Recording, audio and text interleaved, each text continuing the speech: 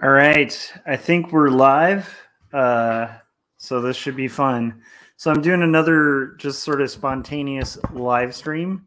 This is the live stream where I work on, I'm losing my mic here. Stay, Mike, stay. So this is a relatively new setup. Actually, I need to move.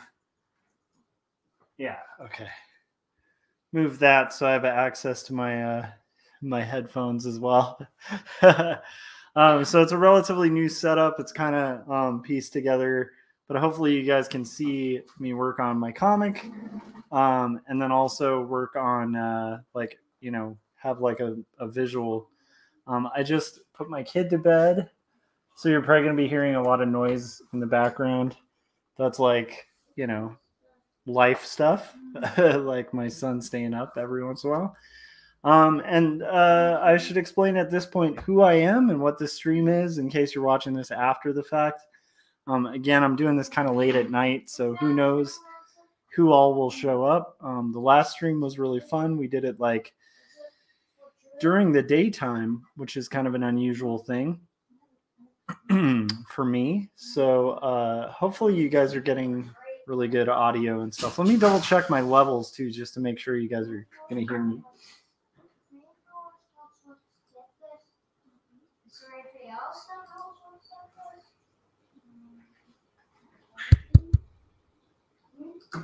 Okay, audio's all checked out. Okay, I think we're good. Apologize if this is like an awkward start off, but it's a stream. It's casual.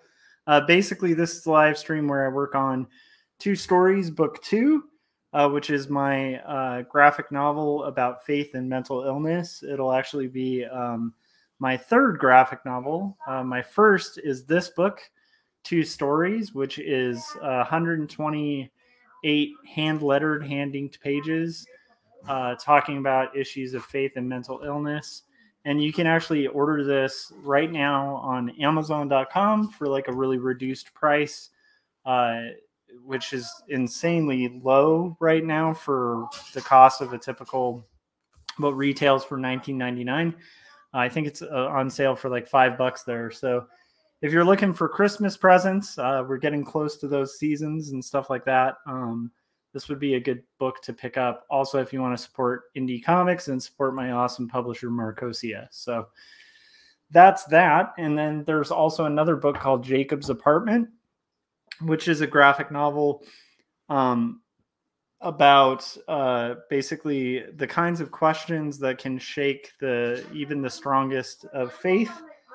It's like a love story between 2 polar opposite characters. And I have no idea why my son is like up right now. So hopefully he goes back to bed because it is his bedtime. But anyhow, so let me see. I got distracted for a second there. Oh yeah. Okay. So it's a story about the characters Jacob and Sarah, who are polar opposites and roommates, who wind up kind of finding a common bond between each other based on their love of literature. And they start finding like interlocking things happening in their lives, both like, by falling in love and also having like interconnected dreams. And so it has a lot of like really surreal paneling that deals with like crazy dream sequences and reality sequences. And really the main themes of that story are like dreams in reality versus dreams in when you're sleeping, and then also ambition and young love, and like it's sort of a slice of life coming of age story. You can pick that up at graphicmundi.org. And other than that, I am a freelance illustrator and graphic designer. I've been doing that professionally for over 15 years, and I work on comics basically late at night and during the day, and whenever I have kind of free time to do so. So that's what I'll be doing, is like kind of hanging out and inking, and we'll see if anybody shows up during the stream, and we'll just get kind of moving and see how this goes. And I am having coffee because it's super late and I need that energy.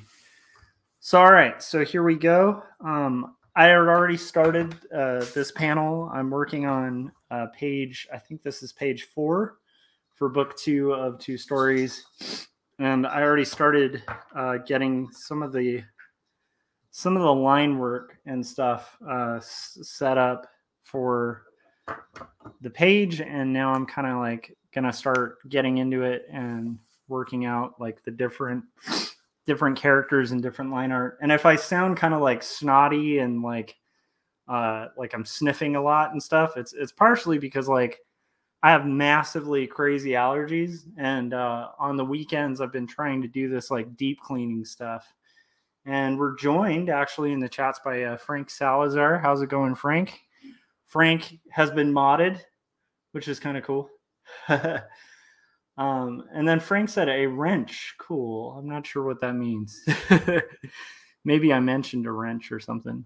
But anyhow, so I've been doing like a lot of deep cleaning. Ah, yes. Awesome. He has the power. So I will say, if you guys join later on and join in the chats, be respectful, be kind, and Frank will be one of the moderators, which was mentioned in our last stream, was that like it might be helpful to have moderators. And instantly I thought of Frank because he's just a good dude. And also, if you guys aren't subscribed to Frank's stuff, like subscribe to Tarako Creative. Really good dude and very supportive artist and stuff. And out of curiosity, what are you up to, Frank? How's it going? Oh, he said the symbol for mods is a blue wrench next to the name. Ooh, so you do have some power. That's pretty rad, my friend. Yeah, I'm kind of new to this streaming thing, but it did make sense to me, like the idea like of as this channel grows, it's not going to hurt to have some moderators when we go live and stuff. So okay, so Frank, what are you up to?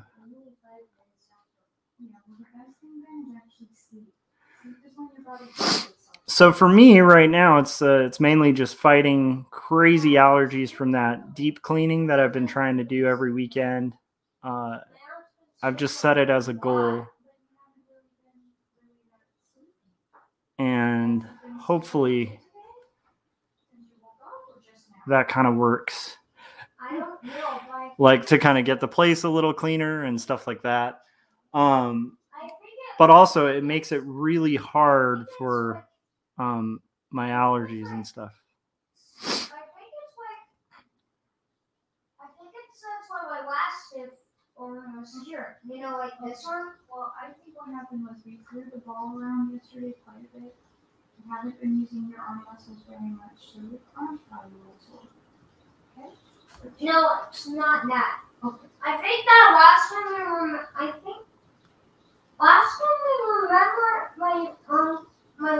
my right arm being stiff and my arm is like your arm. Mm-hmm. It's sensed my left arm was cured from being stiff. Mm-hmm. So Frank said, I'm coloring a character design of an older character I had. And so that's pretty awesome. What for? Is this for like the cards that you do? I'm kind of curious.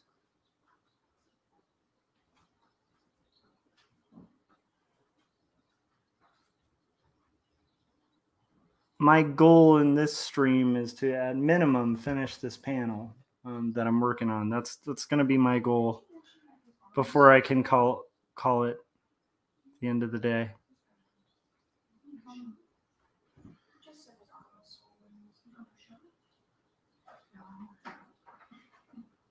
It's actually his right arm.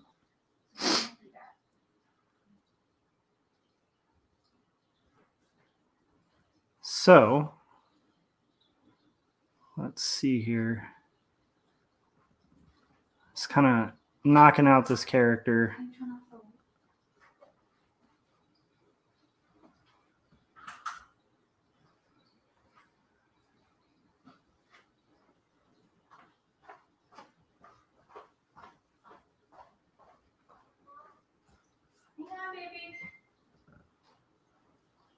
So I think my son's like arm was hurting or something. So he was talking to his mom about that. Hopefully all is okay. Let's see here. Frank said, not yet. One of my characters is a Canadian hero and has a female partner. So I was working on a design. That's awesome. I feel like there was a Canadian, man, this is where I'm going to just reveal like my complete lack of knowledge about Canada. But I feel like, or Canadian superheroes, but I feel like there was a pretty, like, I don't know. I feel like maybe the Tick or something like had like a Canadian character. Maybe I'm wrong. Correct me if I'm wrong. Maybe Frank, maybe you know what I'm talking about, but I also think there was like a guy who had like a maple leaf or something. I don't know. It's hard to know.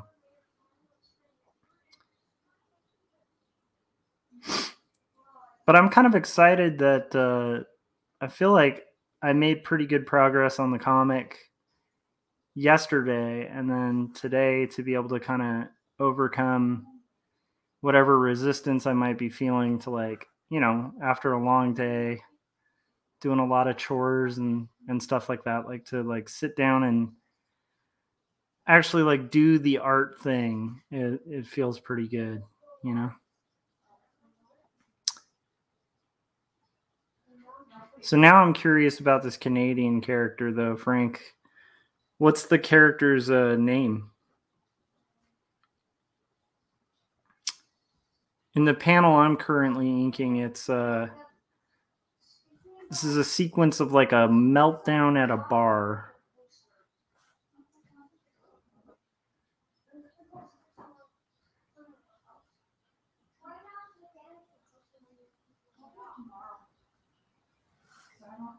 I don't want to do that right now, baby.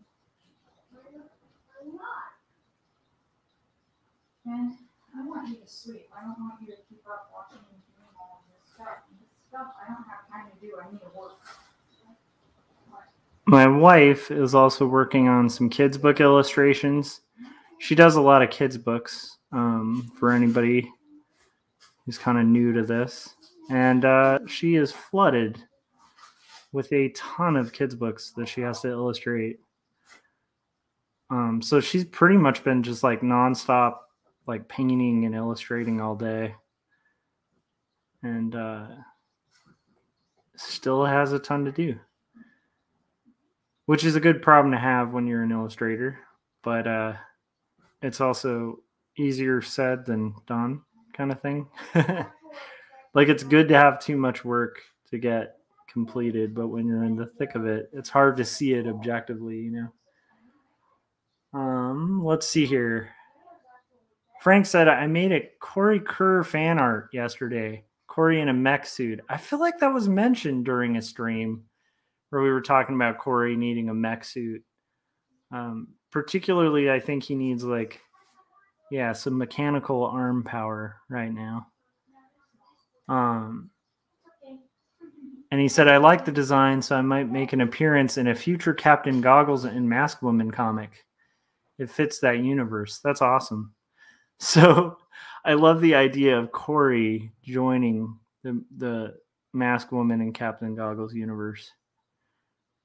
I'm curious what his superhero name would be. Do you have one for Corey yet, or are you just kind of still working on it?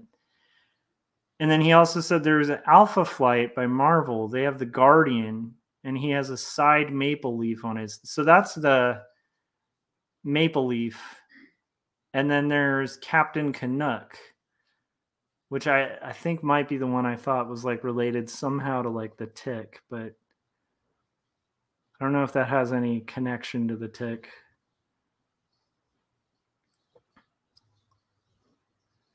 A lot of good artists in Canada, though, and actually, a lot of really good publishers. Like one of my favorite comic publishers, Drawn and Quarterly, is in Canada, and they put out some of the finest graphic novels known to man. And like it's a Canadian publisher. And then my buddies, the Fan Brothers, make really brilliant kids books. If you're ever on the lookout for like some good just picture books for kids. check out the Fan Brothers. They just do brilliant work. We had one of them on Artcasters to talk about one of their books, like one of their billion brilliant children's books. But yeah, like Terry and Eric are like really good people, and they've brought their other siblings along for the ride. So it's like it's kind of amazing, but it's like a bunch of siblings working on these just beautifully illustrated children's books. So definitely worth checking out. Their books my kid enjoys. They definitely like picked up a lot of awards and stuff, but I believe they are Canadian as well. So yeah. And that's as far as my knowledge of Canada goes. Although one of my best friends growing up was Canadian, and like he was like a Canadian US citizen. And I feel really bad, but when we were first friends, it was like junior high, and you do a lot of teasing at that age. And I used to tease him to no avail anytime he would accidentally say like a boot instead of about, which I don't think I'd do nowadays, but it was funny at the time. Let's see here. Crimson Samaritan, and his partner is Crimson Warrior, inspired by Captain Canuck. Interesting. I love it. It's good to know. So yeah, so now I've got the rough inks. Just basically, this is part of my process, and you'll probably start picking this up as you guys watch these streams or see them or whatever. I tend to do just the overall outlines first, and then I go in with brush and like do all the rendering. I don't know how everybody else works, but that to me has become the process that I tend to use, at least for these books. And again, like I tend to like decide on different techniques and processes based on whatever it is that I'm trying to achieve. So like, you'll notice like on Jacob's Apartment, my graphic novel that's going to come out in May, that's done in a much more like open line style. Like it doesn't have quite as much cross hatching as I currently use. It's done much more in like the Marvel way, where it's like very minimal lines. And then I don't know how on 2 stories it sort of evolved to this more rendered technique, but it did. So pretty cool.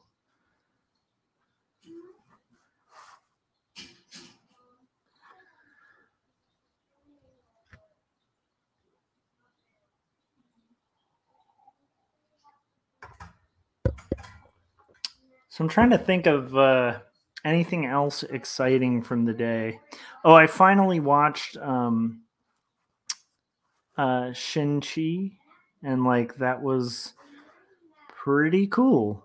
I guess it finally launched on Disney Plus, and I don't make a lot of superhero comics, but I definitely like keep up with a lot of the Marvel Cinematic Universe, especially being a kid who, I like the thing that got me into comics, much like a lot of people of my generation, like was totally Marvel. And so it's been fun to see what all they're doing with the Marvel universe. But I thought that was a really fun movie. Now, if somebody disagrees, I'd love to hear why. But like for me, it kind of hit a lot of fun points for me because I really like martial arts movies. And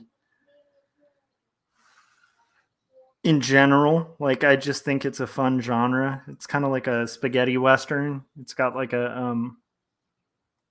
there's like an aesthetic to it and an art to it, but it's also, I can understand if somebody was like, hey, that movie is really formulaic, like if that was a reason somebody didn't like it.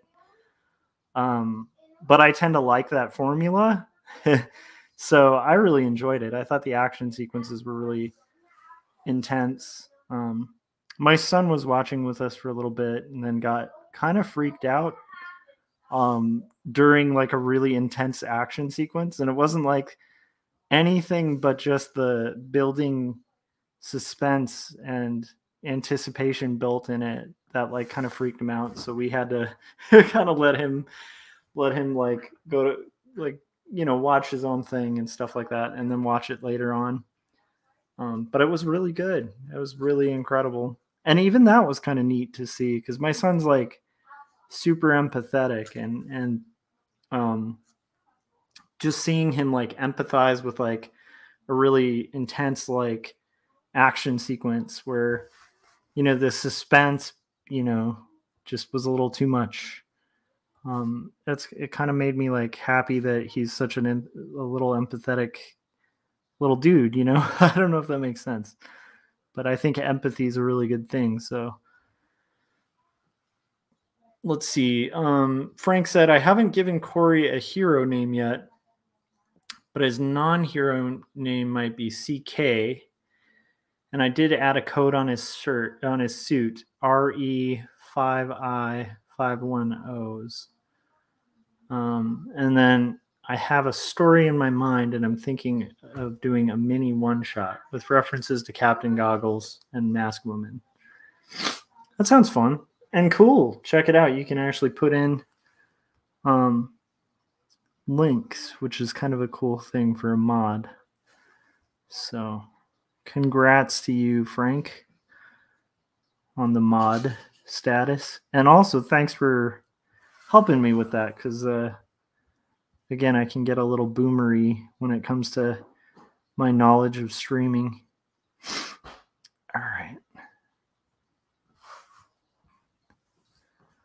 Now this hair is probably some of the sloppiest inking I've done in a long time. I'm going to have to clean it up a little bit.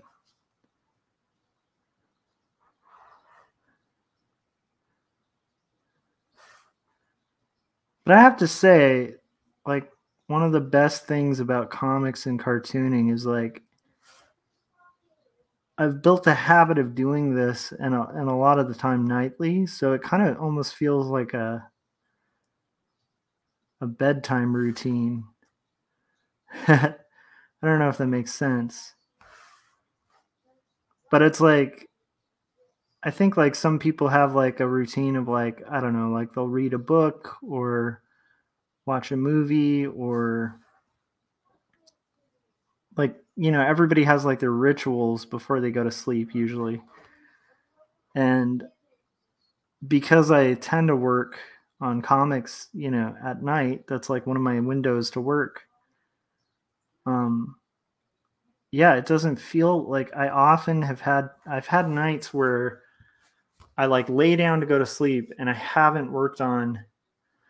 Oh, I love that. Okay. See again. So RE5I510 is resistance. I didn't even put that together. It might also be because it's like, you know, later on. And then somebody, Darius Stone on Twitch, asked, does you know anything about NFTs, etc.? I'm mixed on NFTs. I mean, this might be like my age or whatever. I'm not opposed to them. I know my friend Scott Cirkland that we do the show Artcasters with is potentially working on an NFT project. And I kind of wish really well for him. And I think it could be really lucrative. So I don't like discourage people from NFTs. For me, I'm always really skeptical of something I have to buy into with my own art. I don't know if that makes sense. Like early on when I was first starting illustration, especially when you start getting a little more established, you start getting these like blind emails from like, and this happens in cartooning too. So, you know, let me know if this has happened to you guys, but like you get these like junk emails like from like art competitions that would be like, you should pay this much money to be in this competition, or like pay this much money to be in this illustration annual. And I think early on as an illustrator, I did a few, like I paid a few submission fees and stuff. But then when you're at it like long enough, and this isn't to say those aren't sometimes lucrative, but when you're at it long enough, like you start just getting put in design annuals. Like you don't have to pay. Like in fact, quite the opposite. Like they often pay you. Like, hey, can we pay you this much to like feature your work in this like design annual? And then like so because of that experience, like because I did, you know, illustration and graphic design as my own business for like 15 years. And so we're talking like 15 years of almost every month getting people saying, hey, just pay this much money, it'll be great exposure, like you know, if you win this contest or whatever. And so that might be like what's tainting my view of NFTs, but like from what I looked into, it sounds like to make an NFT requires a lot of buy-in up front. And so from like whoever's creating the NFTs. So as an artist, I mean, again, like maybe I'm stupid and missing out on like a giant financial windfall, but like for me as an artist, like the idea that I have to pay money to create, you know, like these speculative things out of my art, I don't know. It rubbed me the wrong way. So I haven't approached it. I think the way my friend Scott is doing it would be like the way I might, if I were to be approached like he was with like an opportunity like that, then I might take it up. Because I think in his case, and I don't want to give away too much, because I'm not sure how much he's revealed, but I do know in his case, like he had somebody who wanted to partner with him on a project. And so they're paying the NFT costs. And then I think they're splitting the profits like 50-50 or something like to that extent. And like that to me makes a lot more sense because then it takes away the risk. And I'm not adverse to risks, but I just feel like, especially being in business for a long time, like I am adverse to risks. I will take risks, but I take very calculated risks. So that's not to say anybody out there shouldn't do NFTs, because like, you know, honestly, like I think some people are making some very serious money at it. And in theory, you know, it's no different than art collecting in the past. You know, if somebody owns the Mona Lisa, it's not like you can't go to a museum and take a photo of the Mona Lisa. And the fact that you can take a photo doesn't mean the person doesn't own it. So like the idea of like possession of an NFT, I've heard like some really dumb takes on that, like where they're like, well, why not just make a GIF? Now I've got an NFT or whatever. It's like, no, it's not. It's like, that's not my objection to it. I kind of get the theory of it, and I could see like, why not? I mean, you have, you know, like cryptocurrency is based on scarcity, but it's not, it's all kind of arbitrary. Like everything we use monetarily, you know, tends to be something we as a society agree, like, hey, these things are all valuable. So I could see it not being like the thing that Corey always talks about. I forget what it's called, but I think it's tulips. That's one of the biggest criticisms I've heard, is like people saying, let's see. Darius was saying the Mona Lisa isn't that great. Yeah, I'm not a big fan of the Mona Lisa. That might be there's my hot take right there. I'd agree with you, Darius. But I don't think the size, because he was like, it's like the size of an iPad and the room is packed. Well, yeah, because it's a super famous painting. But I would agree with you that it's a little overrated. Sorry, if you guys are in YouTube, Darius is on Twitch saying that.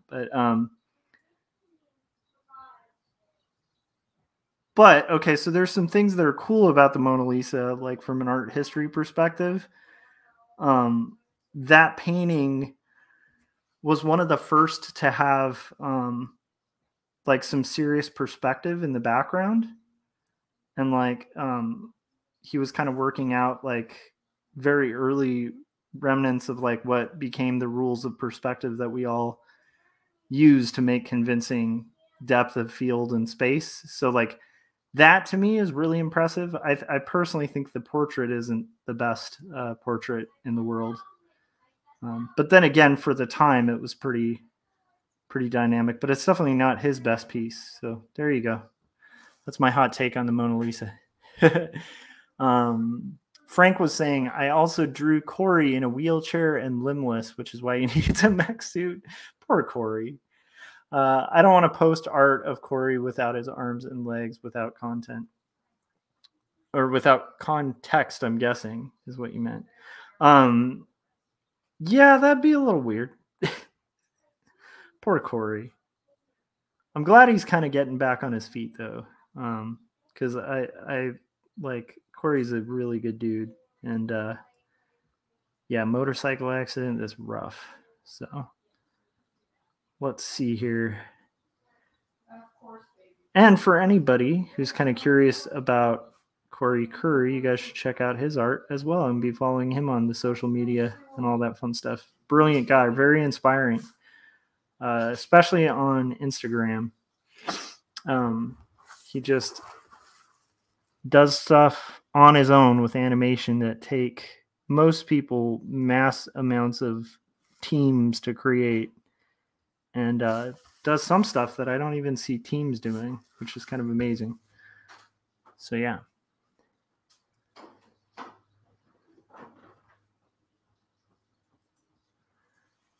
But yeah, NFTs are interesting. I don't know. You guys have any thoughts on NFTs? Jim said, do you know these little meetings are how the night gang starts? Gateway. It's totally true.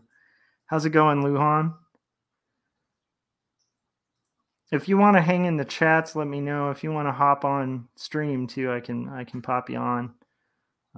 That goes for you too, Frank. If you guys want a link, I can message it over to you on my next little break. But if you're comfortable and cozy, kind of hanging out and just hanging in the chats, that's fine too. But yeah, the night gang, for anybody who's joining just now, is that's our gang. And the initiation, I want to throw that one to the chats. What's our initiation? Jim said, I'm coming home from Vegas. Otherwise I would. And then hang on. Yeah, and then Frank said Corey's been making a lot of stuff for a guy who just recently had a motorcycle accident. That's true too. Like the thing about Corey that I've definitely realized throughout the years of knowing him is he's like an unstoppable force. Like he will, he's one of those guys that's always going to be making art. Like there's nothing that can shake him from doing art. And to me, I think in order for us to do what we do, like people like Jim, like Frank, like all of like the people who we kind of have in our circle, like I think like people like Corey and Jim and like Frank, and I'll include myself in there. I think it's important for us to like have each other in that kind of scenario, because man, that like completely keeps you motivated, you know. Jim, what were you in Vegas for? Was it for work or for play? Because if it was for play, I have to know what all you did in Vegas. But if you're driving, please don't let me know, because I don't want you texting and driving. He said night gang initiation is not falling asleep. That sounds about right.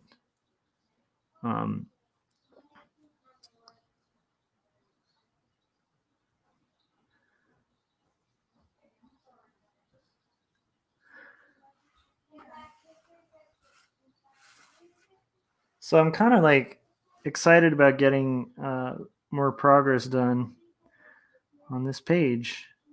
And now I'm thinking about NFTs. Yeah, I don't really knock anyone who wants to try them. Jim said I'm a big fan of the Corey T1000. Me too. It's a fair point. I think he would.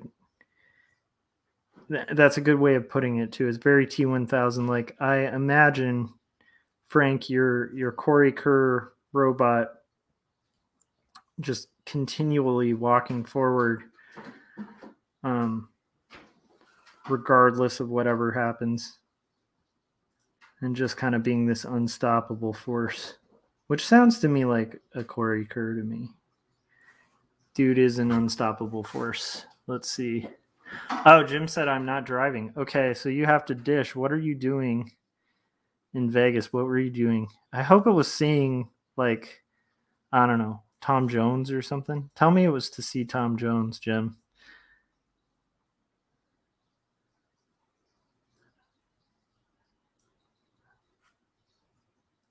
I think this is the second live stream that I've mentioned Tom Jones in. Maybe I have a problem here, guys.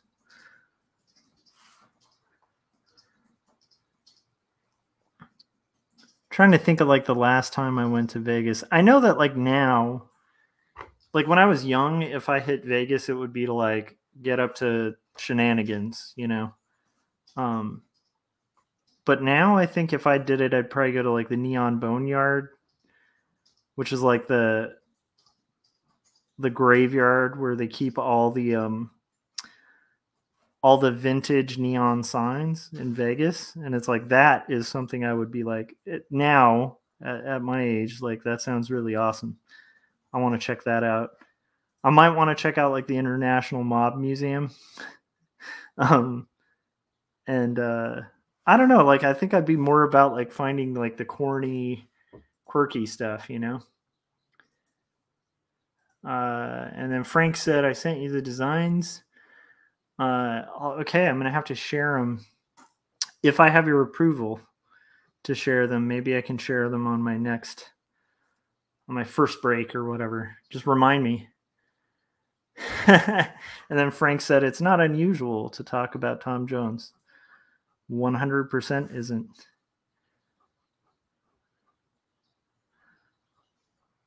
So let's see here. And he said, yeah, you can share them. Cool. So stay tuned when I'm able to leave the art desk. I'll show you guys these awesome fan art drawings of Corey Kerr as a robot, which will eventually possibly be a character in Frank's comic, which is amazing.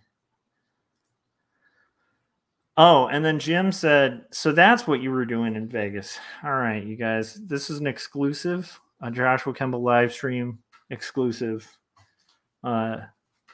Jim was opening for Tom Jones with his band called Cirque 22. So now I feel like I got to give context for anybody watching this after. There is a thing that Jim has put in a bunch of his cartoons recently is like people will be wearing a jersey that says Cirque 22. And I think it's a little shout out to Scott Cirkland, our mutual friend from the Artcasters.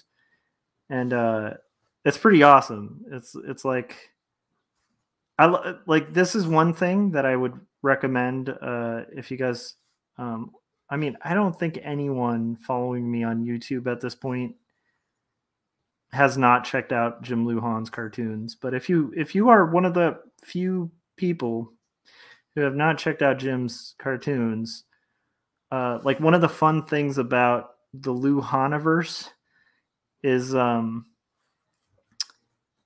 it's like there are all sorts of like insider things like that, like Cirque 22 jerseys, little shout outs to like previous animations. It's like a whole universe, and it's pretty cool, and it's kind of fun. And some of it you won't even pick up till like the 5th time watching.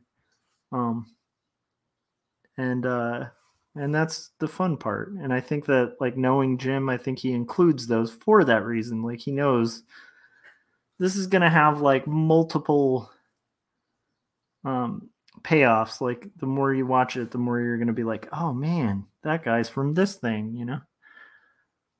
Oh, and then Jim mentioned, I hear Artcasters number 303 is going to be an outstanding episode. Yes, Jim has already called dibs on Artcasters 303. So if you guys are curious to find out more about Jim Lujan, when we get to 303, Jim Lujan will be our guest.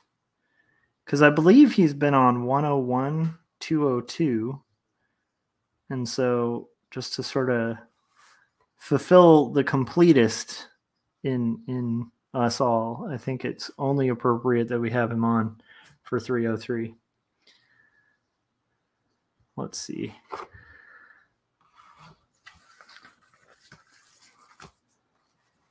And Frank said there is a Lujan versus Captain Goggles Frank cameo in Pleasure Beasts. And by the way, I've told Jim this because ever since, even when Jim was like pitching this, because I did like a voice for his last cartoon Pleasure Beast.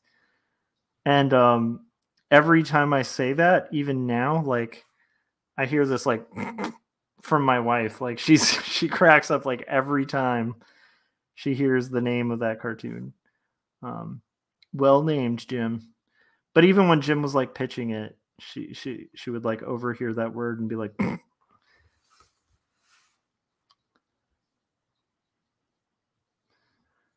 right, let's see here. Oh, Frank with the double joke here. He said, I predict that Jim will be on episode 404 and I predict errors on that episode. Well played, Frank. Well played.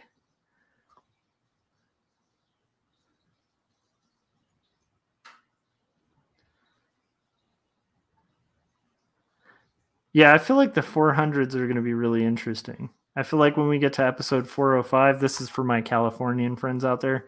405 is just going to be a very compressed, like compact, like not very well designed episode.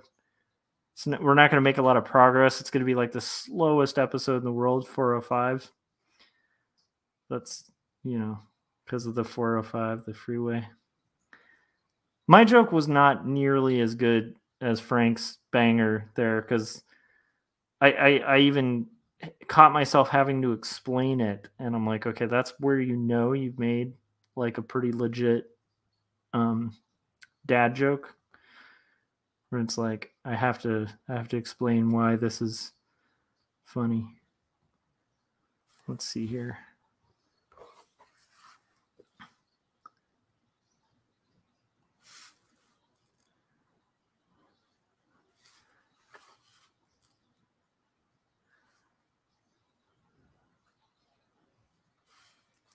So yeah, now I'm thinking about Vegas, and I'm trying to think the last time I was in Las Vegas. I think we drove through there to visit family in Utah. It might have been the last time we were about Vegas, like we weren't in Vegas proper.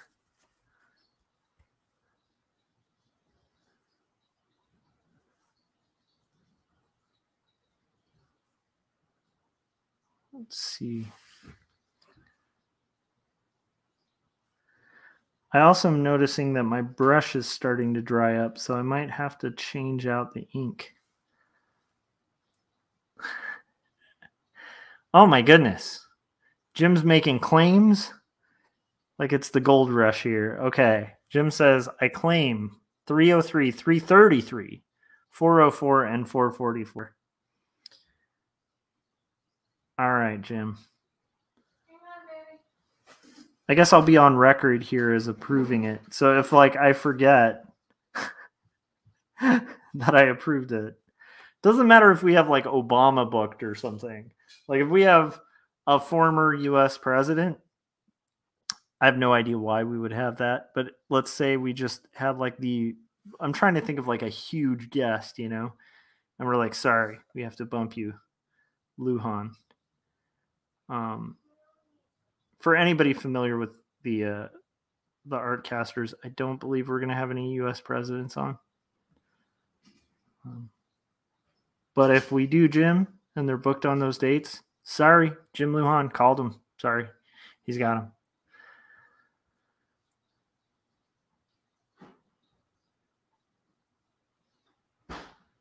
And then Jim was saying he might be down to hop on in a little bit, so.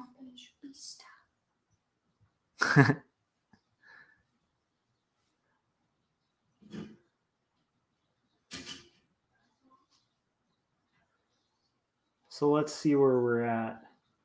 Cool, we're at 45 minutes.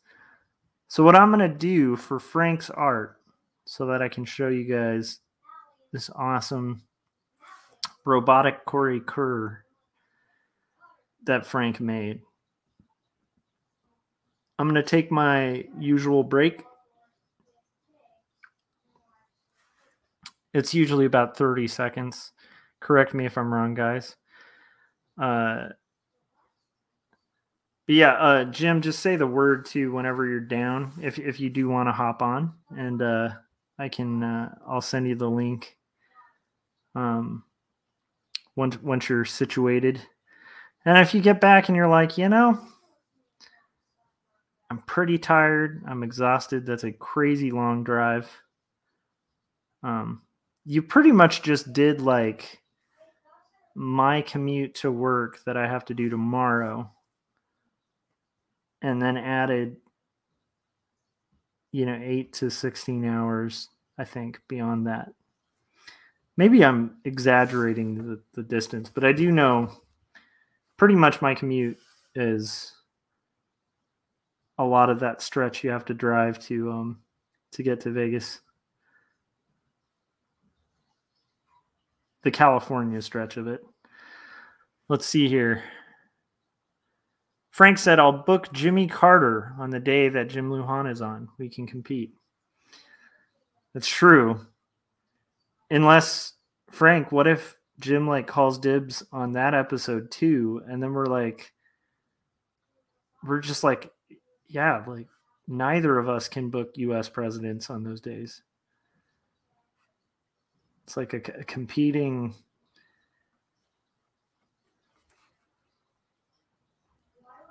You got to be careful, guys, with Lujan.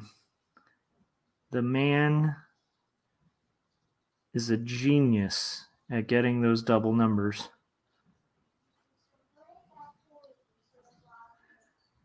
All right, so let's see here.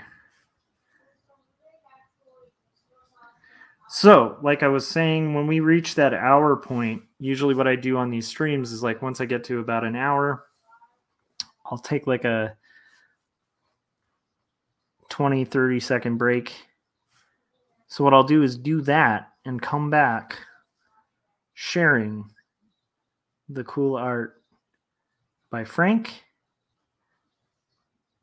And we'll see what we do there. This ink is really dry, so I think I'm going to also have to change out my cartridge, which is one of the things I love about these Pentel Pocket brush pens. Even if the point starts dying on it, I can just throw it away, grab a new one, and it's a lot less intimidating to me than having to fork out $80 for a nice Winsor Newton Series 7 or something. Plus, I don't know what it is about the cartridge ink in this, but it dries really fast. So I can do cross-hatching much more effectively.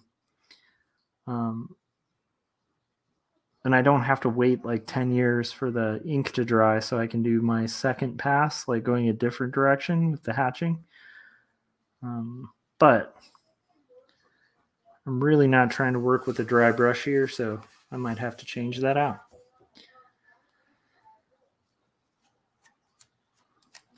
Look at that. I did not sense, the force was definitely communicating that this was out of ink. There's probably a drop left in there. So here's what I'm going to do. I'm going to rock some new ink. I know this is thrilling, exciting stuff, you guys. we're going to change some inks here. We don't work with dry brush unless I want to. If I'm trying to get a dry brush, then I'll pull in dry brush, but keep my brush nice and set. So we're going to just pop that in there. Twist it a little bit. Boom. Done. I know, guys. That was like the most exciting, thrilling time anyone has ever witnessed on live streaming. The changing of the cartridge. So now I have to do a test, make sure I get that ink flowing again. I usually just will do some random lines and wait till I start getting the sense that they're, there we go.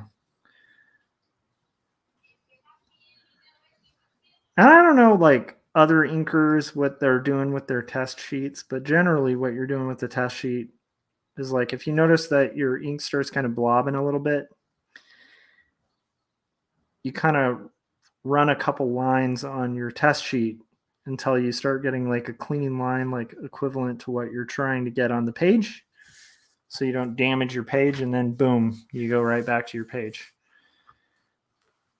I know somewhere out there's probably like an inking master. Actually, there is. We have like a professional inker.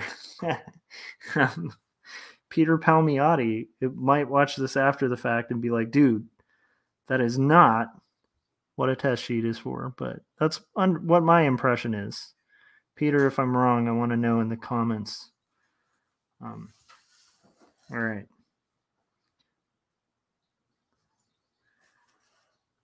Let's see here. I like this idea of presidents on art shows. Like, I don't know. For some reason, it would be really funny if politicians started booking time slots on like shows about graphic design and illustration. Anyhow, that would be amazing. Like, they're like, here's like 10 tips to like getting a killer client base, and also vote for me in November. It'd just be so weird.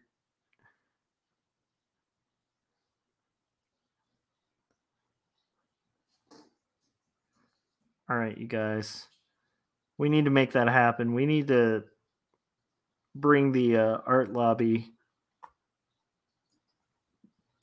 to DC.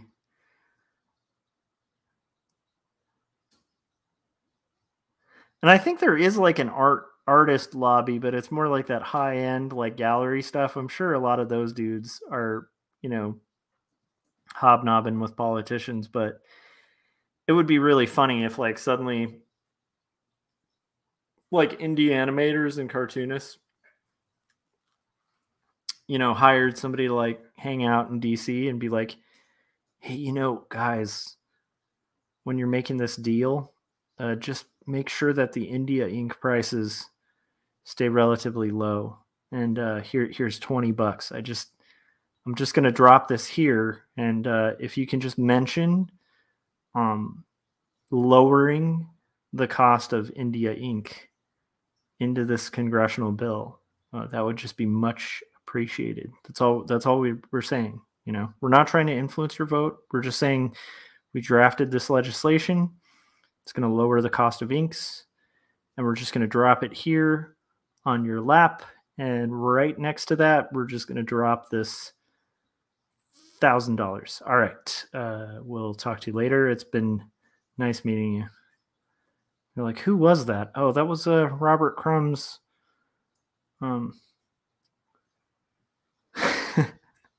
lobbyist.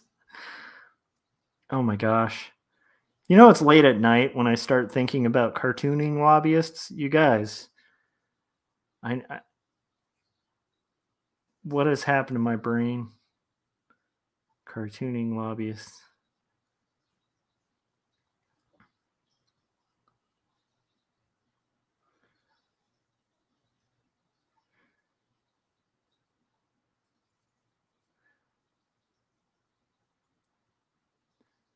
if we could just regulate to where clients can't say the word exposure as a form of payment, that would be great. We're just gonna slip this bill right here and walk the other way, and we'll see what happens. I love this idea.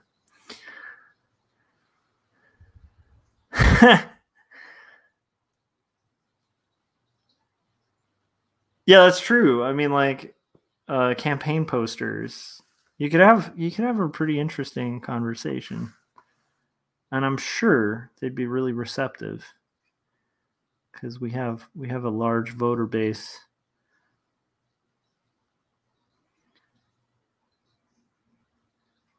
A lot of autobio cartoonist fans out there. Okay. Here we go. I think we're getting closer to that hour mark. Now I'm really excited because we almost have like this incentive. Okay, we have like 4 minutes. We have this like great incentive when we hit the hour mark, because the second this is at an hour, we're going to see Frank, well, assuming that I still haven't even checked the message, but assuming that the message came through, we're going to check out Frank's drawing of a robot Corey Kerr. That will be happening.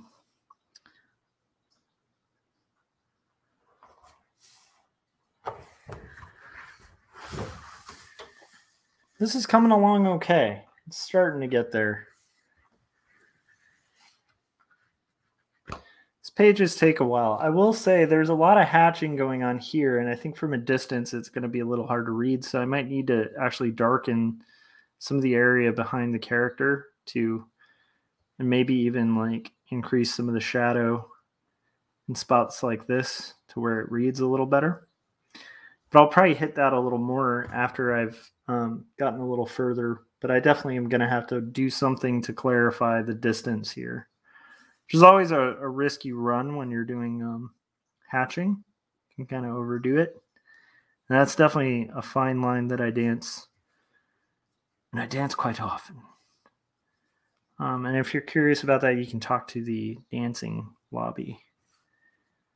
Oh my gosh. Here all night, folks. Is this thing on?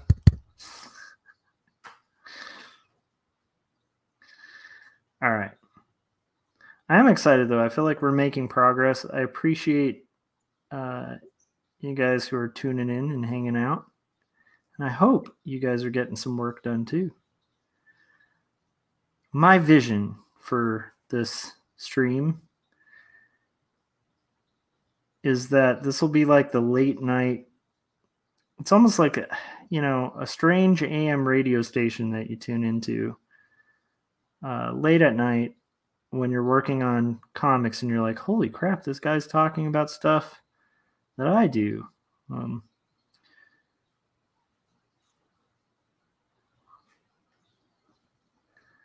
I gotta float this cartoonist lobby thing to my buddy Corey,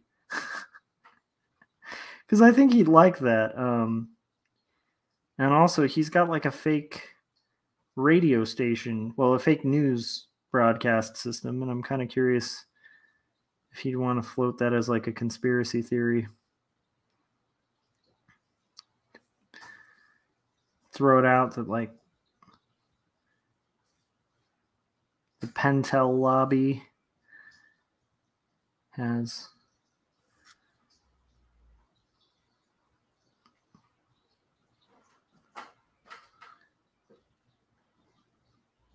the funny thing is, too, anytime there's a product, there is probably like weird politics going on behind the scenes. I'm sure there are like competing art companies that are doing kind of shadier stuff to other art products, passing a buck here to be like, hey, why don't you take those Windsor Newtons and stock them in the back room instead of the front. Be a lot of incentive. Be a shame if all these brushes stopped working, kind of thing.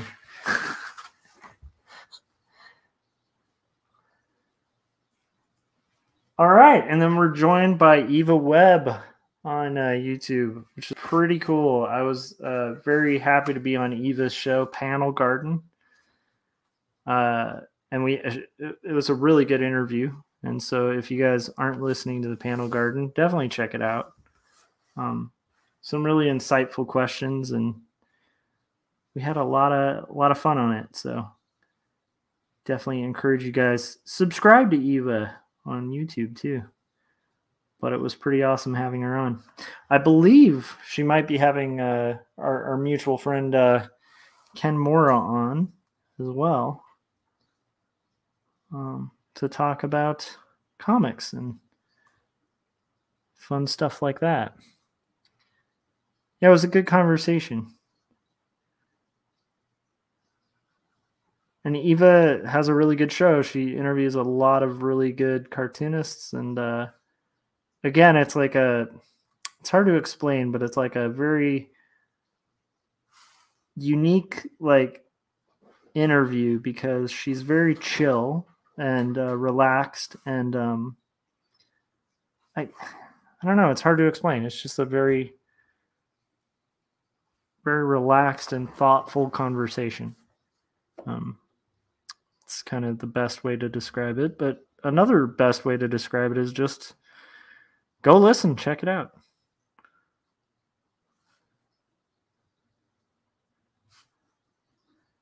I also, I believe I have a link to it as well on my website under, I believe, interviews, press and interviews. But if Eva wanted to drop a link to it in the chats too, I believe Frank, I don't know if you can do that, but it might be kind of nice to let her share a link to that interview. Frank's my newly christened mod for my channel. So Frank, let me know if that's even possible. I don't know how that works. Eva was saying, what are you doodling? I am working on the second panel for 2 Stories Book 2. So that is in the works right now. And my goal is to do the rest of this panel at minimum before I go to sleep and before I go off stream. But I will say, if you're new to the stream, generally what I do is at about the hour mark, because I personally and this might just be me, but I find I get a little out of the zone. Like when you're working, for I think my attention's fully there for about an hour. And then after about an hour, I usually need 20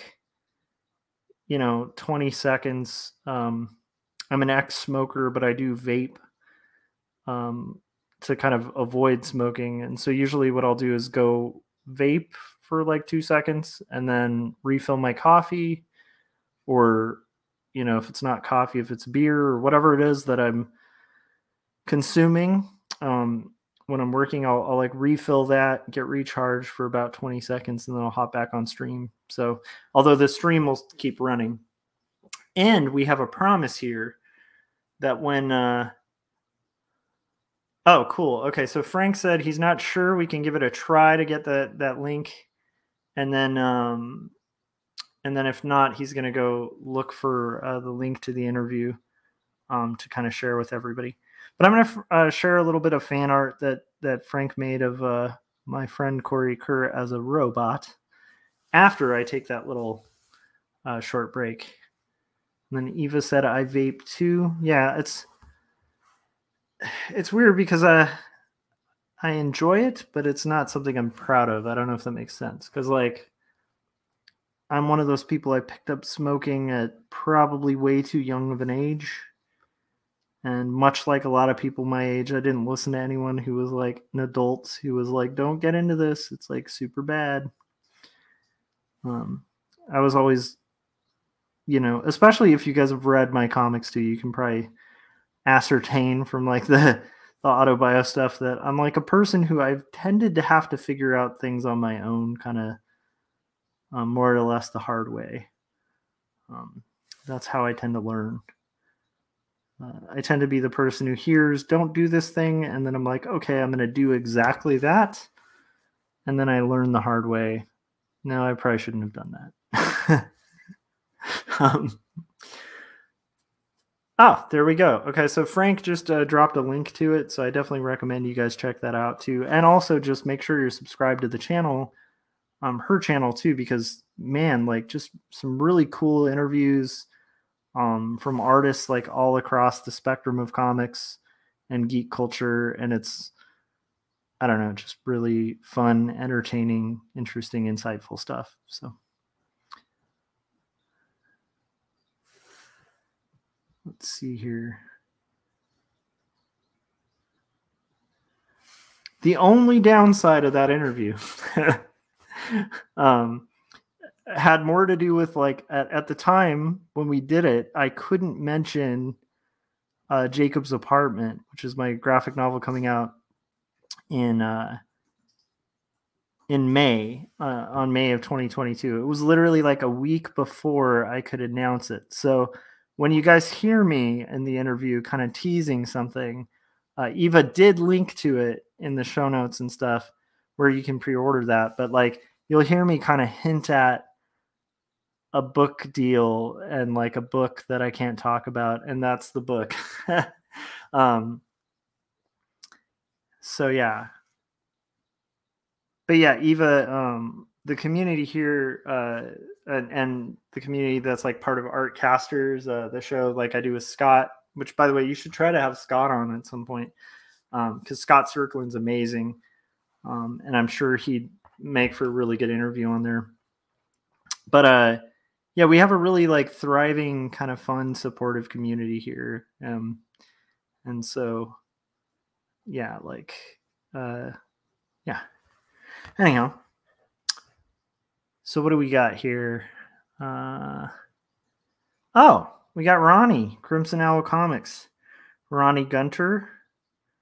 How's it going, Ronnie? I'm kind of excited because I'm about to take my little hour mark break.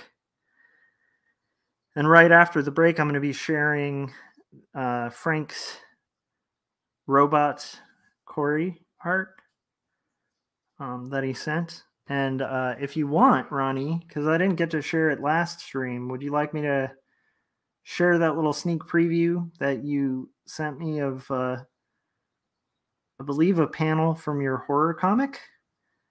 Because if so, I would like to share that, if it is cool to share.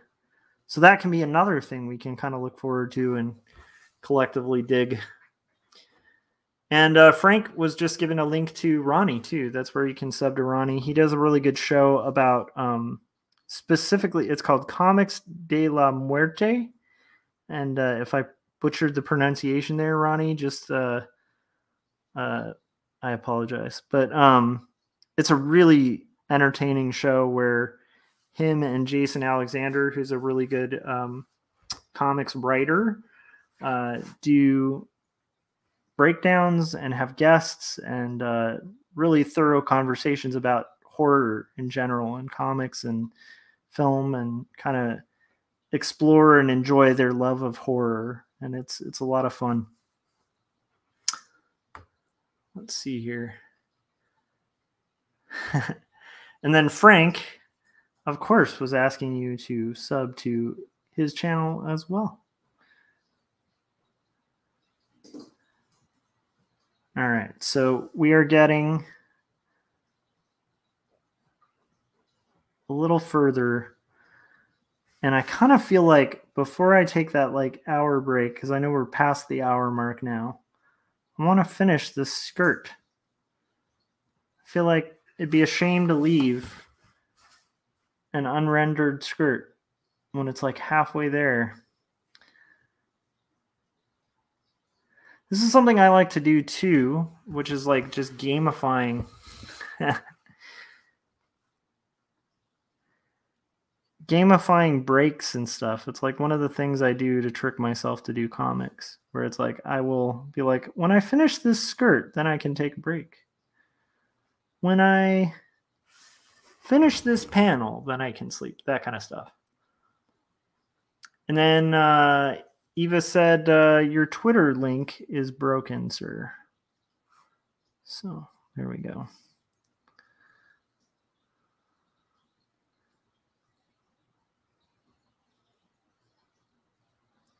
What are you working on, Ronnie?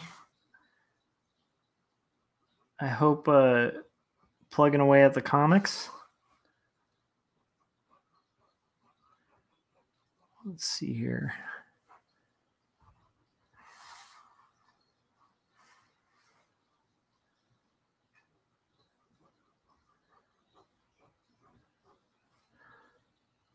All right.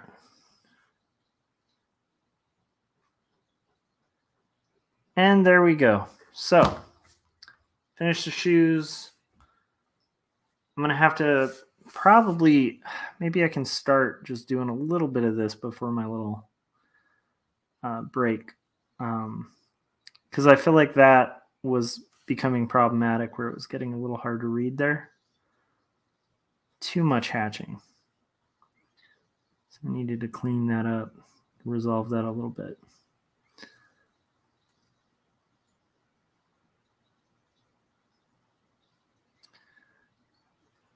Cool. And maybe just a little bit here, just to kind of make that a little bit clearer, because I didn't like that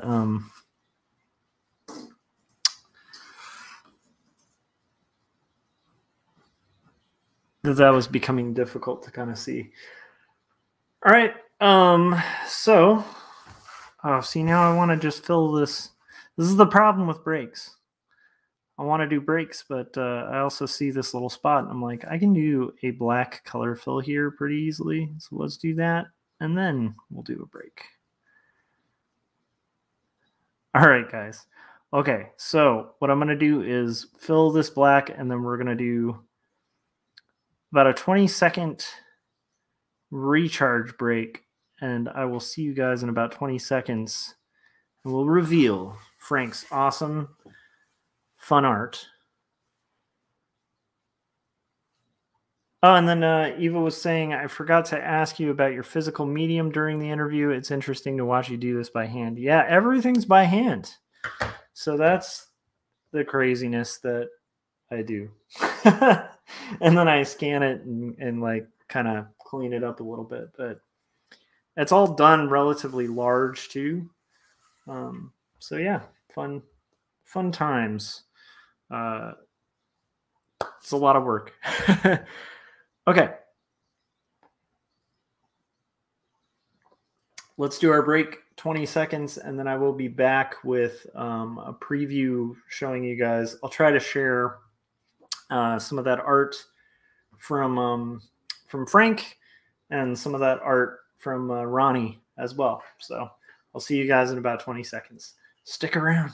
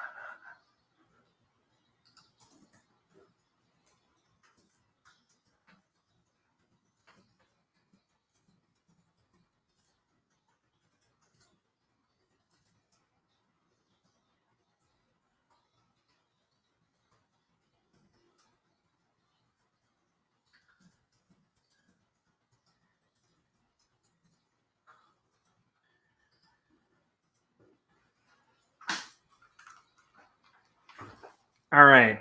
All right. So I'm back. I'm going to disappear from here for like 2 seconds just to share this awesome drawing of Corey Kerr as a robot that Frank. Corey Kerr is a buddy of mine, really brilliant animator, and he's one of the co-hosts of Artcasters, a very new co-host of Artcasters, but he's been a frequent guest on there before we made him a co-host. And then also he does the indie review show with me up until this year, like the last like few weeks where we've just both been like life has been crazy. So we haven't been able to do reviews because I'm trying to get 2 graphic novels finished, and then Corey's trying to recover from a motorcycle accident. So some of this is tied into a bit of an inside joke that was running about Corey needing like a power suit because he was pretty messed up from said motorcycle accident. So our buddy Frank kind of decided to share this. So let's see here. All right. So we've got Frank doing. All right. There's Corey straight mech'd out in Frank's art, and then there is Corey missing limbs, and let's hope that never becomes a reality. But Frank, thanks for sharing that with me. That's pretty awesome. And I guess those might be characters in his thing. So that was very nice. And then I was also going to share a little bit. Ronnie, who's in the chats. Let's see here. Oh my goodness. We're going to find how to do this again. Yes. And this is a single panel from Ronnie's horror comic that's ongoing that he is working on, and he shared with me, and it looks awesome, and I love the color palette. So thanks for sharing that, Ronnie. And with all that art shared from our community, let's get back to the inking stream. Yay. Honestly, though, it just makes my day when people share their art and what they're working on and their projects. And I don't know. I love art. I love communities that make art. I love that there's people who hang out with me on these streams and like are making stuff. Like, to me, that gives me fuel. So, as well as this coffee, which I'm going to drink real quick. I'm going to put very wisely not down here because I've done that in the past, and I think I mentioned that on my last stream. The coffee spilling all over the original art page is something you have happen once every year, and then you remind yourself never again, and then forget and spill coffee all over your beautiful original pages. So lesson of the day, when I drink coffee on this stream, a lot of things going to kind of try to make this live setup kind of work a little bit. And the last thing I need to do is spill coffee on my page and be live streaming when I do it, because you will see an ensuing flood of language and freaking out.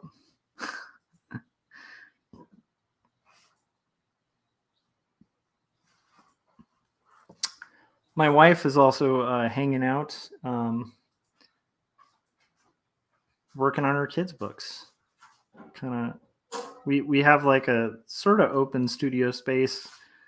We set up our studios in the living room, and a lot of that's just for functionality too, because we've got an 8-year-old, and so like it helps to, like, even if you have to work, to be able to be in an area where you can kind of hang out and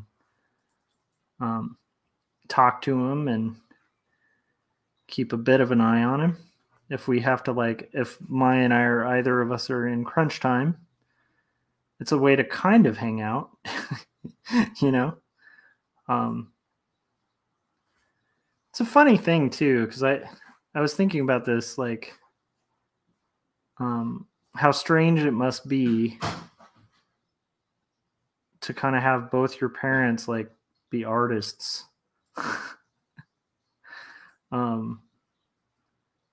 It's got to be an interesting life for Ben. I think I remember this because, like, this is like way before I had kids. In Portland, Oregon, I used to hang out with David Chelsea in his studio a little bit. Because like I befriended him, and then like he'd invite me over, and we'd like hang out. He had this beautiful studio like at the top of his house, and it had like skylights like lighting the whole studio. It was just like an incredible space, and it was really fun to like and inspiring to like work on it. So he was working on like the his second perspective book, which is brilliant, and he'd be like knocking out pages of that. And I was actually working on Jacob's Apartment, which is going to come out this May. I was working on those pages when I was over there, and then also pages for like this graphic novel that was the last one I ever did for money, because the clients were just such a nightmare and the pay was so terrible. I was like, I'm never doing this again for anyone except myself, you know. But anyhow, where was I going with this? Studio spaces. I remember asking him, because at the time he had a kid, and I did not understand anything about parenting or having kids at the time. And I remember asking him, like, does your kid think it's like really cool that you do like comics and stuff? And I remember him being like, no, it's like the most unimpressive thing in the world. Like, I guess as his kid got older, he was impressed by it, but he was like, no, it's just like it's kind of like a normal thing, you know. It's kind of like if your dad's a plumber, you're just like, yeah, you know, plumbing's just like, it's nothing special if you grow up around it. And that kind of makes a lot of sense. But I do think it's cool. To me, I think it's cool that he'll be able to see that like it is possible to like do creative for a living, you know. But also growing up around it, he'll probably also see like, you know, the realities of doing creative for a living. So hopefully he'll be wise and choose rocket science instead. Well, let's see here. You can now get a Mask Woman t-shirt. Nice. Good to know. 2-finger glove. Hey, something I was wondering about, Eva's asking. When you draw, how do you keep from getting hand and palm prints on your pages? So Frank was talking about wearing a 2-finger glove, which is something a lot of people get. It's like they're actually usually made for like Wacom tablets. Oh, and we're being joined by Corey Kerr himself. Corey can make comments on what we've already shared. Let me get rid of my obnoxious. Keep it. It only takes up 20% of the screen. It's fine. So you guys were being joined by Corey Kerr, who I'm sure you're all familiar with. And let's see if we've got like, do I have a banner thing? There we go. Ooh. No, I wanted a scrolling one. Whatever. At this point, I think it is what it is. All right, ladies and gents, this is our layout right now. I need to get art done. I think Corey does too, so we don't have time to with our layouts. I will say, Eva was asking, Eva Webb, who's really cool. She runs a show called Panel Garden. I was just telling the show. I'm just catching you up, Corey, too. Yeah. And she was kind enough to interview me on her show. It's a really good show. And that's cool. And then she's joined us in the chats and just asked a really good question where she was saying, when you draw, how do you keep from getting hand and palm prints on your pages? So I was explaining, like, some artists do the, like, you know, like the 2-finger glove thing. Yeah. I just fold a piece of paper. So I recycle like crappy paper. So I'll take like a crappy piece of paper. You'll notice this has a bunch of fingerprint marks on it. I just fold it, and then when it gets dirty, you'll see the spots that I've already done this. I'll fold it, and once this starts getting really dirty, then I'll just get a cleaner sheet again, and then I'll start using this as my test sheet. So that's my little weird ritual with it. I don't know what yours is, Corey. With like ink clean when you do hand inking. Yeah, it's been so long since I've done. Holy crap! What is wrong with my computer? It's been so long since I've done traditional inking. This whole animation thing is just. But I think I usually just use a piece of paper, or I find that if your hands are kind of dry, then it's not that big of a deal. And you can plan out where you're inking. Like if you ink from like the top left to the bottom right, if you're right-handed, then you know, you just kind of work your way diagonally across. Yeah, that's a really good point. Like I tend to think meticulously about, I mean, it's a lot of subconscious decisions, but that is definitely one of the reasons I'm working in the direction I am. Yeah. Is to avoid like smudging. And so you start learning things like, for instance, like I didn't want to hit this area too quickly because I have this area kind of cooling off a little bit. Right. So I'm hitting this top area and then I'll probably move back down to here so I don't create smudges. That's a really good point, Corey. I will also say we did share like 5 minutes before you went on Frank's drawings of Robot Corey. Yeah, those are fun to see. It's awesome. Cool. I made Frank a mod. I didn't know I could do this, but Frank is a mod now for my chats. Oh, cool. Yeah, because he just seemed they were mentioning the help of a moderator for like sharing links, and I instantly thought of Frank because Frank's like always here, always supporting. Like I think he'll moderate really well with Artcasters when it's on my channel, and so I was like, hey, like let's, you know, like I didn't know you could do that, so now I'm excited. Yeah, that's cool. Yeah, how are you doing, man? What are you working on? I just got back from, we did kind of a weekend with the extended family, and so we just got back into town about an hour ago. So I'm gonna see if I can. Is that good? Is that bad? Yeah, it was fun. Yeah, it was good. Yeah, it was really good. Depending on the extended family, sometimes that can be positive, and sometimes that cannot be. So that's why I mentioned that. Yeah, but I'm having some massive lag. Yeah. I like on your feed or no on these brushes. Oh, crazy! Like if you look at like if you watch where my icon or my cursor is. Oh, that's gonna drive me nuts. I've been having some real problems.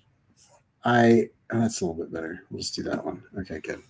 But I've been having some problems with. I upgraded my my hard drive. Okay, there we go.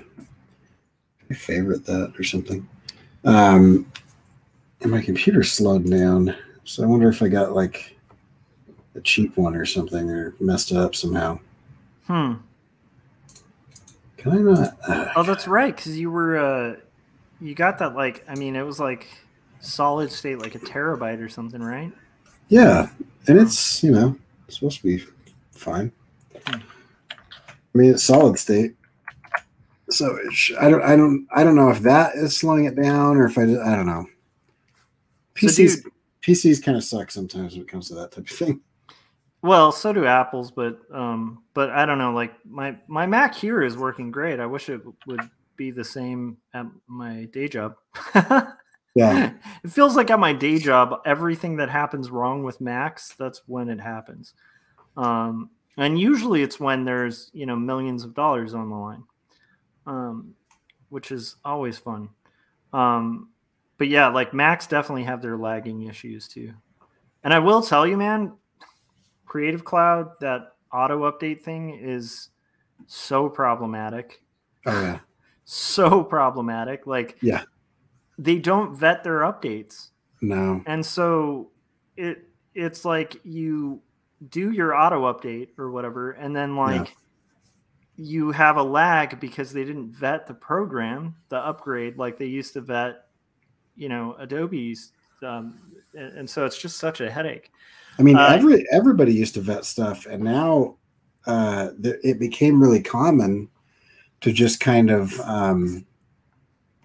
throw out like half-made software and let the users, like the early adopters, just, you know, find all the problems. Like, I feel like there's no more beta testing anymore. Like, the beta testing is just on all the paid users, which for some stuff like video games, who cares? But like for software where people are making a living on it, that's That is such a weird Yeah, thing. I'm annoyed by it. Eva said in the chats, not all solid state drives are created equal, though. Some have 6 megabyte limit, which is no different than a conventional drive. You got to look at the specs. Yeah, I'm sure of that. That's probably what happened. I'm going to look that up really quick. I hope I didn't just spend a couple $100 on something that screwed me over. So, Corey, I was making a very stupid joke before you came on and riffing on it, and I'm curious what your opinion is on it. And don't worry, it's not a kayaking bear.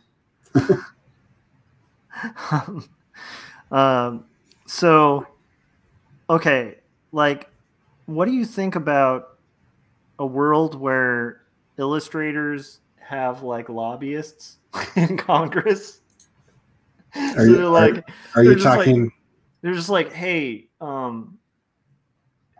Senator, I just want to say, you know, these pocket brush pens are great, right? But they kind of leak right here. And I'm just saying, if you could like craft into your legislation for the infrastructure bill that like when they manufacture these pens, they have to kind of solve this leaking issue. I'm just saying, like, here's, you know, $50. I'm going to look over there.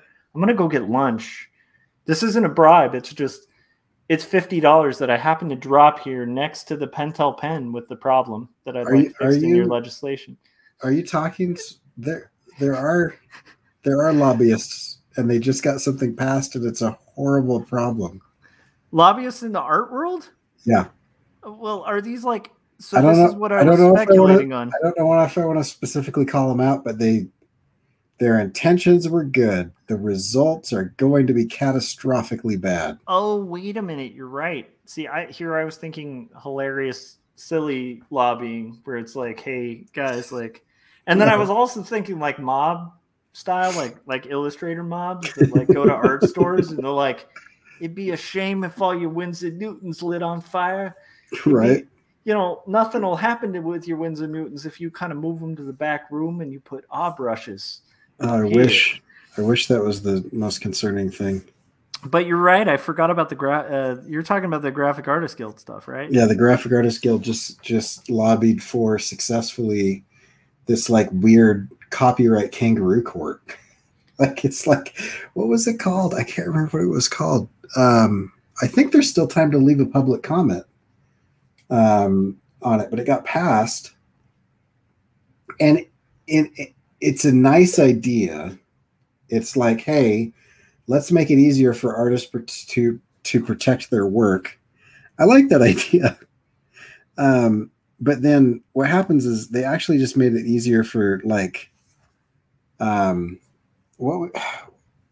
got to be like a name, like copyright trolls. I'm trying to think of something that would describe like that somebody sounds about accurate. Like the type of people who are like just arbitrarily filing copyright infringement claims. Yeah. I mean, people that, you know, like it happens on YouTube a little bit. Like every once in a while I'll get tagged. I'll use like a piece of royalty-free music. Like the one that I was thinking of is there's some like classic, you know, thing. I can't remember who it was, but it was, you know, hundreds of years old. And it was performed by the Navy band, right? And so anything that the government does is automatically public domain, especially the military, right? Not the military industrial complex, but the military itself. So like I was like two different ways that was very public domain, and I got a copyright strike. And I was like, what? No. Yeah. And so I fought it and won. Like you can easily fight the copyright strikes and win, but like there are people that just comb through YouTube and just file copyright strikes, hundreds of copyright strikes a day, and claim the ad revenue of successful kind of mid-range, and they just make money off of the AI going, this must be okay, rubber stamp, rubber stamp, rubber stamp. And it's going to be the same thing with these. Like if you file these copyright strikes or like, you know, all this intellectual property stuff that they're doing in this kangaroo court, it's not through the legislative body. So it has nothing to do with the judicial system. It's like this separate entity that they're setting up. So there's no appellate courts. There's no like Is it like judges. kind of like an extension of small claims, though, or They framed it as if it was, but even in small claims court, you have the right to appeal. You have the right to, there's like limits, and it's supposed to speed up the process and stuff like that. But like, you could be awarded $30,000 in damages in this new kangaroo court thing. It is a massive problem. It's gonna be. I'm curious, and I want to read. I think you've talked about this before. I want to read more because the one thing I will say is, like, there's two legal kind of entities that if they back something, I tend to like assume or guess that there's more nuance to it, and there might be a really solid reason for it. Yeah. One of them would be the Graphic Artist Guild. I really like the guild. Yeah. Yeah, they tend to be really on the right side of history with things. So I don't know if that's going to be the case here, but the fact that they're attached to it does make me curious. And that did give me pause. That did give me pause as well.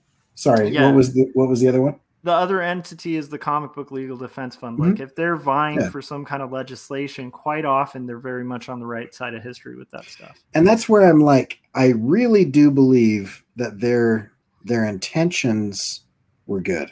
Like but that doesn't say anything about whether the legislation was good. Like most legislation's intentions are good. Right. What's the internet thing that everybody's trying to get regulated and would like pretty much destroy all free speech on the internet? Oh, 230? Yeah, and they keep proposing that as if that's the big solution to the social media ills, and it's like I actually do think an amended 230 would be good. No. Let me tell you why. Who's amending it, Corey? Be honest. Who are these? How familiar with the internet are these senators and congressmen? No, but that's what I want. That's what I want amended. So here's my two prong. Why did I come on the stream? I'm not getting anything done. Stop being interested. Sorry, we're trying to entertain people here, and I will say, while we're entertaining people, we take super chats. I'm just throwing that out there. We're on Josh's channel, so yes. But if we're on Corey's channel, he'll take super chats too. We'll take them right to the bank. And, okay, so I will throw out my super chat thing too. If you super chat, I will read whatever you say as long as it is not offensive to entire groups of people. I won't read that. And as long as it is respectful and not going to get me banned off the internet. So that's about it. But anything else, I will read. So throw that out there. That is funny. I'm excited that people can make you say stuff now. So 230. Oh, and right as he says that, he bails. Just kidding. Your thing froze for a minute. I love that. I'm like, oh crap, I've been found out. But yeah, so the gist of 230 is that it grants it makes it so that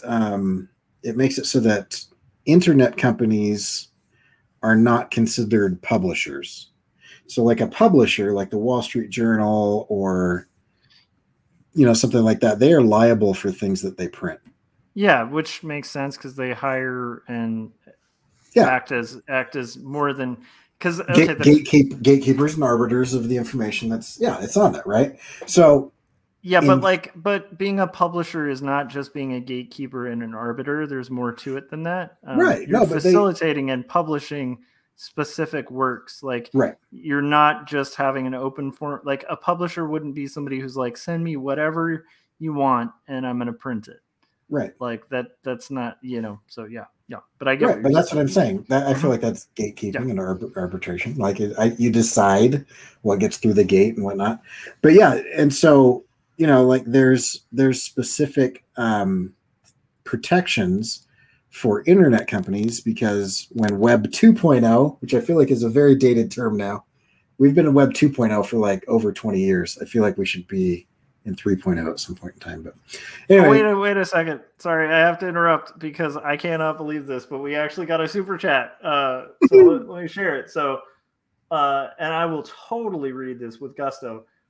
Eva Webb is in fact adorable, and I would have said that without the $5 super chat, but I will take that $5 and I appreciate it. Thank you very much. Okay, sorry. Go ahead, Corey. Frank needs to fact check that. I don't. I trust Eva. I trust people who put their money where their mouth is. Yeah. We appreciate that. Thank you. So the 230 is it makes it so that internet companies or companies that publish on the internet are not considered traditional publishers when it comes to libel and defamation and like basically recourse, Yeah. or whatever, right? Here's the tweak. I think there needs to be two tweaks. Hold on. Okay. One question before you get to the tweak. Because I don't know. I think we might differ on this, and it'll be interesting and it'll be fun regardless. And I might even agree with your tweaks. But before we get to the tweak, can you understand why 230 is so important for a platform that's going to have open access for anyone to publish? Oh no, 230. If you ended 230, the internet would cease to exist, and it would just become a repository of printed material. Like yeah.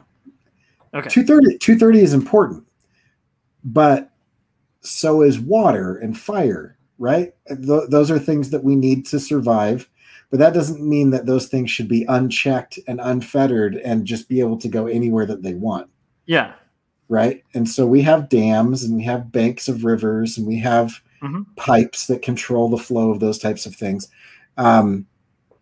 The issue is that companies like Facebook and Google, they really like to pretend like you have an all or nothing choice. And so they put this false dichotomy up where it's like, either it's this thing, which kind of sucks, or it's this other thing, which is the end of the internet as we know it. And there's always a nuanced choice, but they don't like to present the nuanced choice. It's a false choice. And so my suggestion is actually based on the Facebook whistleblower's suggestion that she made to Congress, which was, no, just 230 should apply to the content, but 230 should not apply to the algorithm that promotes content. And so if for example, a number of congressmen tried this out in these things where they went in and they said, well, what would happen if, I started a fake account for a young girl who's interested in eating healthy. And what happened is within hours, that person started to get fed information about how to become bulimic successfully, or I heard that hearing. Yeah. Right. So all of that became like, I do think Facebook is given at any given time, any of the social media, especially the social media that have algorithmically driven timelines and not chronologically driven timelines. At any given time, they can show you hundreds, if not thousands, of different things. I think they should be responsible for the things that they show you, or they should go chronological. Because if they go chronological and have some kind of buffer for somebody spamming everything or some sort of, whatever, then I don't think 230's protections should extend 100% over into what the AI is doing. Okay, so a few things. Number one, the AI is a problem. Eva's saying something actually pretty on point. So let me read it real quick. Without 230, you've got a weird meshwork of local laws that basically did the same thing. Without it, you have to track traffic in every locality, sort of like the way we did with sales tax. I don't think 230 is the problem. The problem is rogue personalization AIs that never have been regulated, and they've ruined our political system. And then she said somebody writes AIs here. I will say, like, from knowing people that are pretty close to that system and deal with some of the algorithms, that is one of the biggest problems is more the AI itself. Right. And I think that here's the thing. I think the issue, even what you're describing, it's kind of like, to me, I don't know if 230 is going to solve the issue that that's really the primary issue. Well, so like what you just described with like the false dichotomy, I agree with that. But the reason that that false dichotomy has any power, and the problem with that false dichotomy, has nothing to do with 230. It has to do with the size of the business. And so to me, I think personally, I think the better solution would be to start looking into anti-monopoly law. Like, yeah, the problem though is if you break these companies up, you have the same issues with smaller companies, and there's more of them. Yeah, agreed. I don't think it solves the problem. Well, no. So anti-monopoly legislation would solve the problem of an unaccountable company kind of promoting things that are problematic or illegal, which, by the way, is already illegal even with 230, right? Like, they don't have liability for defamation, but they still have liability if they are promoting something illegal on their platforms, which is why all of those platforms have that within their bylaws, right? That like you can't kind of post anything illegal. Right. So they actually do have some liability there. But they aren't treated as publishers. The second you start treating them as publishers or regulating them as publishers, this is the issue I have. You're not going to see like an increase in free speech. You're not going to see an increase in content or like diversity in like opinion. You're going to see a complete lockdown on any speech that could at all be contentious. And so it'll basically turn everything into like almost like a PBS show, but like, you know what I mean? Like it's like, meaning like you're talking about complete censorship at that point. Like the second you pull that string. No, I think that's what they want you to believe. Because I don't think it's what they'd want me to believe, because like, again, companies, and you know this, Corey, companies are risk averse, right? The second you put that risk of liability on like for me, if I'm like, okay, let's say I have a publishing platform, right? And like, I decide like, hey, you know what? I'm only gonna publish stories about Tom Jones, because every time Corey talks about his website and says, click on what's new, I want to hit like a bell that plays what's new Pussycat, right? And so I want to make like a whole site that's just memes of like Tom Jones. And I'm going to like arbitrate. I'm going to be an arbiter on that site, and I'm going to get rid of anything that's not Tom Jones, right? Because that's the site, right? If I get a regulation on that, now I'm liable for like kicking people off when they're not talking about Tom Jones.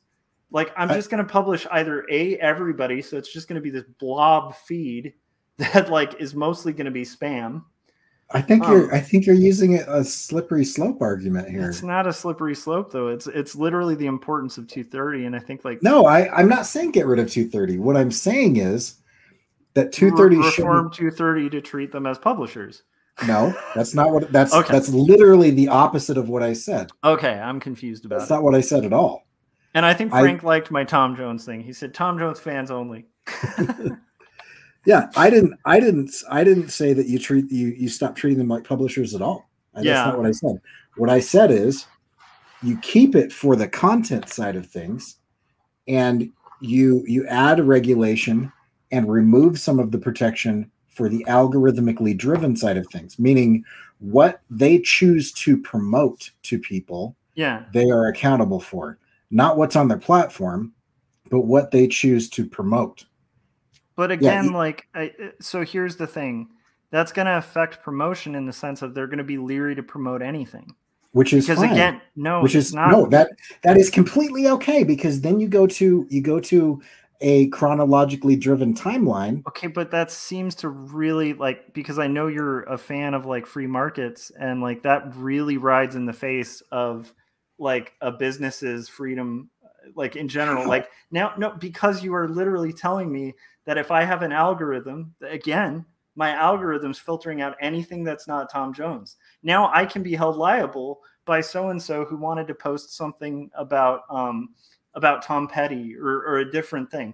Like now, if I've caused them any injury in my decision to not publish their stuff and to promote Tom Jones, and that's in my algorithm, now I am legally liable. So it's completely tied into what I was using as an example. It like would literally destroy the ability. We're talking about two different things. No, because you're talking about the algorithm. And like, my point is, if it's not algorithms doing it, like, you can't have a human being literally moderate and have the facilitated publish, like, whatever we want to call it, like the open platform where people are able to submit whatever without algorithms. Like, it would just collapse. Like, now if we talk more like monopolies and breaking monopolies, then it might be at a size where you could have human beings do it, right? But like a company the size of Facebook, like, you're not going to be able to have human beings. Like, they have an entire, like, you know this, there's like a giant building in Florida that's just handling, like, you know, murder videos. And like, there are people who have to watch murder videos, like physically, like, watch them and delete them from Facebook. And it's like an entire, like, giant complex of people, and they still can't manage to chip away and take away that content. So like, taking what, I don't know. I get what you're saying, but I'm not sure if that would be as effective as a solution, or as just doing separate legislation that would deal with it. I don't know that you do get what I'm saying, because everything that you keep saying in response to it is talking about a different thing. Okay. How is it different? So if it's an algorithm that is deciding what does or does not get published, that's not what I said. No, what I'm getting at is, so you're saying that the algorithm that would not be responsible or would be responsible? I'm getting lost. Maybe I'm not stating it clearly. Yeah. I am specifically talking about what the algorithm chooses to promote, not what the algorithm lets through. That's content moderation. I'm not talking about content moderation. I'm talking about 15 people post something at the same time. The algorithm chooses one of those 15 posts to show people. Yeah. The promotion of that post is what I'm talking about. It doesn't eliminate the other 14. It chooses to say, when Josh gets on, I'm going to show him this post, and then I'm going to show him this post, and then I'm going to show him this post. It doesn't say, you know, I'm going to eliminate everything made by conservatives, or I'm going to eliminate everything made by, you know, somebody who claims to be Antifa, or I'm going to eliminate everybody by somebody who, you know, uses the term cancel culture or whatever. All it is if it chooses to promote something, then they should be held accountable for the things, the variables that they have in place to choose, you know, like what they choose to promote. So I think they shouldn't be responsible for somebody getting on there and saying, this is how you become bulimic. They should be responsible for promoting those posts to young girls when they mention health food. Yeah. So I kind of can understand that, but I guess what I'm getting at is, like, I think there's some issues. Like, so Eva's saying, I'm assuming the algorithms are objective. I'm not. So I want to clarify that too, because she was saying all logs are being juiced for specific results all the time, including Facebook. So here's the problem, like, where I know the Tom Jones thing wasn't maybe the best example. So let me rephrase it. So the problem is, like, as a business, right, like, you are going to inevitably, like, make decisions based on profit, right? I mean, that's just the soul of business. In fact, that's actually, like, Zuckerberg's responsibility, right? Like, he has, I think it's called, like, fiduciary responsibility or something. Right. Like, so he literally has to make decisions for the profit of the people vested in the company. Like, correct. And he's the most vested in the company, but still he has a fiduciary responsibility to himself as a shareholder and all the other shareholders to make money. And I mean, you know, if that's something people don't like, they should relook at capitalism, right? But regardless, that's kind of the system it is. So he has, like, a legal obligation to do that. Now, if they're designing algorithms to maximize profit, on its face, it's a company. Like, you know, when a company is creating an ad, should they consider what's going to bring the most people to, like, I don't know, I work for Arby's or something, and I'm going to run a campaign on Arby's. Would I want to run an effective advertisement that drives more traffic and business to Arby's? Yeah, right. Like that's just advertising. So my point is like limiting the ability of a business to curate their algorithm so that they gain profit is literally like the most like to me, like I'm very like the irony of the pro-social. position, I'm very positions we're taking right now is pro-socialism funny. in certain areas, but I guess what I'm getting at is like that seems to me like the most draconian form of like socialism on the planet. Like we're literally talking about like limiting what a company can do to like basically make profit, like when it's such a like arbitrary and difficult to discern kind of thing. So don't get me wrong, like I guess my point is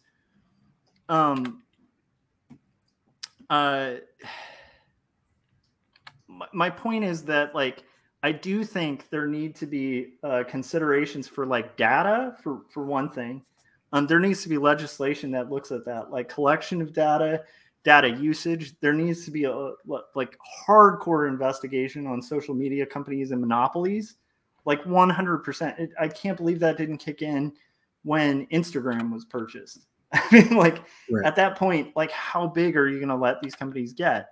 And I think that what you're talking about doesn't have to use 230. That's what I'm getting at. Like, I think that you can actually come up with better legislation that might have to do with making AI more of a person. Like, I think that's, if there was anything I got from the congressional hearing, it was that. Like, that lady who was the whistleblower, it's funny because, like, I feel like these senators who are, like, completely dumb, like, on all sides of the aisle, like, most of them are, you know, at an age where they don't even understand how the internet works or how to even connect. They probably have issues with their email, you know, that kind of age where it's like, what's my login passcode again? And these are people who are going to draft legislation for like, anyhow. And they would say, like, so you're saying Zuckerberg is like intentionally like targeting like young girls to make them bulimic? And she's like, no, it's like that there's not a human being in like doing the algorithm, and the algorithm favors these like terrible sides of humanity. Like, we need to stop there being a like AI algorithm, or put into place more regulation on those algorithms. Like, that's the thing. Like, I think that doesn't have to use 230. I think the second you start messing with 230, then you're talking about like a fundamental like core for like the entire growth of the internet. And like, to me, I think if you hand that to legislators, this is where I get kind of weird, even though I tend to be like a socialist, right? I lean socialist. I'm not a full socialist, right? I think I'd be insane to be that. But the point being, like, I think you could target these problems with something other than 230. I think if you open 230 to either side of the aisle, like whatever political spectrum, to where people like congressmen who don't know anything about the internet are going to start tweaking and regulating in that particular bill that's so fundamental, I think you're going to end up with a disaster that like literally could destroy free speech on the internet. It sucks because I get what you're saying, and I do agree that like targeting the algorithm would be good. But you can't like impede total curation, right? Like, if I'm a business and I want to run a website that's, I'm not saying that. No, but I'm saying, like, if I want to run like a left-leaning news site, right? Like, or like if let's Fox News, right? Let's take that for example, left-leaning or right-leaning. Let's say some news site that has some political bent to it, right? Yeah. Whether it's left or right is irrelevant. Should they still be held accountable if they incite a riot? Should they still be held accountable if they cause genocide from their reporting of false things? Yes, but if a news station, right, like it's different, because like, here's the thing. A news station is kind of liable for that, but if like some wacko ends up on the background in the news and says like, let's all riot, and it's caught on film, okay, let's run with this. The station is not. You can't be liable. Like the point being, like, okay, right. So let's. If I'm broadcasting, like, it's different than the news, because if you're broadcasting a live feed of a public forum, right, like, it's just a live feed of a sidewalk that this is the perfect example. I love this example. I want to run with it. All right. Okay. So live feed. Okay. Somebody comes on and makes some argument that is patently false, right? And somehow very incendiary and very convincing, right? It's live, as you know, they have no control over what some random person said while it's live. But should they be held accountable if after the fact they take sound bites, and they take those sound bites and they cut them up and they promote them later, on the air? They make a conscious choice to take what happened live and then continue to push it out on the airwaves over and over and over again after that fact. That's what I'm talking about. Yeah, that it's tough, because here's the thing. Like, I agree with you that it's a problem that can happen.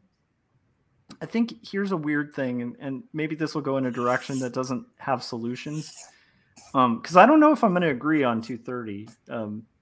Because I hope, I know we aren't necessarily agreeing, but I think you can see where I'm coming from, right? With the concern on it. I think 230 is super important. Yeah. And I mean, I'm a little bit further on the more conservative side compared to you when it comes to these things. Though I think we're both pretty close to the middle in a lot of this stuff. Yeah. So I really don't trust the government to do anything well or efficiently or with good intention. They screw everything up all the time. But I think 230 is super important. Without it, literally the internet would not be what it is today. Like it wouldn't be big. It wouldn't be important. It wouldn't be a mass communication. It just wouldn't have grown. It would be, like eventually without something like 230, internet service providers would have been sued for something that I said on my personal website because they hosted it. Yeah, and then that would end everything. And basically, again, like my concern is like to end up on a platform like Facebook where like we're all moderating our speech like to an egregious extent. And I know we're already doing that slightly, but my point is like the thing that mystifies me is people who think by tweaking 230 it's going to improve that. And I think I think they'll be pretty shocked to find that instead of improving it, it'll actually make it even worse, because again, like the more risk you're adding to the person, like if somebody told me like, hey, like, I don't know, let's say I'm having a house party and I want it to just be a party where people can just say whatever they want. But then I'm told like, by the way, at this party, like if people say these 5 things, like you're going to get in trouble. And I was like, okay. But that's not what I'm saying. That's content moderation. No, but that would be content moderation. But then somebody comes along and goes, okay, I have a solution. You're liable for everybody. That's not what I'm saying either, though. So let's say you have this live party and you don't do content moderation, but somebody says something crazy and you take that thing that they say, you take a recording of it and you begin playing it on repeat to everyone at the party. Yeah. And then you take it and you put a billboard up that plays on the street outside of your home of the crazy thing that they said. The promotion of the thing, not the thing itself, is what you should be held somewhat accountable for. And I'm not saying like we flip a switch. Yeah. I'm not a pendulum swinger where it's like, it's been bad this way, let's swing the pendulum all the way to the other direction. But I am saying what you, Joshua Kemble, choose to promote that was said in your home is a choice that you made. Whether you do that with an algorithm, whether you do that with a person, you have built variables into place that promote certain types of speech. Yeah, and you should be accountable for that. Not that somebody came into your house and said something weird. That's on them. But okay, so here's the strange thing though. Like let's say I'm a bit, again, like this ties into that like oh my gosh, I love this conversation. Sorry, if you guys are bored with this is like one of the things Corey and I do all the time. And by the way, this isn't pre-prepped or anything. So this is just our thoughts and randomly. And we'll often get kind of heated, but we never get angry. This is just what happens when I start reading Aldous Huxley. Yeah. I actually love this. Okay, so Eva said we already have laws on false reporting, though we don't need new laws for it. And then Eva said I'm a bottle throwing commie and I'm not offended. That's good. And I don't know about the bottle throwing commie thing. I'm all about like the passive resistance and stuff. But hey, you know, sometimes people make you mad and you do have to throw some bottles, I guess. And then what did it say? Frank said, if I have a guest that says something someone finds offensive, am I liable or accountable for that guest? So, okay, that's what I'm trying to get at is like the idea of promotion is such a slippery word. And also, by promoting, you could also be like, if you're going to hold people liable for promoting, inevitably you're going to be held liable for not promoting. And that's not slippery slope. That's just like, it would be hard to have one without the other in a drafted bill. So point being like, if I have an algorithm that is going to generate, let's say you do a video, I kind of hate algorithms, but they are kind of helpful, right? If we do this video and we get like 50 likes, right? And then Frank does a video and it gets like 1 million likes. Regardless of what it says, is it wrong for the business to be like, hey, 1 million people like this thing? That's going to go to the top of the list. I mean, to have an algorithm built into it, that's like the foundation of a lot of social media is that very simple fact. Like if something gets a lot of clicks, it gets a lot of likes, it gets a lot of views, it rises to the top. So this is the one thing I was going to say that might lead us away from 230. But there's a little bit of self-fulfilling prophecy in there, though. Yeah, but that's what I'm getting at. Do you think more of the issue that may not be legislatable is the fact that like the dark side, this is something that I thought about after that congressional hearing, because I listened to the whole thing because I'm a nerd like you. Yeah, right. And I did find it fascinating, like how often there was like this massive disconnect between the people asking her questions and then what her answers were. Oh, what I hate about saying that like Zuckerberg intentionally did this and it's like a villainous thing, and they're like, no, like it's like there's a problem with automation and like it's going to push the stuff that people like the most, and a lot of people like really terrible crap, and like it's like the automation's the problem. Well, yeah, and what she kept saying was, no, I don't think there's evil people at Facebook. I think that they are incentivized to make decisions based solely on growth and profit, which isn't always the best thing. I agree with you on that. Right. Yeah. I'm a liberal, so I have to agree with you on that. But contractually obligated. Well, no, because like I think that like for me, like this is my own personal thing, is like anywhere where the profit motive is counter to the health and safety of a community is like a part where we might want to consider regulation, you know. Well, and conservatives that pretend otherwise are either fooled or disingenuous because you know nobody actually believes in the invisible guiding hand of self-interest. Because as soon as that self-interest goes against your personal freedoms, you will claim, you know, oh, it's not fair. Freedoms. Yeah, right. But I feel like to me the biggest problem is like, do you think like it's inevitably going to be a problem when we have social platforms in general, because we have like as people, human beings like have terrible things, like we're drawn to like I've even caught this in myself where it's like if I get really angry about something, I'm way more prone to like share it, to talk about it, to like tweet about it. Like anger is just such a like it takes so much less consideration than like if I like watch your animation and I like it, I'm much more likely to just kind of hit like and maybe not even comment because I'm just like, oh, that's cool, I really liked it. But if I watched a video and it made me enraged, I'm gonna be way more likely to like send you like a long text and like crazy like long comment in the thread. And then the downside is then the algorithm's like, hey, this created engagement. So I feel like how much of this is just inherent in like people, like we've kind of, but we don't have we're to. mad at Facebook, and I'm not defending Facebook, but I'm saying like we're mad at Facebook, but a lot of what we're mad at is like a mirror that we are looking at and we're like, that's ugly. And it's like, yeah, it's a mirror. Like that's literally what we make. Okay. So let's say that there are people that naturally go around and they're just angry people. Yes. I shouldn't just say, well, they're angry people, I can't change them. So while you're being angry, here's a bat with a bunch of nails in it.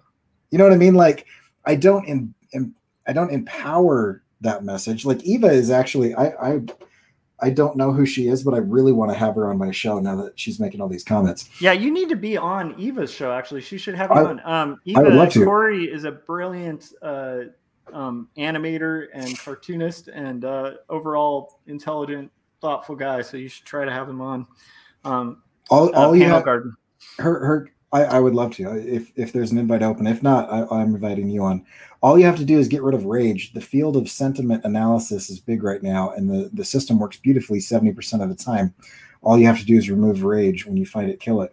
Really interestingly enough, there was that book by Zuboff, the Surveillance Capitalism. She points out that they had this system that they were building that would help people who are on the spectrum identify emotion. Like that's one of the things that some types of neurological thinking struggles with, is being able to say that is joy, that's anger, right? Social cues and things like that. They got really, really good at doing that, and then it got bought by a big tech and kind of disappeared. And what happened? What was originally intended as like, hey, wear these glasses or do this thing or have this little thing in your ear, and we will analyze who you're talking to and tell you if they're 60% happy, or 40% angry, so that you can respond accordingly, which would be really, really useful. Got bought up so people could be like, all right, let's add this to the brute force data that we're doing here to feed the pattern recognition machines, which is all. Yeah.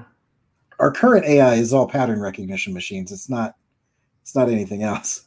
Well, and so let me just jump in. Yeah. So what they saw that anger is the one secret trigger that causes more engagement than any other emotion.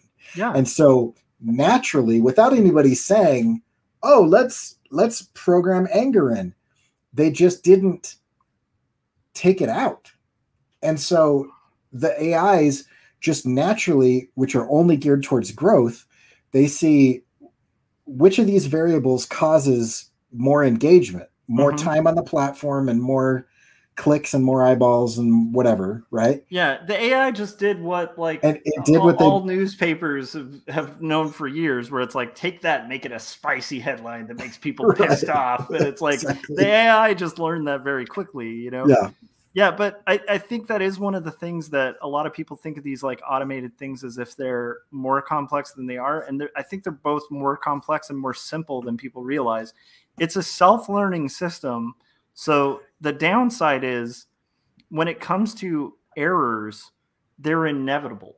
Like the second you open the AI basket, inevitably errors are going to happen. And they will repeat and they will repeat until they kind of fix them. And the problem is from people I've met, and Eva, you said you work in AI, so correct me if I'm wrong on this, but I have a couple of friends who do that too. And they've explained to me that like one of the issues is half the time when they find a problem, they know it's a problem. And then it's a matter of digging through like tons of ridiculous, like self-written code, tweaking different elements of that code, trying to figure out, is this the thing? Is this the thing? Because it's like trying to find a needle in a haystack with AI. And the more it goes, the more complex the coding gets. And so the harder it is to kind of fix those little things.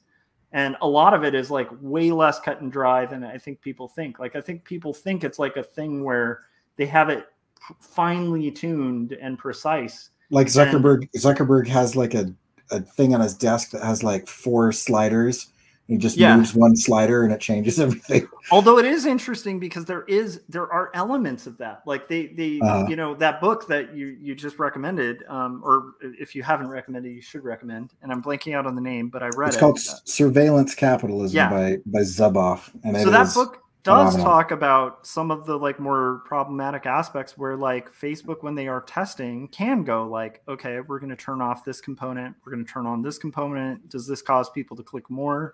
And they can do it in real time. Well, and you heard her in the testimony to Congress that she said that they did that exact thing during during the election. They're like, let's turn that down for a bit, and then they just turned it right back on when it was done. Yeah, and I think that's amazing, and I think that should be really concerning. I also, again, like I kind of think some of this could be I don't know. It's a fascinating thing. I don't think there's an easy cut and dry solution. I don't personally think 230 is the way to go with it, but I like your idea for 230. I just personally think a better route would be to think about specific legislation for protecting data. Legislation about responsible AI development would be really good, like maybe regulations on like what you can have AI do and not do. But I actually think if you don't tweak the AI side of 230 a little bit, then nothing that you would do on the other side of what you're talking about, which I agree with all of those, nothing that you do on the other side would have any teeth, because they could just in court just say, they could just say like, oh, well, I'm not a publisher. So yeah, we did do that, but there's like, what's the liability on the end of it? Like if it's not financial and it's not jail time, those are the only two real things that the government can kind of do. And so it can be illegal, but have no punishment because they just claim 230. And so I think the protection of 230 needs to happen in conjunction with some of those things. But then again, to be fair, right now, like that's not entirely true, because right now, like for instance, if there's like pornography or like violent videos or something like that, at least in the US, they are totally liable. Like like there's law, because those are illegal. And so like the second you're like facilitating an illegal activity, you definitely have liability with that, like 230 or not. And so like, I do want to clarify that, like that, because I don't want people to think like that right now you're not like necessarily liable if like this bad stuff is like appearing. The other thing is, if you think about the monopoly laws, that does have a huge impact on that, because of the fact that we're in a scenario where there really are no competitors. There's like maybe two main social media companies, and the rest are just terrible. And anytime a competitor tries to get in the field, they can't. Their coding sucks, so they get hacked in like a minute. I think the idea of like really actually playing to bear some of the levers we actually have in government, like really a company the size of Facebook should not exist. I mean, anywhere. So I think if they start actually Facebook, Google, Apple, Windows, Amazon, which again, like Amazon is a huge problem. And I'm going to openly admit to being a hypocrite here, because like I have Amazon Prime. I love getting free shipping. I love the convenience of it. I think the infrastructure of it's really amazing. And yet I think they do terrible things. And so it's like, I do think we need to start putting into play some of the actual regulations that we can already without changing anything. Like there's things we've been allowing that we need to pressure. If I were going to pressure my senator or congressman or whatever to like really hit something effective, I would think more like, why have you guys been ignoring antitrust when it comes to like this nonsense? Like, before even starting on 230, because if they can't do antitrust, like what's the point of 230? Like the biggest problem is like people don't have other options, other viable options, and they're forced into a market where they're given this algorithm. And you're right in the sense of like something would have to change, because you're right. Anybody to spawn off and be competitive is going to have to anger feed. Wow. Sorry. Right now, this is really fascinating. I love this conversation. I hope you guys are enjoying this conversation too. Ronnie said, I have to get going. Got to get ready for work. Great topic. Hope everyone has a great day and great night. I had a question about, somebody asked me a question about NFTs. at the beginning, and I was telling them like I have no problem with NFTs in theory. I was telling them like I'm personally risk averse and I think this developed from like 15 years of freelance and graphic design, where the second you start having any bit of success in graphic design or illustration, you start getting like bogged with like these requests to like, you should pay this much to win this award, or you should pay this much to be in our design annual. And I'm like, I found that like what ended up happening was I wouldn't do those things. And then eventually like design annuals call you and go like, hey, can we pay you to be in our design annual? Or at minimum, they'll be like, hey, can we just feature you in like the best t-shirts or whatever book? Right. And so like, because they need content.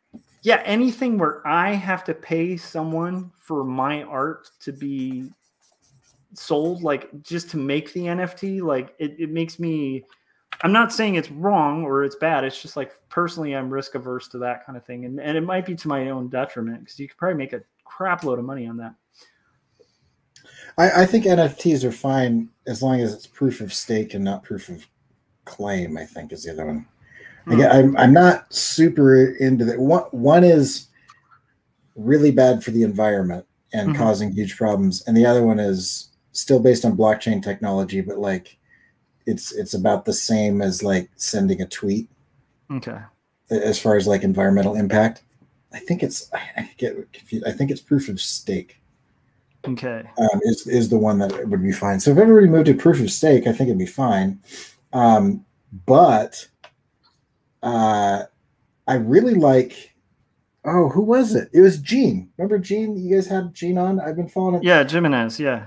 Yeah, he's very good artist, really inspiring guy, colorist. Hold on. Yeah, I want to look. Sorry, I didn't mean to say hold on as if you were. I was going to keep talking while I stop mumbling to myself and find this thing. Okay, well, so Gene Jimenez is a really cool artist we've had on Artcasters. He's a friend of Scott Turkland and like just a really inspiring dude. And I would recommend you guys check out his stuff. He made, I believe it was the first graphic novel written by and about Native Americans, which I think is really pretty cool as like a superhero. And it was like, there's potentially some really exciting news regarding that we're going to hear about shortly. But, okay, this is a quote that he said on Instagram recently that I was like, yeah, that's kind of what's been bugging me, because NFTs are fine. There's a lot of really interesting things that you can do with NFTs. So he says this: if you're buying something to make you money or give you status, you're not buying art. It may be art to someone else, but not for the reasons that you chose. Ooh, that's fascinating, but that does run counter to like the majority of the history of art. Oh, I know. But I agree with that. I have huge problems with fine art in the fine art market. But I mean, you could be buying an investment that somebody else thinks is beautiful or that moves them or whatever. Yeah. But really what you're doing is, and I saw somebody on Twitter say this, I can't remember who it was. It might have been Tom Crook. But anyway, it was Tom Jones. It was Tom that's what Jones, it was. It was Tom Jones. Right. He was saying, NFTs are just attaching a financial transaction to art. They aren't art in and of themselves. Which it's basically, you could replace. It's kind of like the problem that a lot of people have with the representation of women in a lot of media.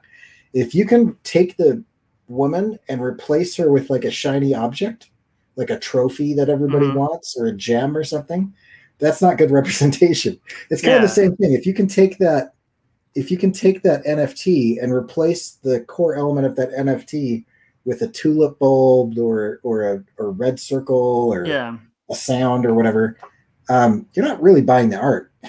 You're buying the speculation. You're buying, whatever. Yeah, I'm mixed on it, right? Because I heard a really interesting take on it, and I have no idea where, so I'm just gonna kind of not quote who because I don't remember. But it was making the compelling point of like, and I brought it up with the Mona Lisa, and then somebody chimed in on Twitch to tell me that the Mona Lisa is kind of overrated and sucks, and I kind of actually don't necessarily disagree with them on that. I would say that the part that I'm mystified by with the Mona Lisa is more like the advanced knowledge of perspective displayed in it, like which is something like hardly anyone pays attention to in that painting because they're all like, "Her smile," and I'm like, "No, it's a terrible smile," and not really my favorite painting at all, but it's not even like remotely close to the best by the artist. But anyhow, that was a total rant. If you owned it, like there's and displayed in a museum, like technically somebody could come take a photograph of it, they could scan it, they could make a replica of it that's almost like they could make a forgery of it that's almost the exact same thing. You still own the painting. And the painting was always owned as a status symbol. And like, unfortunately, I personally think that's like one of the most disgusting parts of art, whether it's in commercial art, like where it's like flippers and people who collect, like I know you collect comic book pages, but you're not collecting them as like an investment. You're collecting them as like something, I love these comics. Like I love this thing. And then if it happens to accrue money, cool. But like the goal is like not to like make tons of money off it. It's to own something you love, right? But not everybody buys art for that, and so and I don't think there's anything wrong with that. I think that's fine. Yeah. But my point is just be honest with yourself and admit that you're not buying it for the art. Yeah, just admit that you're buying it for the investment, or maybe you are buying it because you love the art, and I think that makes kind of sense. But again, ownership is such a it's such a weird concept in the first place. Like, I mean, I do think there's interesting things with NFTs and supporting artists. Like, for example, I had a private conversation with a comic book creator on something that hasn't been launched yet. So I want to make sure that I don't. I might have teased at some of that, so hopefully I didn't spoil anything. But yeah, because I think we're talking about the same. Yeah, like hypothetically speaking, let's say that you have Comixology, right, where I can buy a digital version of a comic book and I can read it on my iPad, and that doesn't go. I mean, it's just it doesn't reduce anyone's inventory of that comic book. If I buy a physical copy of one of Josh's comics, then the publisher, their inventory is reduced by one.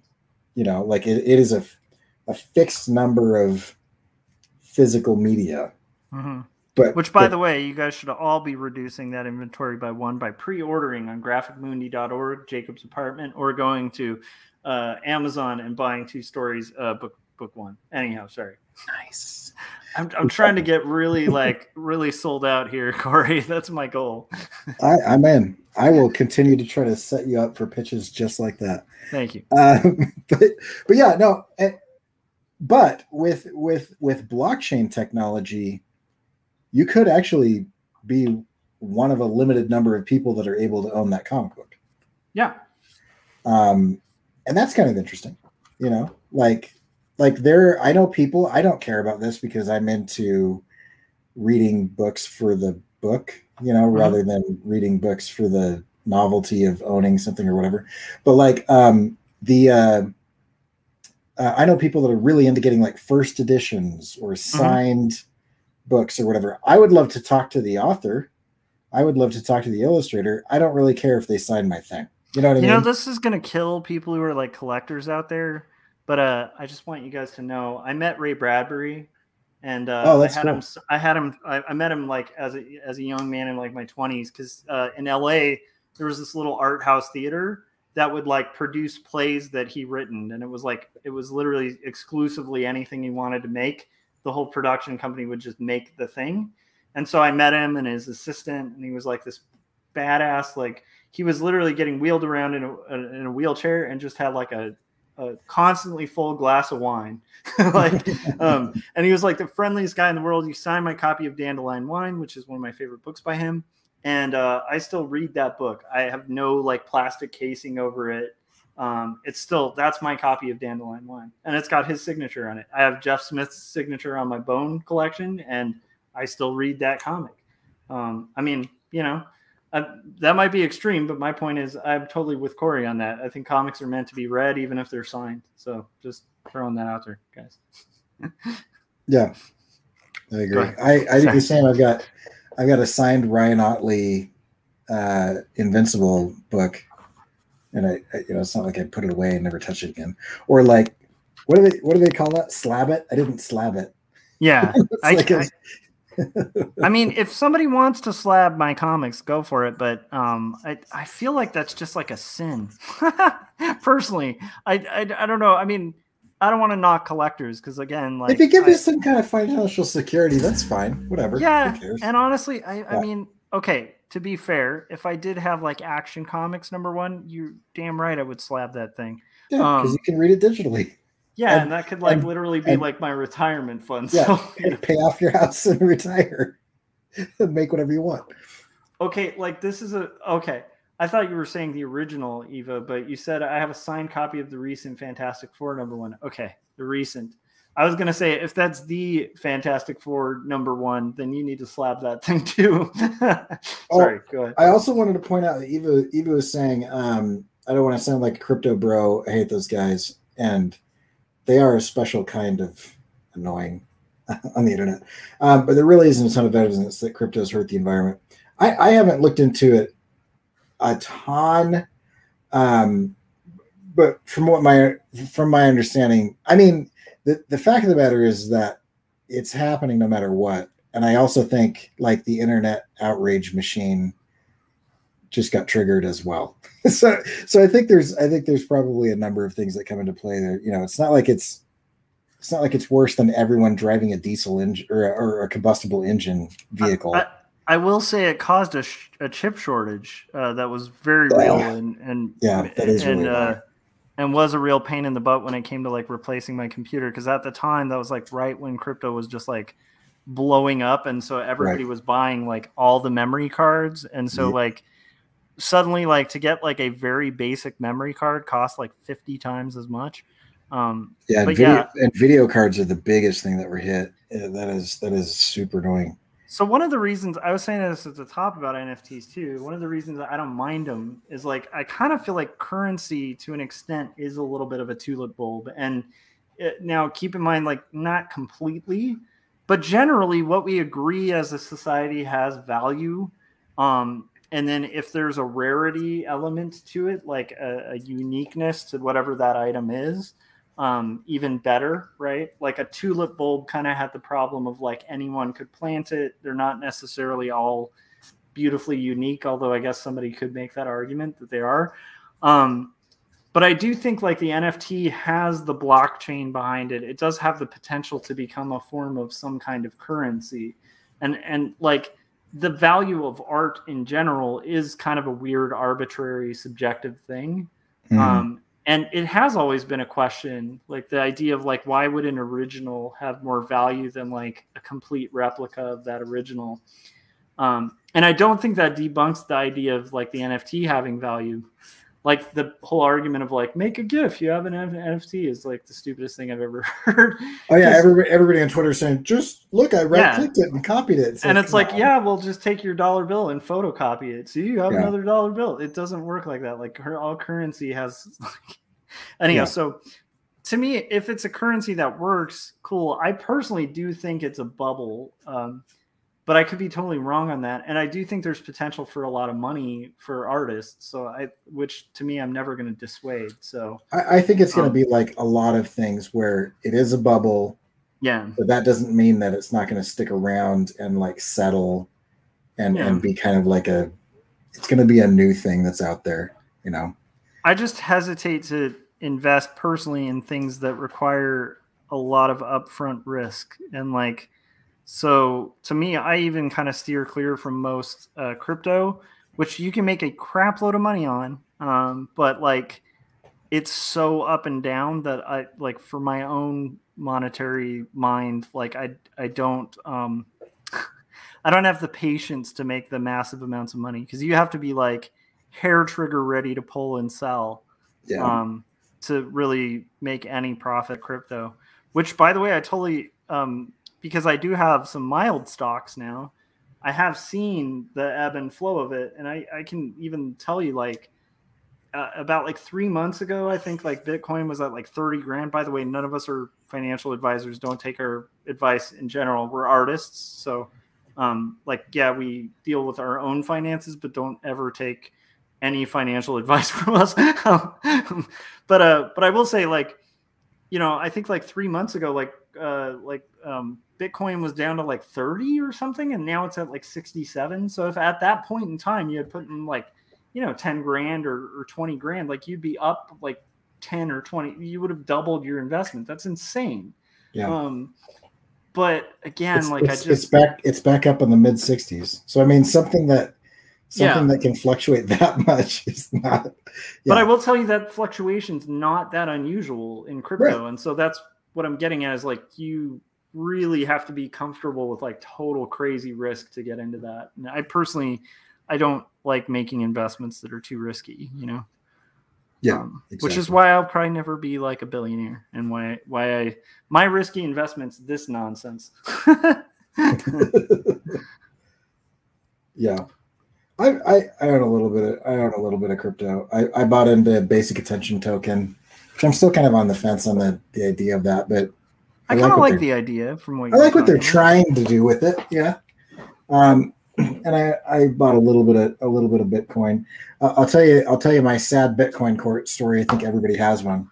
When it was like 17,000, I was like, oh man, maybe I should get on this.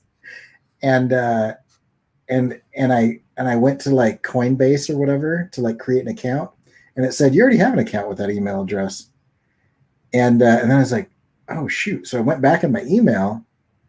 And then I remembered having these conversations at work where I was like, maybe I should buy it. I almost bought Bitcoin when it was at $109. And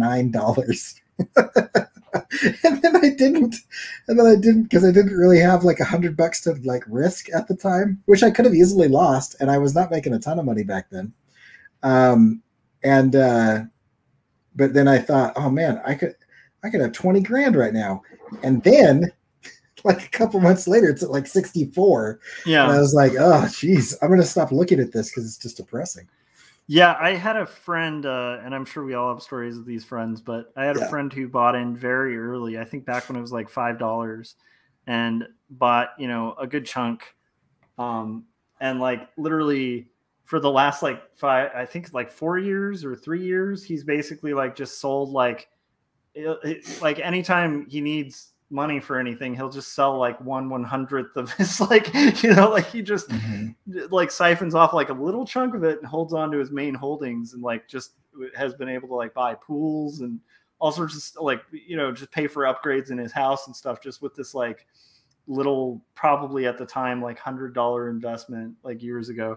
But Eva, I kind of agree with this too, because she said either hair trigger or long-term holding. I'm a long-term holder with pretty much anything. I don't have the stomach for gambling. Although she also said I put in 50 in crypto every couple of weeks. If it disappears, I'm not upset about it. Yeah. I mean, I could see that. I literally do like $1 a day investing. That's what I do at this point. And I just pretty much buy whatever stock I think will be doing well. I have specific stocks that I'm looking at, and I just will put the dollar into whatever's like unusually low. I'm not going to buy high on anything. So that's kind of my weird attempt right now. I'm even more boring than that, and I just do whatever my financial advisor says. I just have like a Roth IRA and a 401k, and I'm just like, set it and forget it. Take X percentage out of my paycheck every month, and then hope for the best. I could see that, because I feel like I know so little about it that anything I do would be kind of steadying the arc. It's like find somebody who's moderately risk adverse but a little aggressive. Yeah, and then let them do their thing. Yeah, 100%, man. I expect that from my clients. Like I do this, you don't. Let me do my thing. Yeah, that's what you're paying me for. Yeah, which is why like I am not dipping too heavy into that kind of thing either, because I personally just don't like speculating. Yeah, right. I would prefer most of that in my savings. I think And I understand it's not, making your money work for you, but I would definitely look into that if I were like a very wealthy person. If I were if I had a decent chunk in the checking, I would want that to be making money if it's possible, So I can understand for like people who are making quite a bit, but for me, no, not doing huge investments. All right. Yeah. Oh, go ahead. Well, I was just going to say there are significantly better investments than the stock market and crypto that are like much easier to understand and things. But, yeah, I mean, even doing like a those, REIT. Yeah, those like high yield savings accounts where you just agree to not touch it for a little bit. Oh, CDs, yeah. Yeah, I mean, a CD will probably give you a better yield than a lot of stocks. Yeah, or like the REITs are really interesting. It's you go in as a group and own like commercial real estate, and then you just get dividends off of the rent that the companies pay you. Because you think of like a Walmart or an Ace Hardware or something. If they rent a building, it's not like they're going to do that for a couple months. Like they're there for a while. Yeah, that's a good point. Although real estate is, well, actually, that might be the best way to do real estate. Yeah, commercial real estate is drastically different than. Because I'll tell you, man, people I know. Corey, were you on that thing? I remember we interviewed a guy who was like going to buy houses, and this was a long time ago. Anyhow, I remember him talking about the profits, and I was like, dude, you'd be better off just making a T-shirt and selling it and getting passive income from that. Yeah. Because like he was talking about, he's like, yeah, in a couple of years, like you put in this much money and then you get like $50 a month. And I'm like, wait, what? Like, that's the rich dad, poor dad thing, man. I hate that philosophy so much. No $50 a month for like the expense and the liability of having a home. Although I do get it because like eventually they pay off the home, right? And then you get the home. Right. And then you have like a significant thing. But to me, it just seemed like, again, I'm risk averse. This is why I didn't go into like finance or. I just feel like any time you are relying on debt to fuel growth, you are in trouble. I need Eva to be my financial manager. That's what it sounds like, man. Yeah, she sounds a little more hip to the cash flow. Want to hear a sad one? I mined 500 million Dogecoins in 2014, but then I got frustrated and blew it on nothing. Gave most of it away. Oh my gosh! Yeah, I mean because. So if you had sold Doge back when it was I think it got up to like 70 cents or something. It's like, yeah. I mean, and it might do it again, but even now it's holding pretty steady at like 25 cents a piece or something. Like, yeah, it's kind of flatlined though. If you had gotten Doge back when it was a penny though, and sold it like right at 70 cents, holy crap. I mean, yeah, there's some Doge millionaires out there. I guarantee it. Yeah. And a lot of Doge losers too, because it was definitely like that would kind of have sucked to have bought it at like 70 cents, but they might be laughing their way to the bank in a year, I don't know.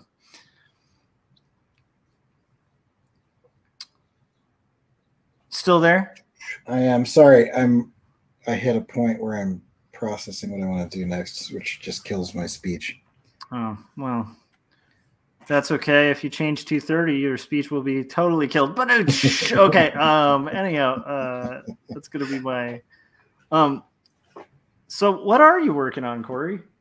Oh wait, go ahead and process first. I'm sorry. No, I'm fine. I got to it. So have you seen the last couple things that I did? I think so, and if I haven't, I'm a really bad friend. No, it's probably because the algorithm didn't promote it to you. I saw. The newsreel. Oh no! So this is a newer thing. So like I'm doing. When did you post it? Yesterday and the day before yesterday. Okay, I'm gonna watch that first thing after this. Where can other people watch it as well? Right now it's just on Instagram. Instagram. Okay, Frank, are you still there? Can you link to Oh, and he said he has a signed Berserkernaut by Jeff Lafferty. I keep it on in the sleeve, but I do read it. Yeah, Jeff's awesome. Berserkernaut's awesome. But Frank, if you're still there, can you throw in a link to Corey's Instagram? Okay, sorry. So there's this thing that I'm showing on the screen now, which is just like I'm just messing around drawing some faces, and then I did this one as well. And so I kind of just got into a rut of like where I was just writing for my sabbatical that I'm doing soon, where I'm going to produce that animation, and I was getting sick of not producing. So I think I'm just going to try to. I think I'm just going to try to do like a face a day. Okay, I did see the wiggling face of the ant. Yeah, I saw that the other day. So that's the latest one? No, this is the latest one. Is this okay. This I'll show you that's the finished. Oh, that's badass. Yeah, so it's just this guy. And then I'm just doing like little time lapse things on it. So I still think, I know there's a real lobbying thing, but I still think you should do a riff on that for the news. Like the mobster illustrators, designers, like bribing Congress. I don't know if I just don't know. There's got to be something there. I don't know if I'm funny, man. That's my problem. Is I'm like, I think I'm funny in conversation sometimes, but whenever I try to write humor, I think it just comes off as really, I don't know. There's something lacking about it. It's like, I don't know. Those last two animations I did that were just like news. I just felt like it was like a poor man's version of like the Weekend Update or something. I was like, this isn't as good as I want it to be. I was disappointed. I was disappointed in the writing. I just felt like it should have been funnier if I'm going to spend that much time doing it. Yeah, I'm not agreeing, by the way, by saying yeah, because I thought it was kind of funny, for sure. But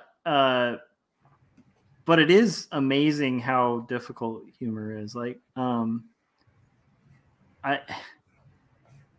I try to kind of include humor in my comics, but I will say, like, yeah, like there's like for instance, like Jim, to me, is just like naturally gifted with that, with like the ability to be humorous, and I envy it a little bit because it's like it's just almost like just exudes through him, whereas like if I try humor, I like work way too hard for probably way too little results.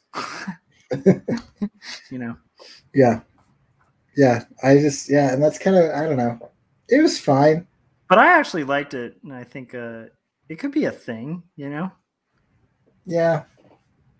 I don't know. I'm at a bit of a, and I don't say this with any hyperbole. I'm at a bit of a existential, I don't want to say crisis, but existential crossroads, I think, the last month or so. Oh yeah? Yeah, I don't know what I want to do next. Like art wise or yeah, I'm not, I've been talking to my wife and I'm like, I don't know what my next project should be. I'm not sure, I mean, I've got this major one that I've already kind of been conscripted into. But like in general, I'm just like, I don't know. I'm kind of all over the place with it. And I'm just not really sure. I don't know where I'm saving this stuff right now. I'm just going to put it. That's kind of almost like I'm almost jealous of that. Yeah, and I wonder, like, because that sounds nice. Like I know it's weird, but it's like I haven't had a blank page in a long time, and that actually sounds. I know that's like haunting for a lot of like young artists and stuff, but it's like that actually sounds really lovely. Yeah, but also frightening. Yeah, I don't know what it is. It's interesting. I'm not sure. But I mean, the real problem I'm having is that I had, I know where I'm going to save this. The real problem I'm having is that save as cloud document. I don't know if I want to make another animation, if I want to make another comic, if I want to make another series of illustrations. Well, I know what you want to do. You want to do a really long graphic novel. I have been leaning towards like, let's do an autobio comic that really dives deep into my faith. Yeah, I think that's a really. I think that you should consider doing like a really long graphic novel that's like maybe tying together all the threads in the different world and kind of plays off of that short that you did. Yep. There you go. Sea shanty type stories. And look at this. I've finished this panel, you guys. Oh no. And I lost my camera. Oh, that looks amazing. I'm going to put that full screen for a minute Can't. here. Let me get there we go. And let's see. Shoot. That's where we're at so far, guys. So. And I didn't finish. Oh no. I have to finish her. But we are at the 2 hour, oh my goodness, like 3 hour mark. So I'm going to take like a little break, but I'm enjoying the conversation. So I would like to stick around if you're sticking around, Corey. Yeah, I'll be around for a bit. Okay. So thanks to everybody in the chats who's hanging in there, and we'll hang with you guys as long as you guys are willing to hang as well. All right. So I'll be back shortly. Okay.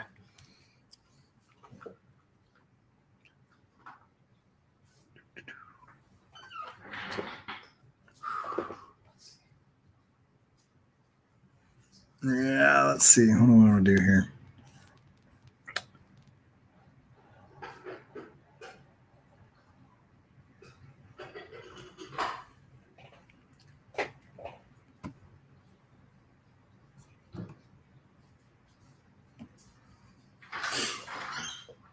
All right. I might switch over. Let's see if I can pull up Fresco.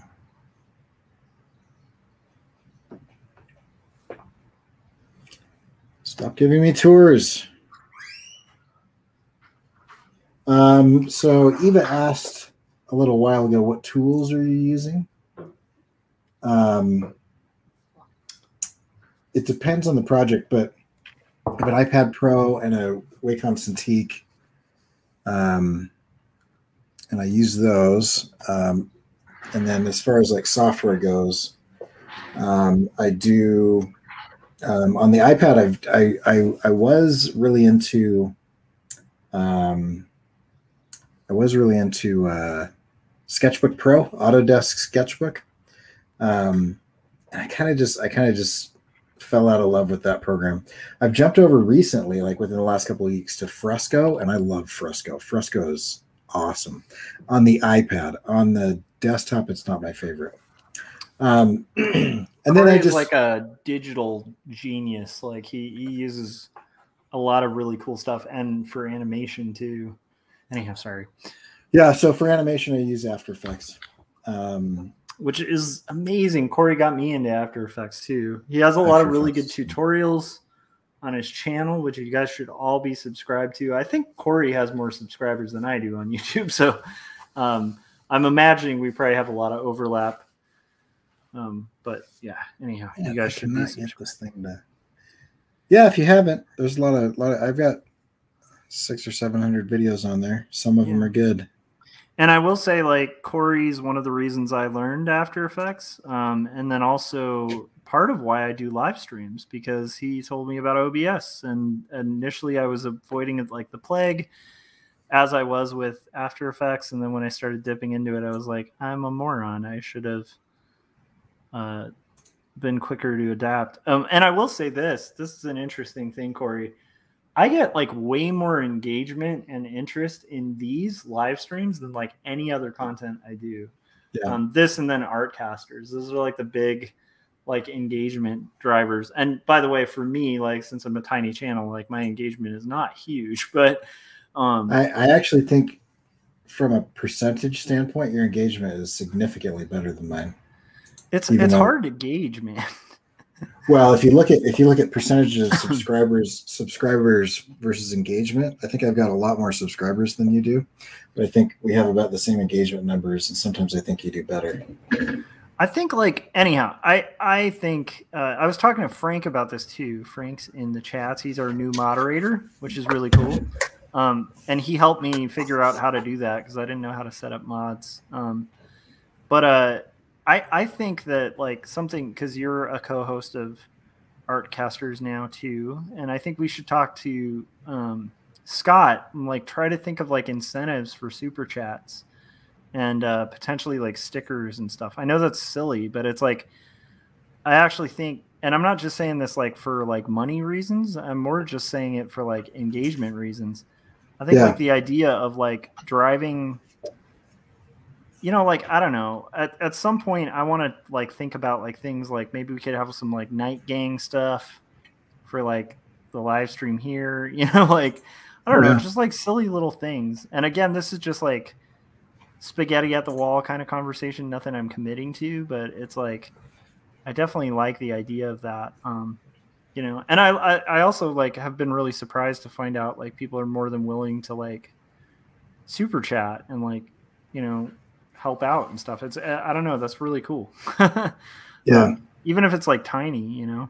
So I feel like that, and then I know you and I are going to be doing more live streams, like because, you know, Corey and I talked about we really love the indie review show, but it's like time right now, especially with like 2 graphic novels having to finish. It's like every minute I have to be drawing, and but we like streaming, and so like I think we're gonna be doing more live streams that kind of bounce from like his channel and mine. I think, right? We were talking about that. Yeah, potentially doing these more often, because like I will say like you know, this live stream I feel gets better the second Corey's on. You know, like because we like talking to each other. We're friends, so it's nice to hang out, you know. We immediately start arguing with each other and then are still friends afterwards, and everybody's like, how did that happen?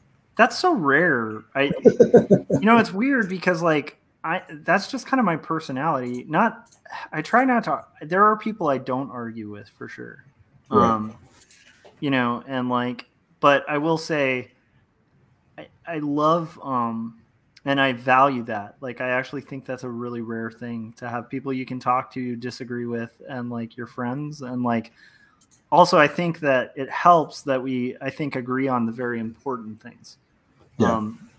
You know, like our core values aren't like diametrically opposed, you know, which I think that makes a big difference, you know, because then we can have conversations in good faith, which is rare. That's a really rare thing where you're like, you know, sad that that's rare, but it totally is. It very much is. Like, I quite often feel in conversations, I'm like, where's the other shoe? You know? Right. Or I feel like that's the thought of the other person where they're like, where is the other shoe? And you're like, there is no other shoe. I'm literally just trying to have a conversation here, figure out what you think, you know? Well, like for me before, like I legitimately felt like you didn't understand what I was saying, which was either you didn't understand or I wasn't explaining it well. Yeah. At no point in time was I like, he's twisting what I'm saying, you know? Right. It was like, no, I need to say this again in a different way because like there's a disconnect there. But at no point in time did either of us think, you know, that there was some sort of like verbal manipulation or, you know, some sort of, you know, legalese or whatever going on. Yeah. It was just like, no, I don't think we're seeing this yet. Yeah, and I like that we can have those conversations without becoming like debate bros, you know, where we're like, right, the axiom that you are not, you know, like I don't know, we don't need to. I never took debate. Yeah, I did. Boy, I would fail heavily at it now because again, you know, like a good example would be like. If I don't have time to like read stuff to review it right now because of my drawing schedule, I'm not going to have time to like research issues enough to like be at all competent in a debate. Mm-hmm. And I also am very aggressive, which I think you could probably vouch for in general. And so I think like I don't know, I can kind of fare well and like win points in a debate, but I it's a part of my personality I try to slightly suppress, because it's not the healthiest thing. I don't know if that makes sense. I do enjoy our conversations though, like, because we'll have a back and forth, but I learn stuff from it, you know? Yeah, me too.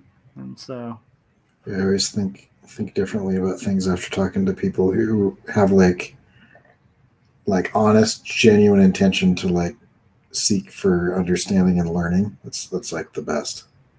yeah, and I think you and I also have a tendency to think out loud a little bit, which I think is nice, because it's like when you express a position, I don't necessarily feel like it's something you're like married to, where you're like, this is like a non-negotiable, like I have this all figured out, you know?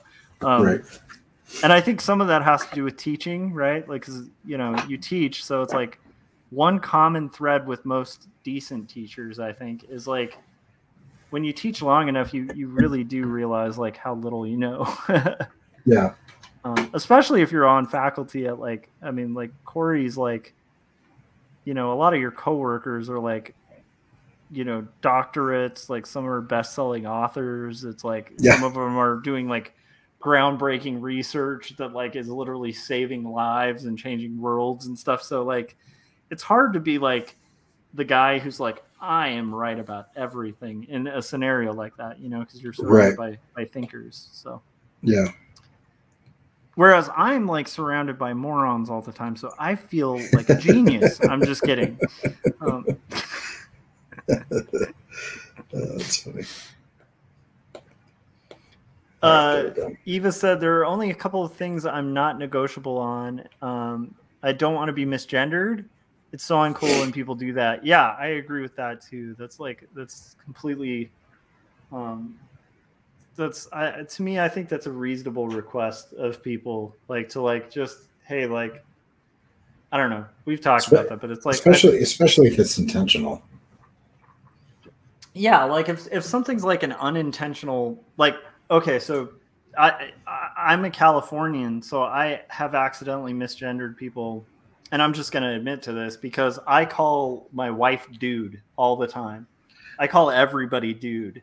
Yeah, or I'll say you guys, because it's like in California parlance, like, you know, if you're in like Texas, you say you all, you say y'all, and like if you're in California, you just say you guys, and that may not even be a good thing, but every once in a while I'll be like, hey, you guys, to like a group of people. I'm not like trying to call them. So in that case, it's like I definitely think misgendering, like it's still probably not cool, but when it's intentional, like when it's just like somebody being like a dick, like there's no reason to be a dick to anyone. Like it's I don't know, that just that bugs me too. Yeah, with you on that, Eva.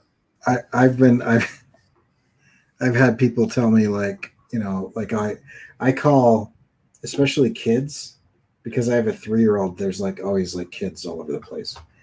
And like honey, buddy, dude, guys are all interchangeable. Like I call my son honey, you know. You call me honey all the time. But yeah. And I know it makes you feel uncomfortable.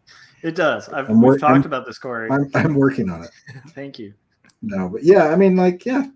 I mean, just, you know, I think if you make an honest mistake and you're corrected, then you know, move on and do the right thing, you know. Yeah, totally. But if you're intentionally being a jerk about it, I don't know.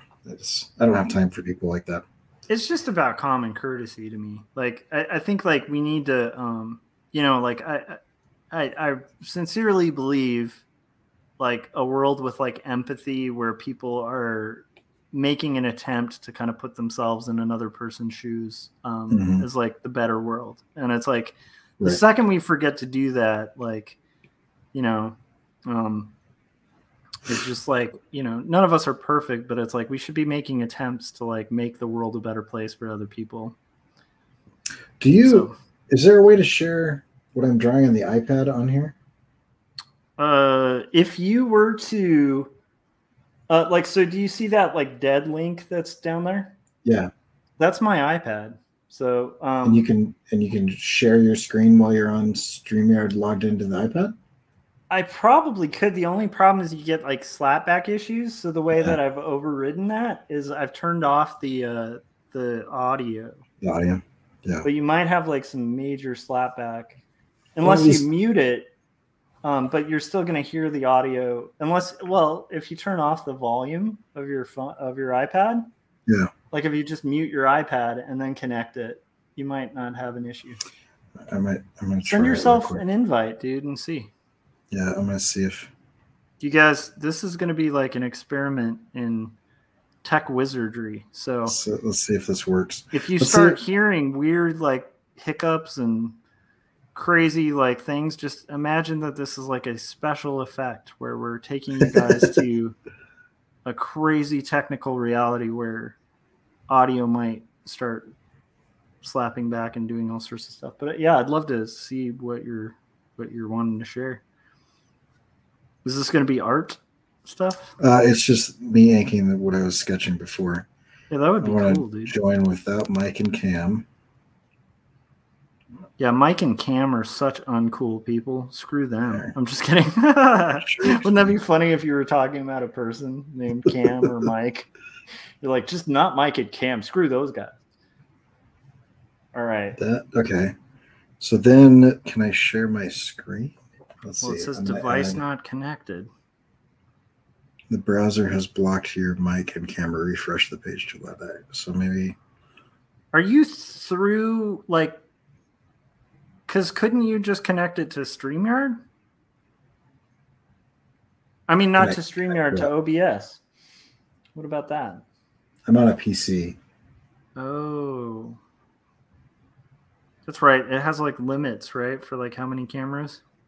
Well, it just doesn't recognize iOS devices very well. Oh, man. Okay, let's see. So I don't even know if this is worth it. Oh, this just seems like a lot of work. Okay, I'm gonna try. I wonder if I could use Chrome instead of Safari. Cam still owes me money, Eva says. I know, Mike and Cam, man. Talk to them. Not cool people. It didn't work? Hold on. I'm trying it in a different browser. There should be a little button in your address bar on the right-hand side. It looks like a little camera, is what she was saying. What just happened?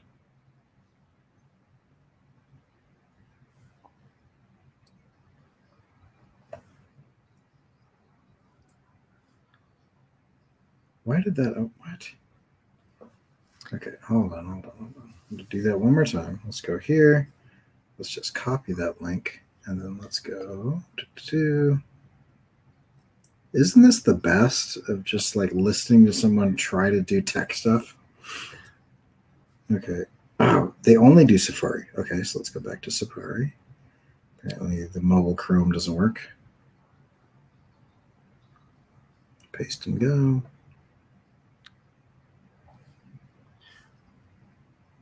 I can't believe I'm starting another panel. This is kind of insanity. You guys are getting a lot of extra stream because I'm hanging out with Corey and I'm also enjoying the chats. It is really cool to see you guys. Oh, Corey doing Folly. That's a good point. That is one of Corey's best videos. Yeah, that's a weird one. That one's fun. I love how intense you look when you're like breaking like cabbages. You have this like very focused look breaking cabbages. I think if somebody were bored one day and they could take like clips of you doing Folly, but like maybe every time you break a cabbage, it's like edited to like the beat of a song. That would be amazing. That would be awesome. It did it again.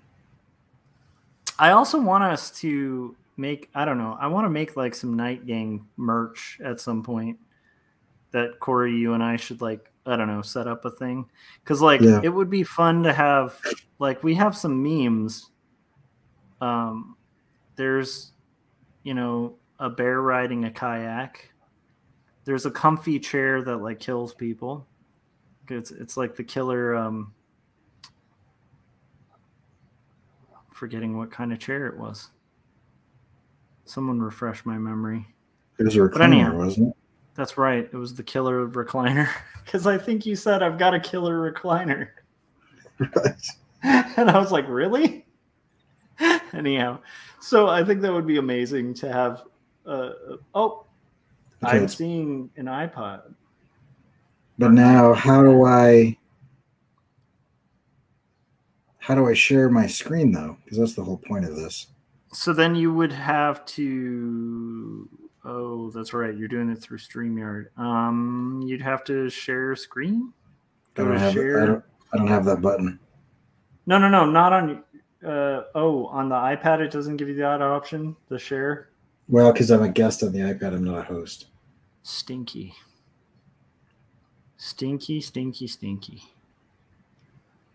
All right. Well, I don't know what to do then on that front.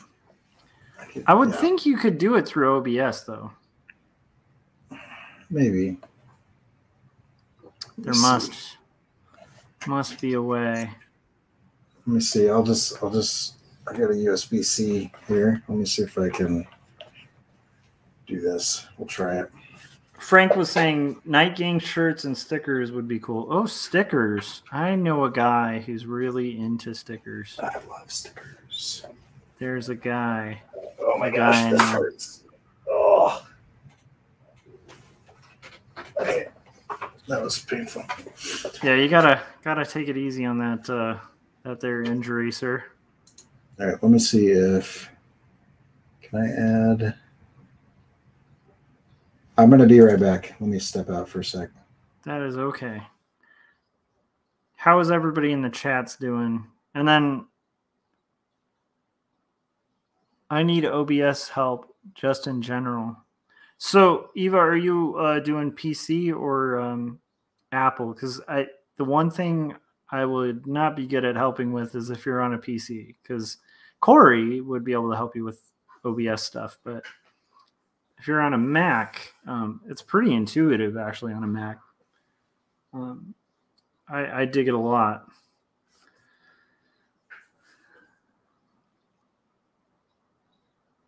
So like the cool thing is like this right here is like my phone, which is kind of rad.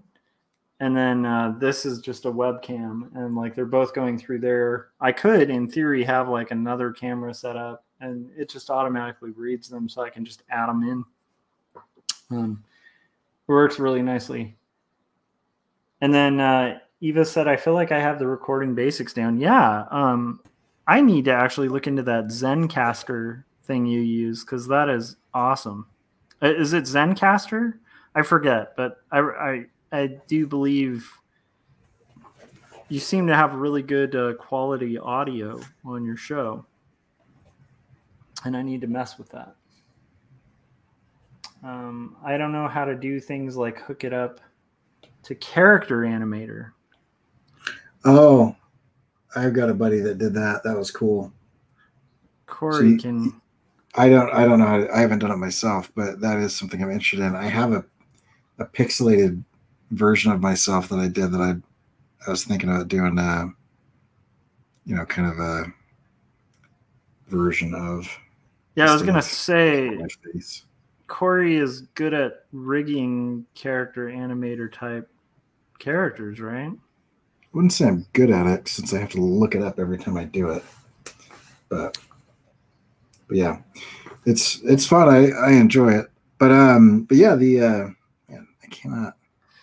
That would be cool though to have like a live stream where it's an animated character talking. That is kind of rad. Yeah, there's cool stuff that people are doing with that. Man, this is like so wobbly. Must be different. Is it working? No, I figured out how I would do it, and if I just have I've got it somewhere, but I realized that I was distracting myself from actually getting the thing done that I need to get done. So Yeah, that's a good way to. I would say just get the thing done. Yeah. All right, ladies and gents, no extra special effects today. But if you want to see a time lapse of it, it'll probably be on Instagram. Oh, that's awesome. So I'll put that up at some point. Let's see. Okay, so she said Zencaster is pretty good. That's what Eva does her interviews on, and it's pretty cool for like audio. But then she said, but I've been having tech issues with it. So Ken Mora's interview got fried. Oh no. Oh, that sucks. Oh. And then a serious documentary, and thinking it would be fun to use your cartoon avatar for it. Well, that would be possible, especially if it's a documentary. And then you're not doing live streaming, which in that case, Corey might be able to give you some tips on. Yeah. But I think So- once you bring a live stream into it, it's the lag between. I would imagine that would be the big. It's not the lag. hurdle. It's not the lag as much as it is the getting your computer's video card to do more than one thing at a time. Oh yeah. So if you have 'Cause- like the processing power, then. It's Well, possible, right? and I think you have to like kind of trick the software into doing stuff it's not really built to do. Anna did a live stream trying to screen share from an iPad to a PC. 2 hours of tech fumbling and random conversations. That sounds kind of similar to the little tech fumbling moment we had. Sounds like the last 15 minutes of this. Yeah, it's true. It's an action-packed stream we have here, you guys. Right. I am really excited about getting work done, though. This is one of the reasons I like streaming and talking to Corey. You get a lot done. I hope I am not distracting you from getting work done. No, doing I'm that. distracting me. I always am way slower than I should be, just because I talk with my hands and I make eye contact, and I get the same thing where I if I get into a conversation, I'm like suddenly like very into it. this actually helps me stay accountable, like having this on screen, Yes, because it's like I know that people a can big see chunk it. of the screen is me drawing. So I'm Yeah. like, if I'm not drawing and I'm talking too much, then I'm probably doing my stream. That's actually one of the tricks that I figured out really early on when I was teaching myself animation and stuff. I realized that if I am doing a recording, even like a time lapse recording, Yes. then holy cow, I stay so much more focused than otherwise. Yeah, I've noticed that too. And if I'm not live streaming when I'm working on this stuff, I am doing little time lapses. The downside is if I'm drawing, I get too distracted and nervous, and I don't tend to draw well on camera. So there's that. But inking and stuff, I'm like on point, you know? Yeah. If I'm live on camera, then I kind of get in my own head. But if it's if I'm recording at speed for a time lapse, it just means I don't like get distracted and start doing the dishes or get up and wander around the house. You know, like That's a good point, though. Like, I think the social media, using it as not only a tool for self-promotion, but a tool to kind of hold yourself accountable. yeah. It's almost like I think somebody should make like a art check or something. Yeah, there's some sort of accountability video series. Like hundreds of episodes. Maybe 285 of them. You know what's funny? I think that did accomplish the goal we set out to do, because Oh, absolutely. I have a crazy work ethic ever since we did that. Yeah. And I already had a fairly decent one, but Yeah. like I've built such an art habit that I feel strange not working. I can imagine too, like after what you went through where you had to take a break and have had to take it easy on art, like that must be maddening. Well, I mean, that's one of the problems I'm having right now is like I'm limited in the amount of time I can do this before I start to hurt, you know? Yeah. So I went into the physical therapist the other day, and did I tell you this? That they're like, we're going to take you off weight. You're not allowed to have weight anymore. Yeah. Well, yeah, you did mention that, like, you had done the, Eva said, is it tough to draw and talk at the same time? I find it a little difficult. Yeah, like I find that drawing is more meditative and takes a lot more focus from me. So when I have done live streams where I'm drawing, it's tough, but it's doable. But if I'm inking, it's like very meditative and like, I don't know, like everything's there. So a lot of it's just sort of doing the work, you know? I don't know if that makes sense. It depends on how much problem solving you're doing during the process. Yeah. Like at certain time, I mean, like, I don't know. I feel like people who go to cons and like draw in front of people or whatever, like they've drawn the human figure so many times that like it's second nature to them. They're not doing a ton of problem solving. Yeah, and I think a lot of it's like memorized stuff. Like right. It's like I've done this pose before.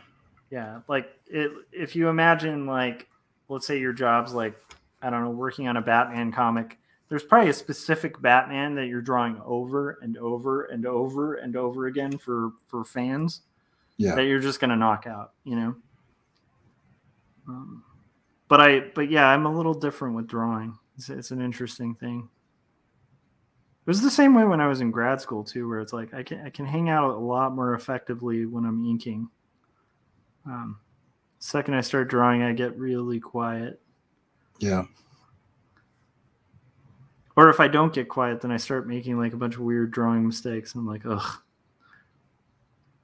It's possible, but anyhow, that was a very long-winded answer to Eva. Frank said, if only I had a notebook designed to art check at home. Oh, that's right. We never did make that notebook. Yeah. That's true. That's true. There was a lot of things we didn't end up doing. I feel like at some point you have to make a choice. Like, are you like a podcaster guy, or is that something that you do in addition to who you are? You know, and I just feel like I am never going to be a full-on like social media content creator person. Yeah, same here. Because it's ancillary to like what like gives me energy and, you know, everything. So yeah, that's why I don't mind doing it, but if it's like, all right, it's time to invest, you know, time and hire an assistant, or, you know, like spend 6 hours editing this video rather than finishing the thing that you were doing the video about. I'm always going to choose the thing over the video. Yeah, agreed. And I kind of feel like that's why I like these live streams. Although I do like the idea of eventually, I don't know, I do want to talk to you and Scott about potential ideas for super chats. I think that's a smart idea. Yeah. And maybe some little icons or something. Could pay our StreamYard bill that we've got coming up. Yeah. Agreed. I was kicking myself recently. You got published again, and I was like, dang, that's so rad.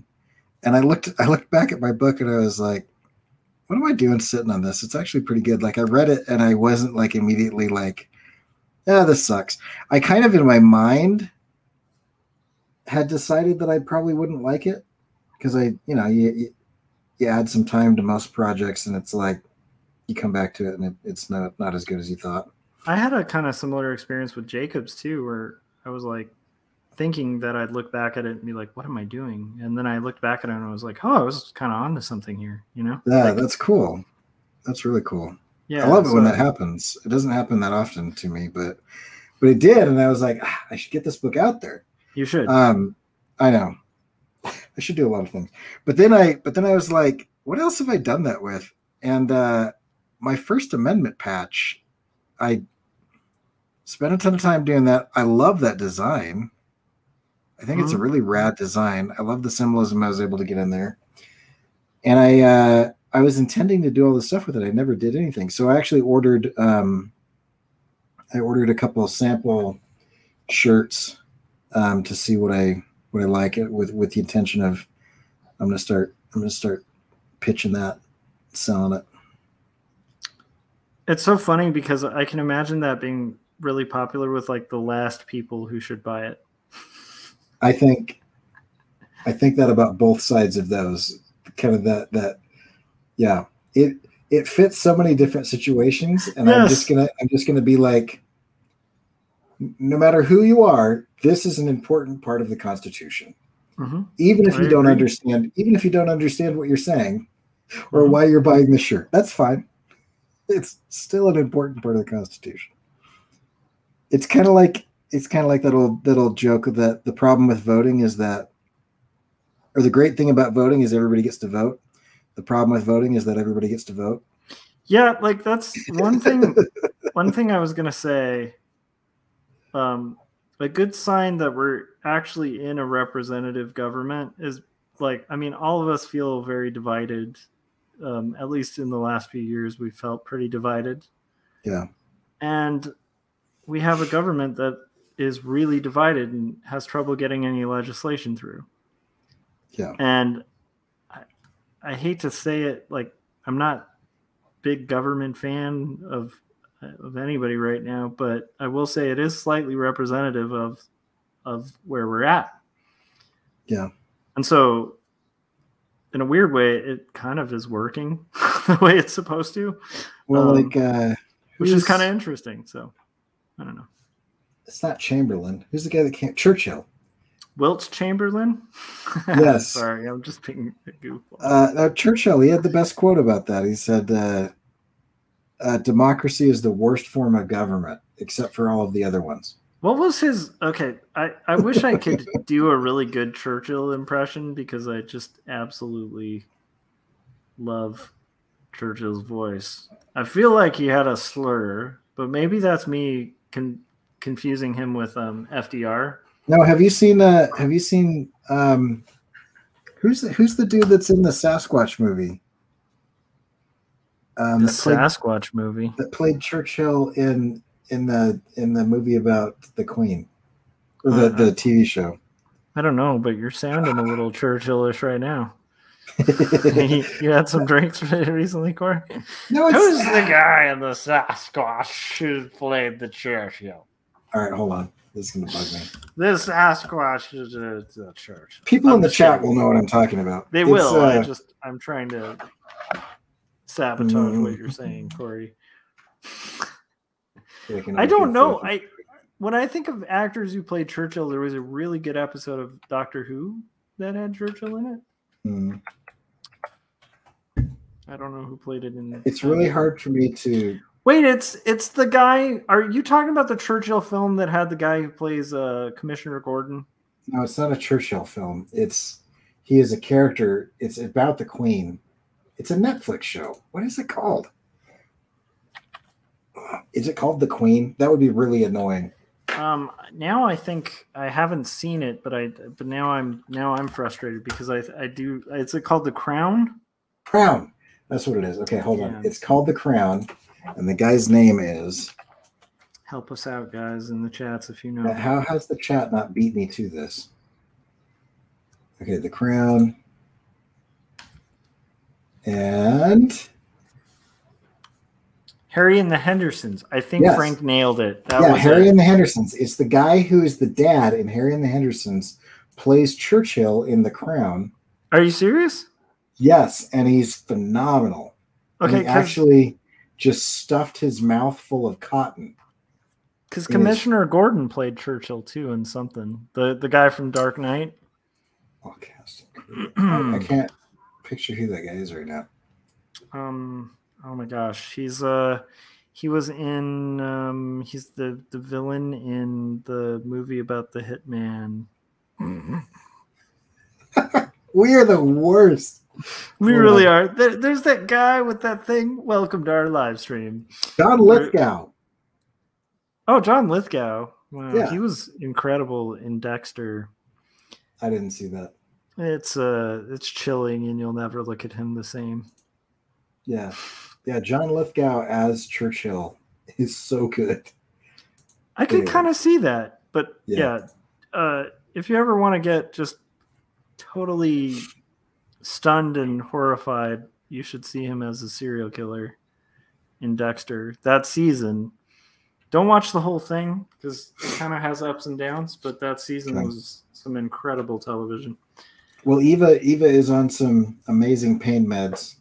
Sounds like she might be signing off. And Frank got there, I think, probably before me. And Eva did. Okay, now I'm looking back at the chat. And a ton of people got there before us.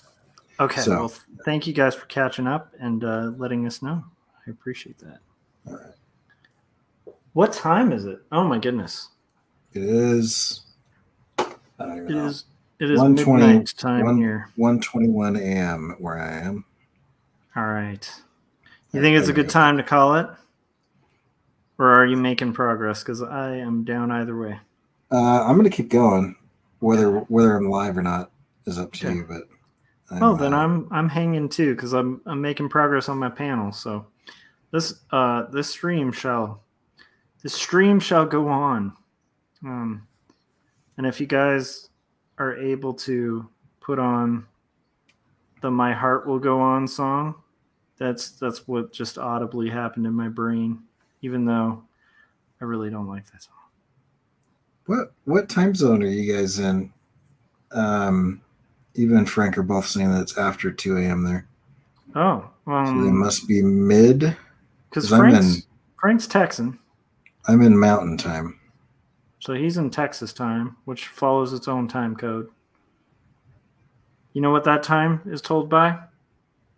The blood at the Alamo. I'm just kidding. It's like, I do remember this actually very vividly from being a kid in Texas. And Frank, correct me if I'm wrong, but when I was a kid, I lived in Texas very briefly, as you guys know. And when I was in kindergarten, I remember learning, like, they were like, this is the Texan flag, this is the American flag. And they were like, and never the two should conflict. If they ever do, Texan flag always wins. Like, and like pretty much the whole history lesson was like, here's why we didn't secede, but why we might still do it. And basically everything was about like, Texas is the biggest state.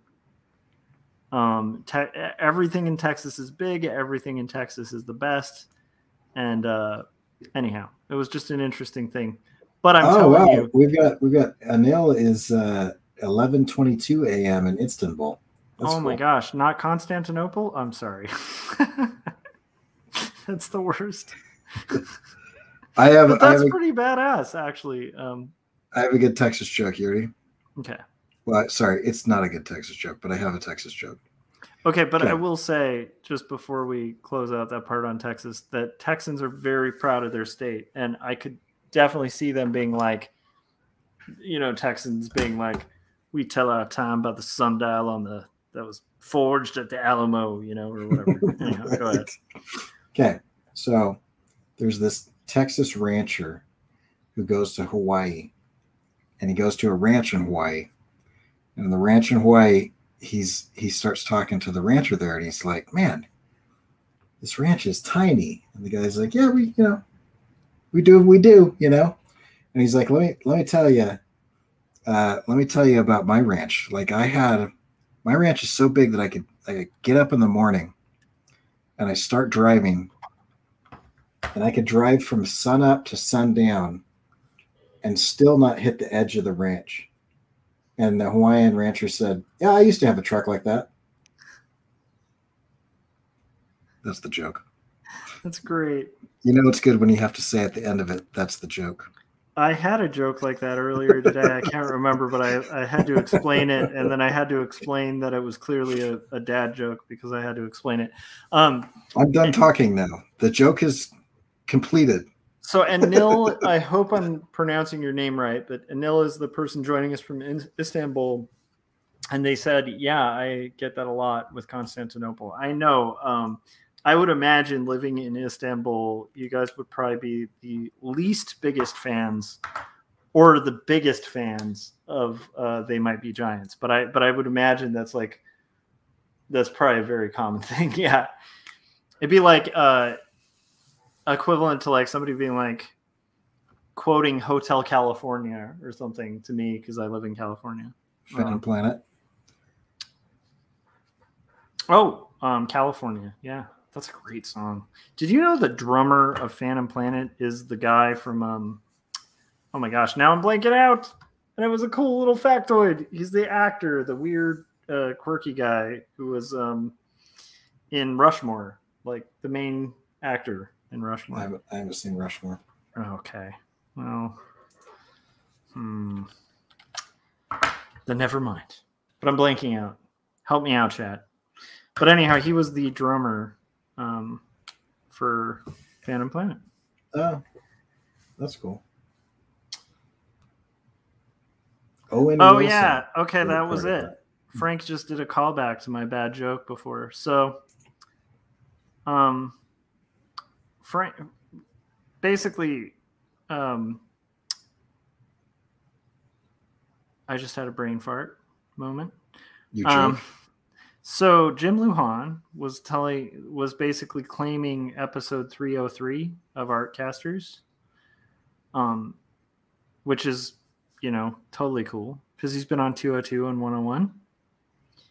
And then Frank made a very skilled, yes, Jason Schwartzman was by the way, thank you, Frank. You helped me out there. He was the drummer for Phantom Planet, like when they recorded that song California and that album. But anyhow, so Frank chimes in with the great apt joke of, if Jim is the guest on episode 404, it'll be really great, but it'll probably be filled with errors, right? And then I made the joke that if he's on episode 405, it's going to be really congested and slow. And then I had to explain that it's the 405 and if you live in LA. And then I realized that was not as effective as 404. And now I'm recapping my bad joke so it can live in infamy, which would sound a lot cooler if said in a Winston Churchill accent. The day of that joke shall live in infamy. I can't do it. And Eva said that's an LA joke, which is totally true. And then Anil said, love They Might Be Giants and a lot. And of course, the song you mentioned. Oh, well, thank you. How is it in Istanbul? I am so naive. I know nothing about Istanbul. Do you know anything about Istanbul, Corey? I am horrible at geography, so I know very little about most things that I haven't lived there. Yeah. So tell us about Istanbul and how is everything? Is the weather good? Is the food good? If I were to, this is always a good question, I think, to ask people if you're unfamiliar with an area. If I were to be in Istanbul today and I just arrived at the airport, where would you be like, dude, go here, eat this, listen to this, head here, whatever it is, I'd be curious what those things are.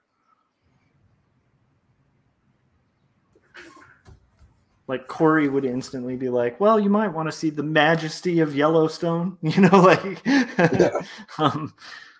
Anyhow. All right. We have been going for 3 hours and 40 minutes. I'm going to take another little coffee refill break, and I am not done. I am going to power through for as long as Corey's down because I have work to do. I should actually stand up and stretch my legs since you're going to do that.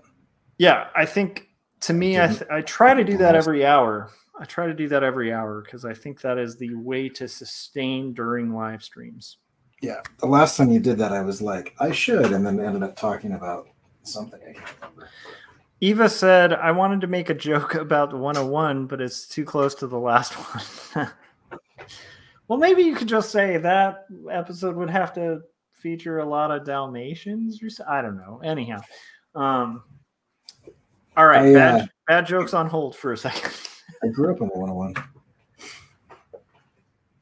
And I love that Corey proved that he grew up on the 101 by saying the 101. The 101 is the only way that you should say that. That's right.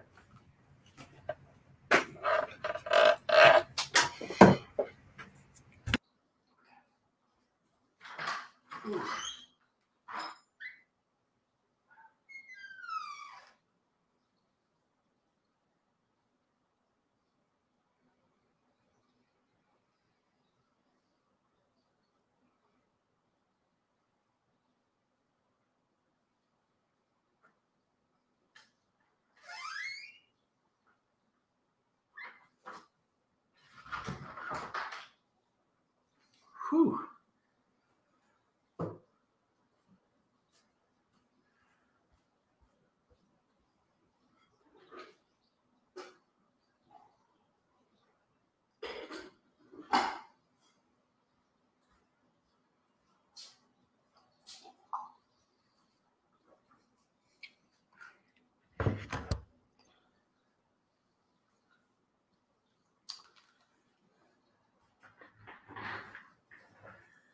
Nil said weather and food is fine.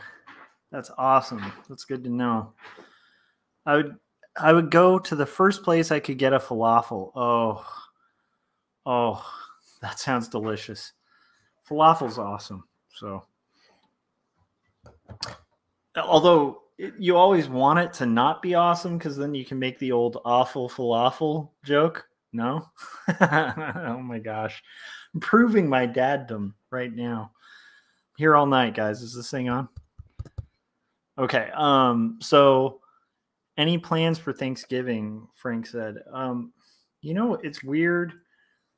I'm pretty sure we're doing Thanksgiving at my mom's, which is really awesome. And by that point, I believe all the kids in our, like my son and then his friends and stuff will have their vaccines. So like, we should be able to do like a pretty decent, like socially distanced slightly, but what actually might be like the first kind of normal Thanksgiving in a while, which is really exciting. And then Eva said, yeah, but he's in Turkey. The only awful falafel is in San Francisco. That is so true. It's funny you say that, because when I think of like the worst falafel I've ever had, it's totally in San Francisco. You're dead on about that. But I will tell you, man, San Francisco, I mean, it's a cliche, but if you want some good like chowder, San Francisco and like Maine, like those are like the two best places for chowder that I've experienced, which I will rock some chowder every once in a while. Chowder.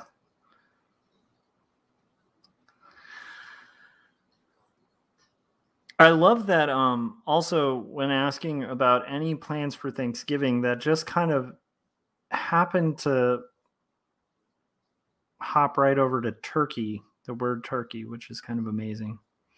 Anyhow, so how is like what's life like in Istanbul? What do you do? Tell us a little bit. I'm curious. I've never talked to a person from Istanbul on stream before, and I'm fascinated to hear more about like what you do, what's your thing, what brings you to the stream, what's your interest? Are you an artist? I'd love to hear more.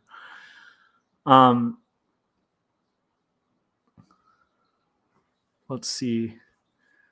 San Fran has some good bagels. Oh, hell yeah, dude. Noah's Bagels. Yes. And again, that was my California thing. I will call anyone dude, but I apologize if that was out of line. Let's see here. And Nil said, that's hard to answer with just a few sentences, but if I must try, I'll tell you one place to go. It would be Donor. Oh my gosh, I'm going to mispronounce this, but I will give it a shot. At Kizil Karyalar at Taksim Square. Ooh, that sounds really good.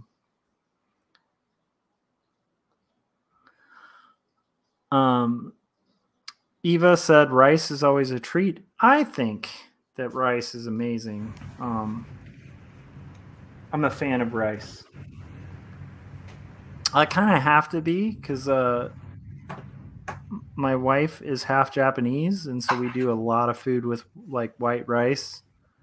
A lot of rice, and it's delicious.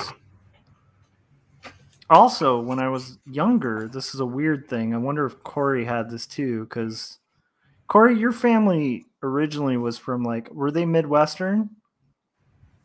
My dad grew up in Whittier, and my mom grew up in Kalinga.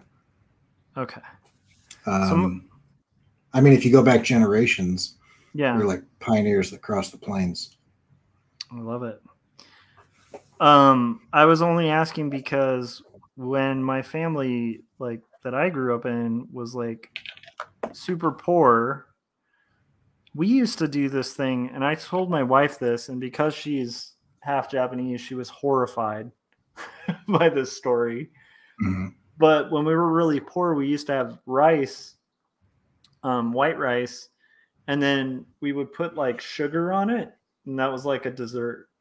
Was like sugar on white rice because we were so poor at the time. That was like a treat. We weren't like super poor, but it's like one of those weird like Midwestern things where I think that came from my dad's side of the family that like was in Illinois. We had missionary surprise, which that sounds like either a really can't talk about on stream kind of scenario, because I'm like, I'm familiar with missionary surprise, not the food. Yeah, no, it was just when you're a missionary, you usually don't have a lot of money, and so my dad as a 19-year-old was a missionary, and whenever he would cook anything, it was just like, what can we find in the fridge and put in a casserole and then cover with like potatoes? Oh, dude. Okay. Again, probably kind of similar, but like my dad used to have what he called dad's potatoes, which was pretty much that, where it's like just a big giant like bowl, or not bowl, but like one of those big, pots. And he just like put just tons of potatoes and like leftover like corn and like whatever in there, and just kind of fry it up to where it was just like really crispy. And I still love that though. Like I would rock that today. I mean, it's probably like a heart attack waiting to happen at this point, but it still sounds delicious. It makes me hungry. So Frank is asking if I ever had hobo dinners, and I have had hobo dinners. Yeah. Okay. You guys, Corey was like the clean version of Jack Kerouac. Like he was doing the Kerouac experience without the drugs. And that includes like, eating with like hobos, like legit hardcore hobos. You should tell the story. I had a little camp stove, and I was a photographer at the time. And my idea was that this is the dumbest idea, but my idea was I was like trying to find a way to monetize being able to like wander around the country on a motorcycle. And so my idea was I was going to photograph all the people that I met on the road and just make these little coffee table books of photography, of just people that you meet when you're living that life. And so, yeah, I had a little camp stove and a big thing of dehydrated eggs. And I would just cook for whoever was willing to sit down and talk to me and tell me their story. That was it. So I remember these teenagers that were kind of runaways that were heading up to the marijuana festival in Portland. And they're like, yeah, our goal is just to like smoke everybody out, man. We're just going to like buy so much pot. We're just earning money along the way. And we just want to get up there and just have like more pot than everyone else. It's like you are traveling from Southern California to Portland, and you think you're going to have more marijuana than everyone else. I don't. That's a good point. I don't think that's going to happen, man. Oh man, Anil said I'm a graphic designer, because I was just asking like a little more about Anil, because I just find it like one of my favorite things about live streaming is just the fact that like we get to meet people from like across the world in different states, and it's just such a cool era. Like that's the best thing about the internet is like the fact that like we can meet people from completely different areas and like have live conversations. And like, so to me, it's just really exciting to hear. So anyhow, Anil was saying, I'm a graphic designer and I'm a follower of yours and happen to catch up with you finally on this live stream. Love the convo and the art, and thanks for asking. Well, I'm glad you're a graphic designer. I just think that's so cool to me that like we can connect with other creatives that are like on other continents, It's so fun. Yeah, I don't know. It's really cool. So I feel like you were kind of ahead of YouTube there, because like if you had done that, like same age or whatever. Oh yeah. With like a camera and just like live streamed it and like done like YouTube videos, like you probably would have been able to monetize that, Oh yeah, that would have killed. But what a cool thing, man! Like to me, I think I definitely had an era in time where like especially after reading Kerouac, I had like a very like huge desire to just like hit the road and like, try out that kind of thing. But I never actually followed through with it. I was too busy trying to be a rock star briefly. I never read Kerouac, but I did read Joseph Campbell. And I actually had some Campbell with me on my trip. Some of his short stories. I read Youth. I had a really eye-opening experience when it's a short story about this. Have you read Youth? No. Oh, so good. I mean, you'd like it. I want to clarify for people who aren't used to like an older style of writing, but like, before you could like Google image search things, or like there was just ubiquitous imagery being broadcast all the time everywhere, writers described everything in great detail. And Joseph Campbell is no exception to that. He is excruciatingly descriptive in things. Yeah. I mean, like Herman Melville descriptive, which I enjoy. But whenever I've tried to turn somebody else on to him, they're always like, I can't do it, man. They get in like a couple pages and they're like, nothing's happened yet. Anyway, it's about this guy's first trip at sea, and the ship blows up, and so they end up just pumping the bilge to like stay afloat. And they're like they spend like 2 hours bilge pumping and then 2 hours sleeping around the clock in shifts. And he was like, and then they get into port and they just have to wait for everybody to fix the ship. And he's like, waiting and not doing anything was worse than pumping around the clock. I would rather do work than nothing. And the reason that I was doing this whole thing was I got really sick of my job, because we were in like a lull, like a downturn, like a slump of work. And so like we were like making things up to do just so we could stay busy. And it was the worst. So I was like, dude, I'm just going to take off. And as soon as I read that, I was like, I've got to quit that job. So I quit that job and started my own business. Yeah, I definitely can relate to that, the quitting job, but I never really hit the road and did the whole Americana thing. Although I've talked to you about this too. It's like, I feel like I'm a little unusual because I'm not a person who doesn't like travel, but I don't go out of my way. Like, I don't have like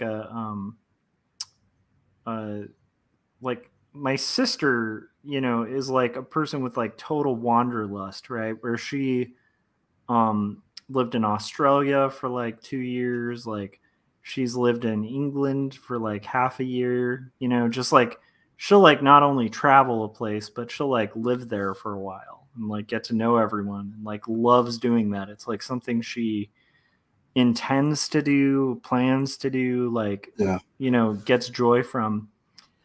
I don't have like, I don't go out of my way to like plan trips or like go on vacations. I like, I'm a weird, and I think part of it's just like the comic addiction or whatever, where it's like, I really am a bit of a like homebody. Although if I am finding myself traveling, I'll enjoy it. I just don't go out of my way to like plan it.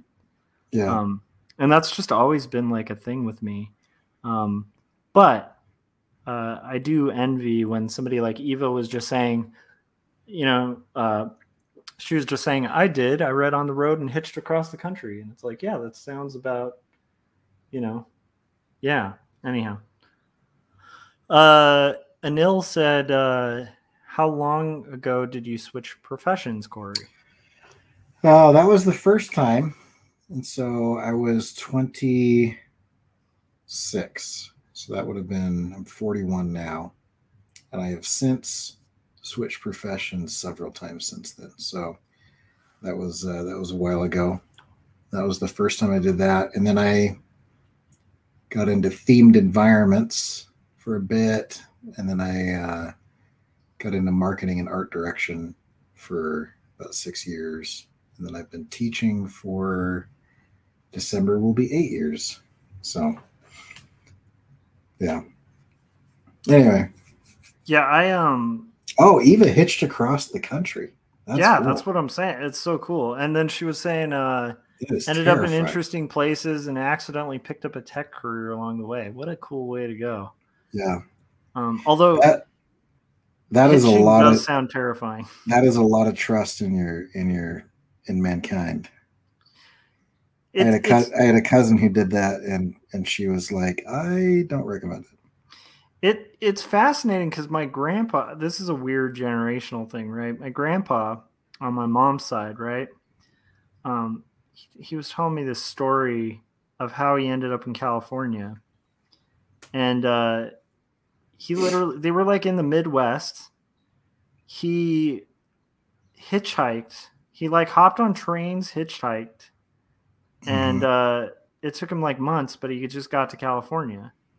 And this is like during like the Dust Bowl, you know? And like he'd work on farms on his way down. So it's like Grapes of Wrath type stuff. Like my great grandfather was a migrant farm worker, similar situation. Nice. And so he'd like be like a farmhand or whatever, then he'd hop on a train and like eventually he worked his way to California.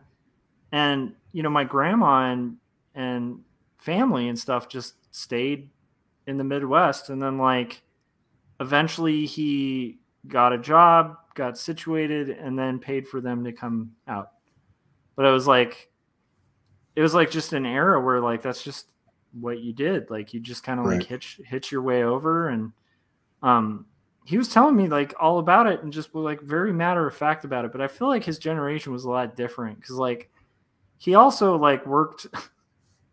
He's just a weird dude. He worked like you know, as like a baker for a long time, even in the military. Like when he served in World War II, but he was like on a in the Navy, and he was the chef, like on the like the baker. You know, he'd like make all the food. And he like at one point was like working at like a bakery and just got his fingers cut off, like 2 of his fingers, like the tips. So like it was weird, you know, when you're a kid, you see like these things, like he just had like nubs, like one nub here and like another nub like here. I shouldn't do that on camera. I was just realizing I was about to give everybody the bird, get demonetized very quickly. But yeah, and like the way he talked about it was just like this very like matter of fact, like, yeah, then I lost some fingers and you know, oh yeah, that was it. And it's like, okay, so that's, I mean, that sounds pretty like your fingers got cut off. Yeah, you know. It's a very different view of life. Yeah, it was just very Back in like the matter day. of fact. Yeah, Yeah. it's a trip hearing like those kind of earlier stories. And it's also weird to think like, you know, if you do the math on like how long we've had like electricity, it really isn't that long ago. Oh, I knew people in high school that didn't have electricity in their house.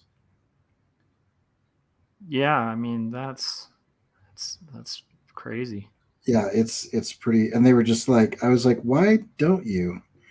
And they're like, I don't know, we just never got around to getting it. I'm like, that's a choice you can make to not have electricity. I mean, these are people that also didn't wear shoes to school, and not because they were poor, but because they just didn't see the point of shoes. Yeah, see that's got to be like unique to that area or something cuz wow. Oh, they were. I mean, I think they'd be unique in any area. It wasn't like a common. Yeah. You know, it's just this one family. They're cool dudes, but very different view of life. Yeah, interesting. But we had where I grew up in California. There is an area. I don't know what the legal term for it would be, but it's called our town, and it is legally a separate entity that is not part of any municipality. And it's like what you would expect to be the beginnings of some sort of shootout with the government. So it was called Our Town? Our town, yeah.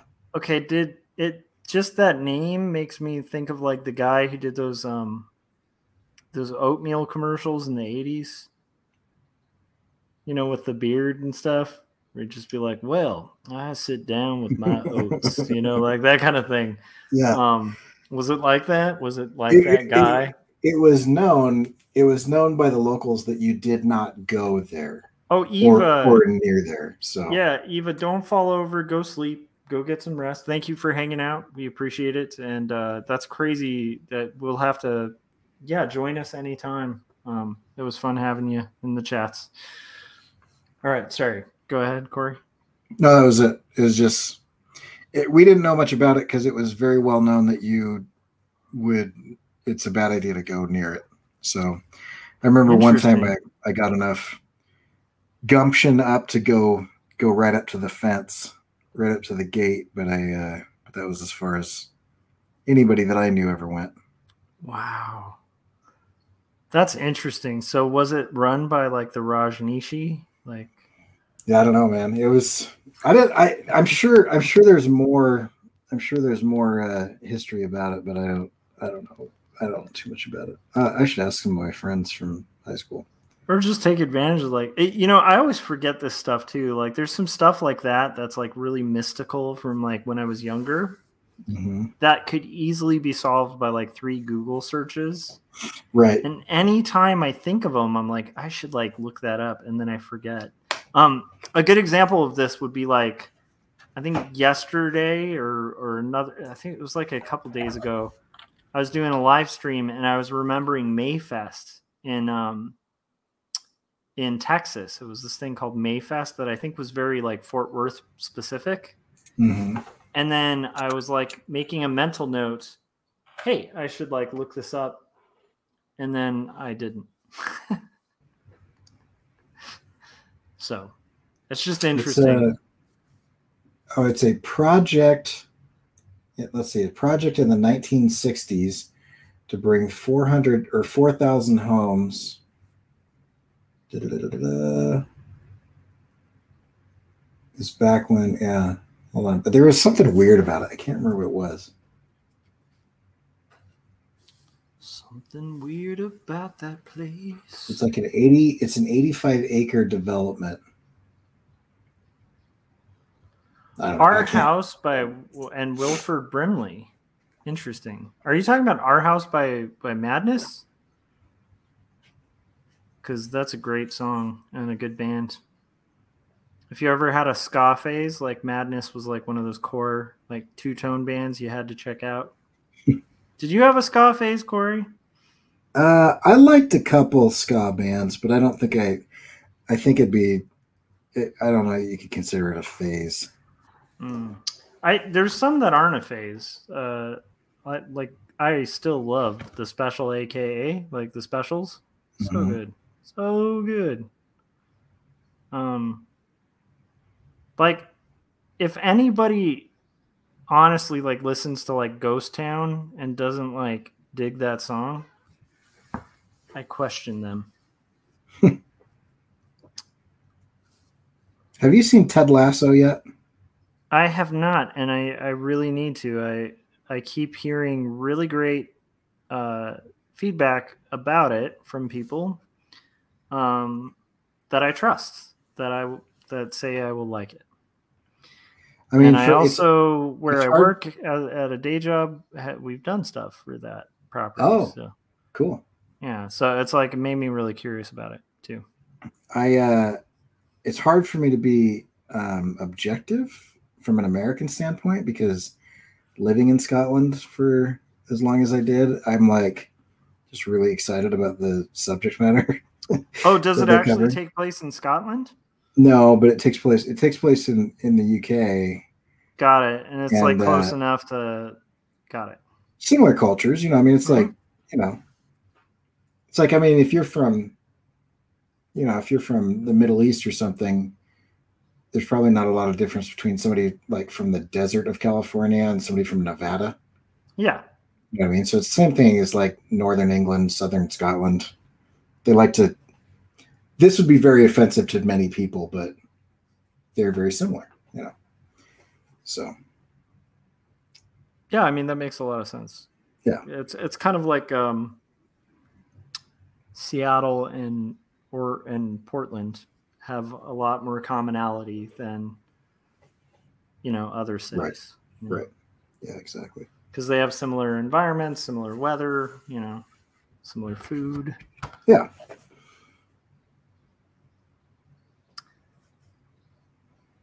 So it's good. It's a good show. Yeah. Yeah, I like it a lot. It is one of the few shows where they go all in on positivity and it works out really well.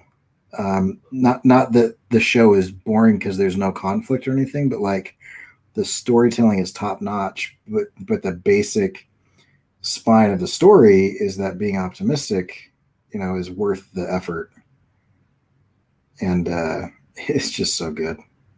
Nice. Yeah. I'd imagine it would be of interest too, because your dad was a coach, right? Mm-hmm. Yep. So there's that connection too. Yeah. I think it's about coaching, right? Mm-hmm. Yeah, it's an American football coach who is recruited to coach a British soccer or British football team, and it is. I would guess they're doing that intentionally, assuming that it will equal a loss, right? What do you mean? Well, like you're not going to hire a football coach for British football unless you're assuming that you're going to create a loss scenario there. Like I would imagine they're not hiring the coach to like get a bunch of wins for that team. Yeah, that is a major part of the storyline, so I don't want to give too much away. But okay. yeah, I don't want to give spoilers either. But that's a great premise. That's a good starting premise, and it's funny. It's fun. Yeah, and it's fun to there's always humor in well, we call that this over here, and they do that pretty well. It's pretty entertaining. Yeah. We're being joined by Brianna K. Wielder. How's it going? And then Eva said, this was fun. We'll be back. Cool. So it was nice having you too. And you guys should definitely check out Eva's show, The Panel Garden. It's a pretty good show. All right. Yeah, I will do that. Sounds interesting. Yeah, it's really cool. She had you on as a guest? Yeah, I did an interview with her. She reached out to me, and I think Ken Mora, and I did an interview with her, and it just went live recently, and it was such a just really chill conversation. That's cool. And I listened to some of the back episodes too, and was like, "Oh, this is a really good show." So I dig it. Very good interviewer. very like insightful, thoughtful questions. It was interesting. So That's cool. Yeah, I'll yeah, have to check that out. I liked a lot of her comments. I mean, she seems like a pretty cool person. Yeah, it's nice. I always think it's cool when there's people promoting comics and trying to get like spotlights on indies and stuff. I think that's a worthy thing. Yeah. How are you doing, Brianna? I think we're doing okay. We're Corey was telling me about Ted Lasso, but we're trying to do that without spoilers because I haven't seen it yet, and I personally am not a huge fan of spoilers. It's funny. My wife is like one of those people who like doesn't mind hearing every detail of something before seeing Oh, it. really? Yeah. Which is always interesting to me because I'm very much like prefer to not know before seeing something. But generally with her, she'll be like, no, just tell me everything about it. It's strange. That is interesting. Yeah, it's an interesting thing. There's a few things she's not like that with, which one of them would be Star Wars. If you do that with Star Wars with her, she'll murder you. But other than that, That's funny. I wonder, I don't know if this is with your wife, but with my wife, she recently read something where people with anxiety, like my wife deals with anxiety, enjoy not being surprised. Oh, that makes sense. And so, like, my wife will rewatch things that she's watched. I don't rewatch a lot of things or reread a lot of things. Very few things I feel like are good enough to do a second time. Yeah. But she's on like her 15th rewatch of The Office, just because she's like, I know what to expect and I know I enjoy it. It's like, dude, that is so insightful that you mentioned that because that is definitely a personality trait of hers. Like she will watch like the same movie over and over. Like she really enjoys repeating and when she likes something, she likes watching it over and over again. Yep. That's very fascinating. Yeah. I wonder if they share that. Probably. I would say that's highly probable. Frank said he's starting to doze off. Yeah, Frank, if you need to go, it is okay. You have been an awesome mod, as you have been here. And I wish we had an audience of people at this moment to give you a standing ovation for your great moderation, sir. But and I'm imagining that may not be the last time you're made a mod because, there's other art casters too, and you're a pretty good dude. So there we go. He's doing it for Jeff when Jeff was on doing stuff. Yeah, it's pretty nice to it's nice. It's actually very helpful. So it's cool. And I could see the benefit. Like right now, my stream size isn't huge, but if it ever grew, it would not hurt to have somebody to be like, hey, let's give notice to this thing, Because the one thing that's nice about, to me, the nice thing about a live stream right now is that like I can have like one-on-one discussions with everybody in the chat, Right.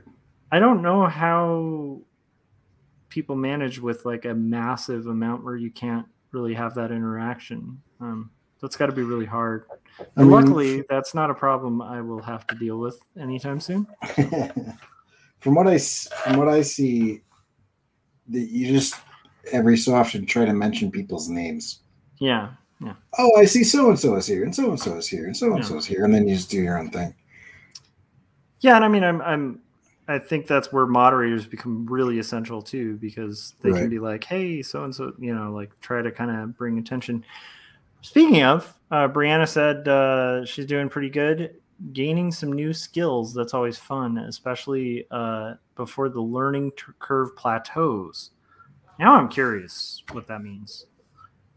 What skills? I love learning new skills. I'm always now I'm curious about, Corey, your take on this. Yeah. I always feel like I'm hesitant to take on learning new skills sometimes, but the second I do, I really enjoy it. And so because of that experience, I try to force myself to learn new skills quite frequently. I don't think I'm the opposite because I enjoy it, but I do actually seek out learning new skills pretty frequently. Yeah. Because that's one of the things that kind of drives me and motivates me, and it's one of the things that makes a lot of this enjoyable.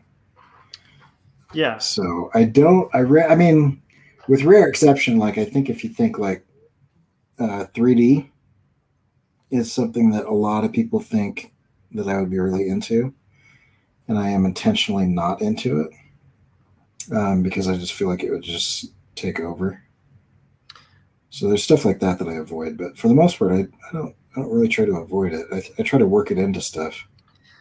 I think I'm very utilitarian in my approach to acquiring new skills, where it's like when I see a need, I definitely pursue it. Mm-hmm. If I don't see a need or a utility for it, I have trouble like just learning a skill just with no need, use, or utility. So, like, I think that for me, like, for instance, like you were selling me on After Effects for a really long time. And then when I actually was in a position where I could use After Effects, Yeah. that's when I like really gained that skill and then had the interest to kind of keep doing it. Right. Whereas like if I had never really had a need for it, I may not have acquired it. But I will say I am insanely curious about 3D, particularly 3D printing. And I do at some point want to dip into a little bit of 3D modeling because I think it would be beneficial, especially for my day job. So that is definitely a skill that I would like to at least familiarize myself with more. Like, I have to work with 3D modelers, and I have like some rough understandings of it, but I am definitely weak in that area and would love to like learn more about it. Actually, I'm just going to throw this out to the chat, but also to anybody watching this after the fact. If you guys know of a good like entry level 3D modeling program that like doesn't cost an arm and a leg, I would love to hear about it and maybe Blender. like dip into it. Blender is your go-to. Yeah. Yeah. Is that free? It's open source. Yeah. Nice. Yeah. Blender is the one that most people talk about. It's been around for a long time. I tried to get into it in like 2005. Yeah. And I mean, that was before YouTube was a thing. I think I probably could do it now, but it was a little much at the time. But nice. And then Nil said that too. Blender is free. So yeah. Yeah. And since I tried to do it, I have heard the community has grown and it's gotten really big. And I've had students that jump onto Blender and get really into it and love it. Yeah, and I have no doubt, like, if you had a massive utilitarian need for it, you would probably dip into that too. But it's just like, it is also a matter of like what exactly you're most going to be using and utilizing. And it's, to me, like, even for me, like the 3D modeling, there's so much in 2D that I'm still learning. Right. And that's my exact reason for not getting into it. Yeah, I wouldn't want to take like a mass diversion and then just like miss out on all the growth I can do with,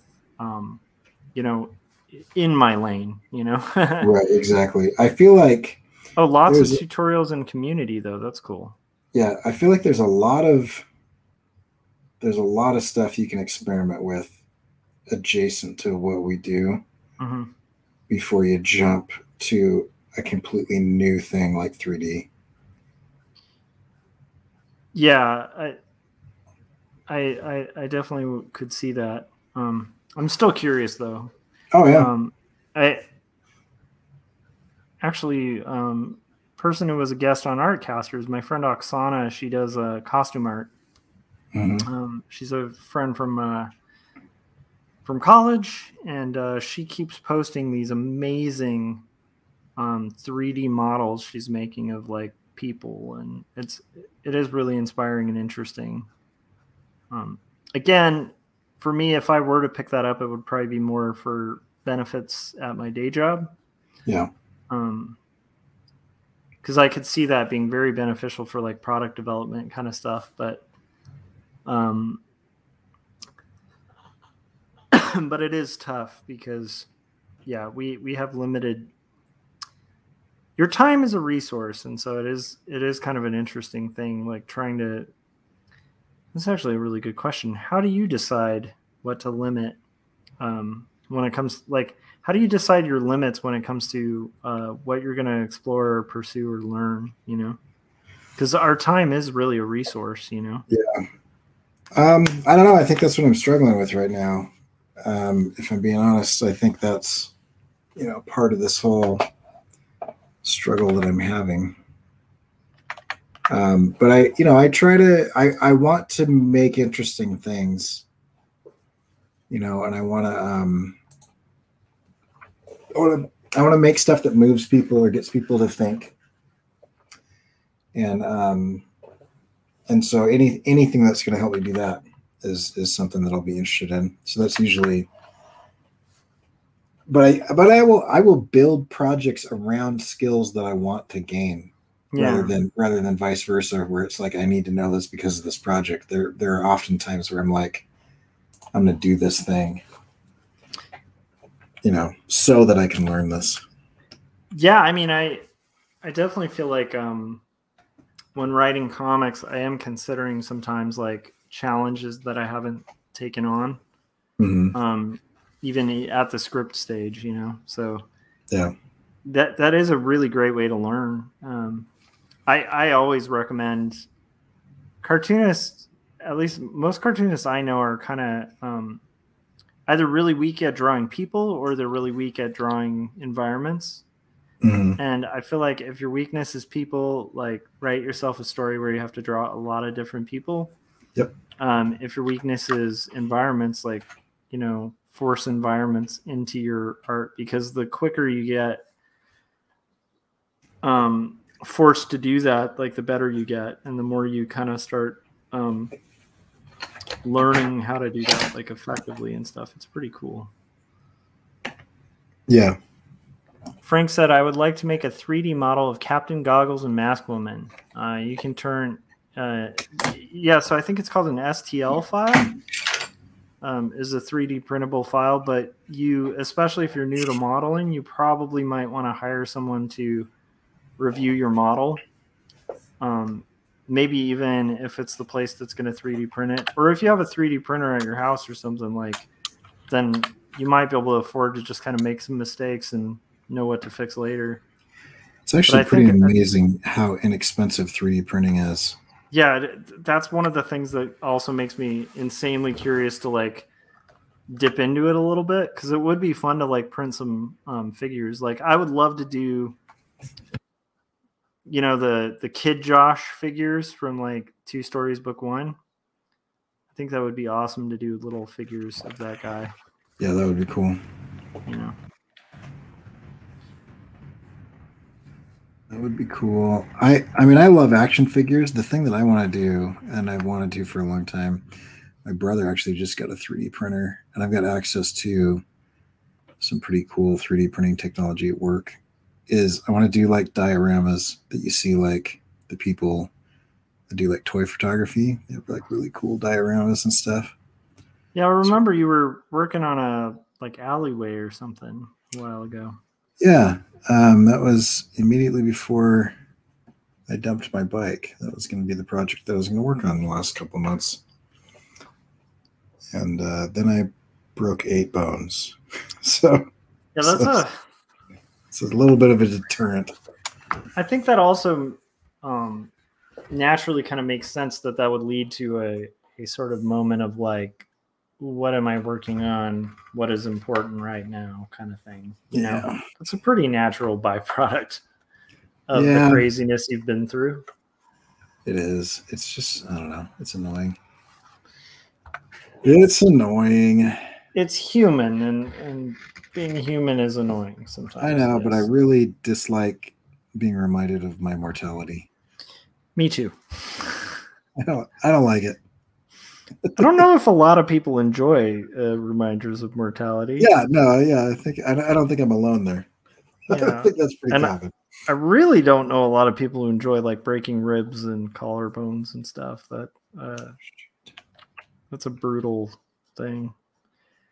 How's recovery going on that? Like, I mean, it seems to me like you I don't want to make the assumption, but it does seem like you're better than you were. I mean, in certain ways I am. Yeah, in certain ways I definitely am better than I was. In other ways, very much not. So, yeah, which is kind of annoying.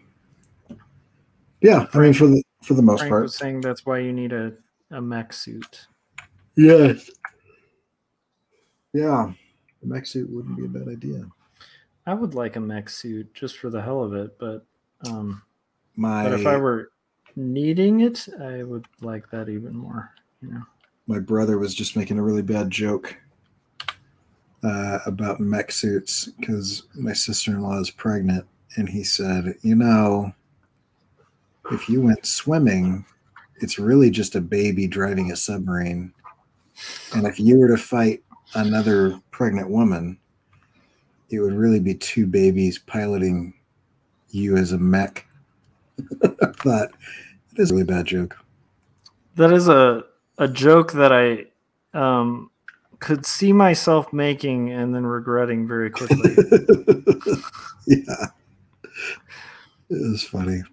I remember when my wife was at that like last stage of pregnancy with Ben, where everything's awful all the time. Yeah, but she was eating like a crap load of cookies. Uh-huh. And I remember at one point I just made a Cookie Monster joke. Ah. And I will tell you, it took me about a year to recover from that bad joke. Yeah. Be careful with your pregnant wives. Yeah, that's not men surprising. out there. And honestly, it's a pretty understandable thing because that is a pretty, like, anybody who's had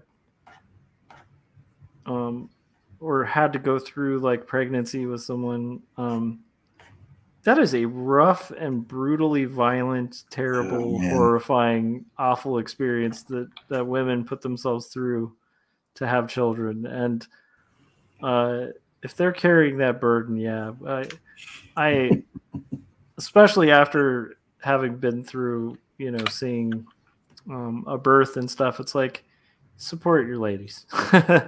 Yeah. Rambling, but I'm just saying. I can't remember the comedian. There was a comedian that was like talking about something. He's like, you guys, I don't know. It was funny. But he's like, you guys make human life with your genitals. Like, it just create a new person. It's like there's nothing that guys can do that can touch that. That's amazing. He went off on it. It was very funny. Oh, and Nil said programs like Blender and ZBrush do 3D sculpting and export file formats for 3D printing. Mm-hmm.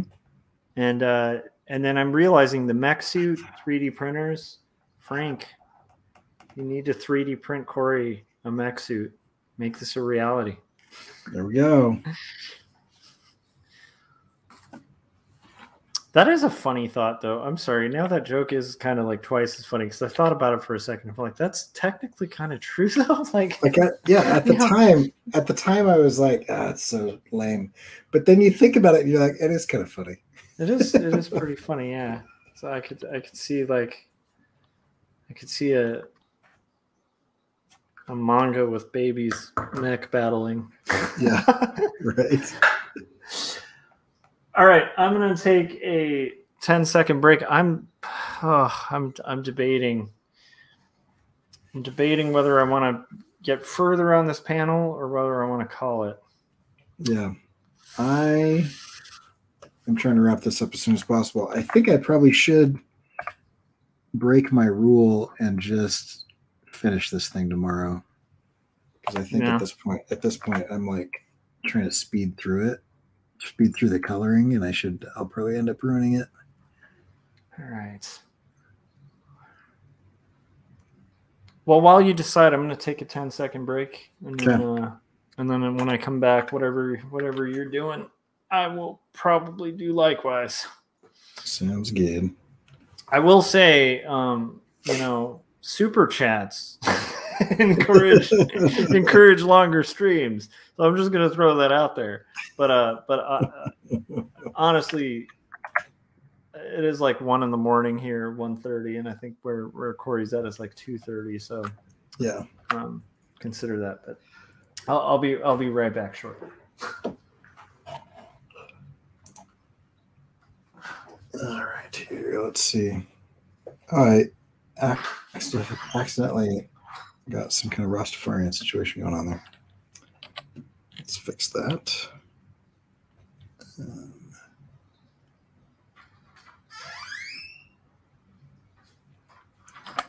Boop-a-doo.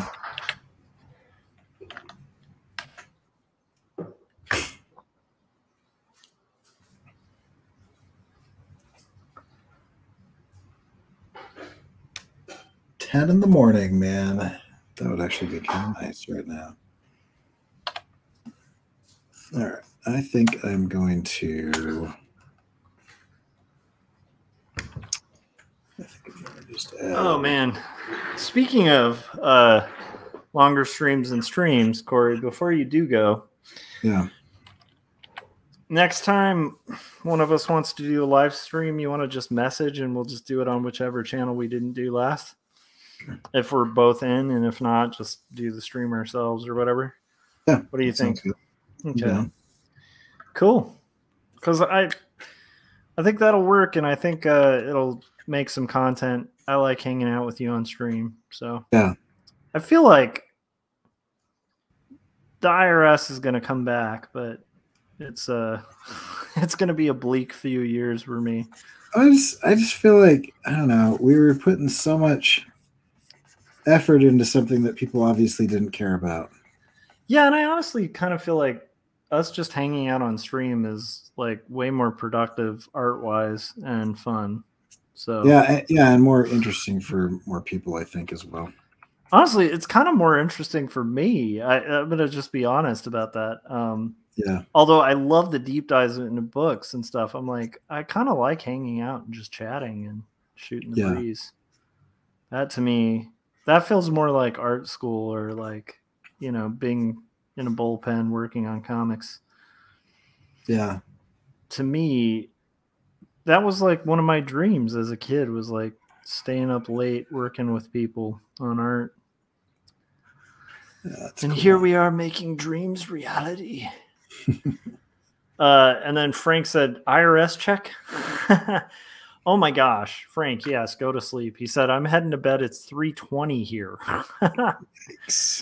Yeah, do comic work when you wake up, sir. Get some rest. And then Brianna said it's 10 a.m. here. Brianna, where are you again? I feel like you've told me, but I'm blanking out. Corey, do you remember where Brianna's from? No.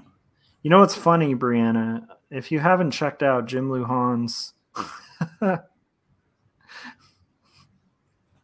Jim Lujan has an awesome cartoon that I did a voice for called Pleasure Beast. It's very funny.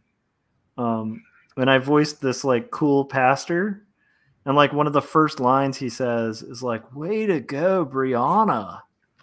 So you might get a kick out of it. There's a character named Brianna in it. So when I first read your name, you read it in that voice that you I did? instantly was like, Brianna, whoa. I was like turning into Pastor Kyle. That's the subconscious way that Jim gets into your head.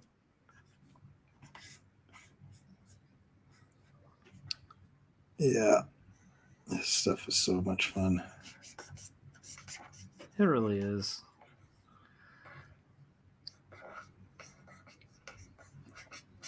I was just watching an interview. That is coming out cool, dude, by the way. Oh, thanks. I like it. You were watching an interview? interview that Jim was doing, and just the audacity of him as a kid. He made a cartoon. He made a cartoon and just went down to the local like TV station, was like, "Hey, give me a public access show." Yeah, and got it. And so then they did. And then they're like, "Do you have more episodes?" And he's like, "Oh yeah, totally."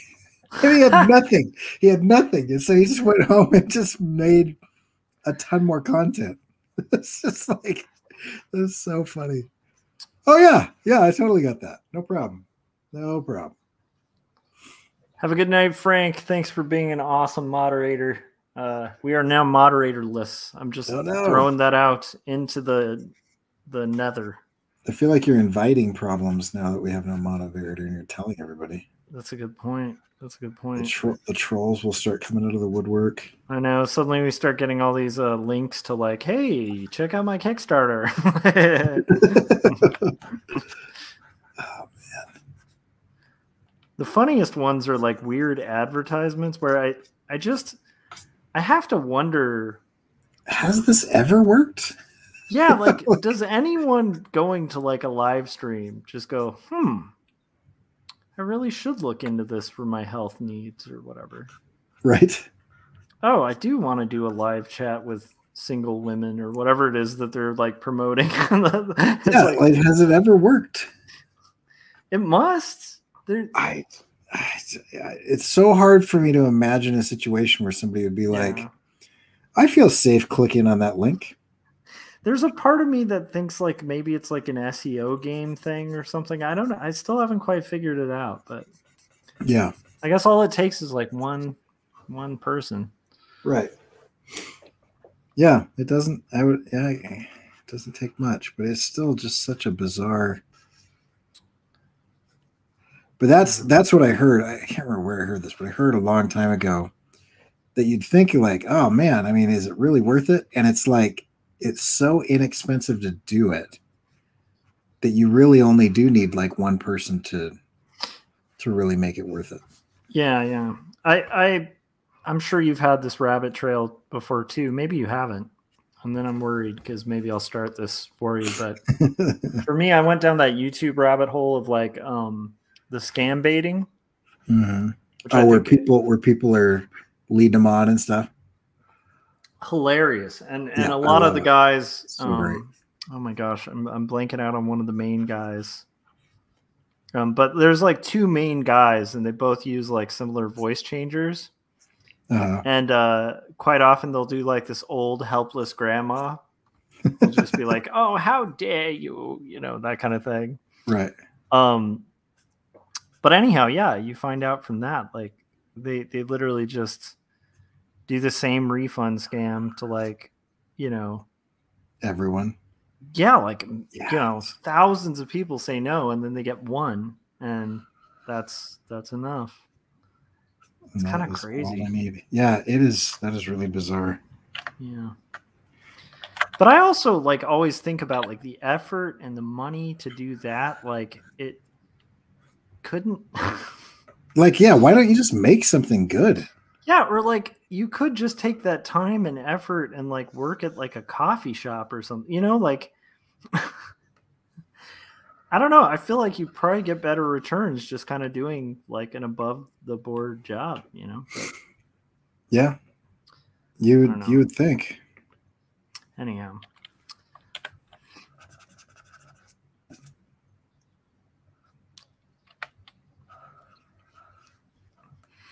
The one thing I will tell you, Corey, is if you make Frank a mod, he is going to mention Tarako and Anna and him like a million times. Oh, yeah. In the chats. That guy is the self-promotion king. But and also just the promotion king. Yeah. Because he promotes everybody else's stuff, too. Yeah, but he goes about it the right way. I have no problem with that because, again, like he is a true fan, a true supporter, and also hustles his wares. And hey, there's nothing wrong with that. Yeah. It's probably the best way to go about things, Yeah. Yeah, for sure. You sound like you're taking that breath as if to say, I'm out. I'm not. Yeah, Oh, okay. I'm kind of in it as at this point. I feel like we're in like a game of chicken where I'm just gonna keep keep drawing. But I also am feeling bad because I don't want to be keeping you up, especially if it's like, health issue kind of thing. No, So I'm fine. Okay, cool. But yeah, I'm actually kind of in the zone. So I've been like in this debate of like when I should go, but I am making a lot of progress. So Cool. And honestly, I'm at that point with these graphic novels where like as much as I can get done without physically completely burning out, I have to. So Right. Yeah. Because I can't say the other project, but I have a pending graphic novel in spring, and then there should be a finalized contract for something else that I can't talk about in the next week or so. Because you've announced the one, right? But the other one is still in negotiation? It's the negotiations are verbally set, so they're working on written, but written based on verbal agreement. So that's great, man. It's scary and great, and all the great things that happen with good opportunities, Yeah, that's so cool. I did a video on this too. I'm curious what your thoughts on it are, but like I do feel like opportunities in life are just usually come with a crap load of work. Yep. And show up because of a crap load of work. Yeah, and you're kind of rewarded with like, congratulations, here is more work than you can manage. Yeah. I think kids are the ultimate example of that, where it's like a huge benefit. Like it's definitely like a blessing, but holy crap. Yeah. It's a lot of work. Yeah. The more you add to that quiver, the more work. Yep. Man, we're just outnumbered at this point. Yeah, how are you guys doing? Because that's going on top of the recovery and stuff. That's got to be a conundrum of sorts. I can't help much because I'm not allowed to lift more than. Well, I was allowed to lift 3 pounds, and now I'm not even allowed to do that. So yeah, I ask my toddler to do things, and then if he doesn't, that's all I've got. Like, I can't like put him in his high chair, I have to ask him like, please get in your high chair. But if he doesn't want to, that's the only thing I can do. So I can't do anything else. And that's lovely because toddlers are wonderfully compliant. Yep. All the time. Oh, that's what they're known for. Yeah. It's like it's who they are as people. Yeah, exactly. Yeah. No issues getting a toddler to follow verbal commands ever. Oh man. Wow. Yeah, so fun. Yeah, so Maddox is a challenge. Yeah. Maddox is so appropriately named. Because I feel like he's gonna grow up to be like the strongest, like very like just a really strong, awesome kid. Yeah, he's great. But he is like, man, that kid has a will. Oh yeah. I mean, like I remember those early videos you showed me, and it's like I just couldn't believe it. It's like a kid having like I've never seen a kid that age just so easily scale out of a crib. Yep. Like he concoct a scheme to do it, like stack books. Oh yeah. Yeah. Like, and just take the fall, like be like, nope, I like, and roll into it and be like, I know how to fall out of here. Right. Like a little like pro wrestler. Like I just can't, he is a stunning kid. Like he's pretty fearless. But also it's really admirable, Yeah. But that's got to be also that will is very hard too. Yeah. He's fun. But yeah, he's amazing. He's one of those ones that I have a that's what you should make. You should make a helmet guy comic. Oh yeah, helmet guy. That'd be fun. Mm-hmm. I have one of those trackers now for him. because I just fully expect him to just bolt one day. So like for Halloween, I was helping him put his costume on and then just clipped a little tracker to the inside of it. So I was like, all right, if you're going anywhere, I'm gonna know where you are. That's awesome. I didn't know. Like, so how does that work? It's the Apple tracker, and so it's like anywhere where there's an iPhone, it just kind of like co-ops the iPhone signal and just pings you a little location. And Cool. there's iPhones all over the place, so they're pretty neat. I have one in my daughter's.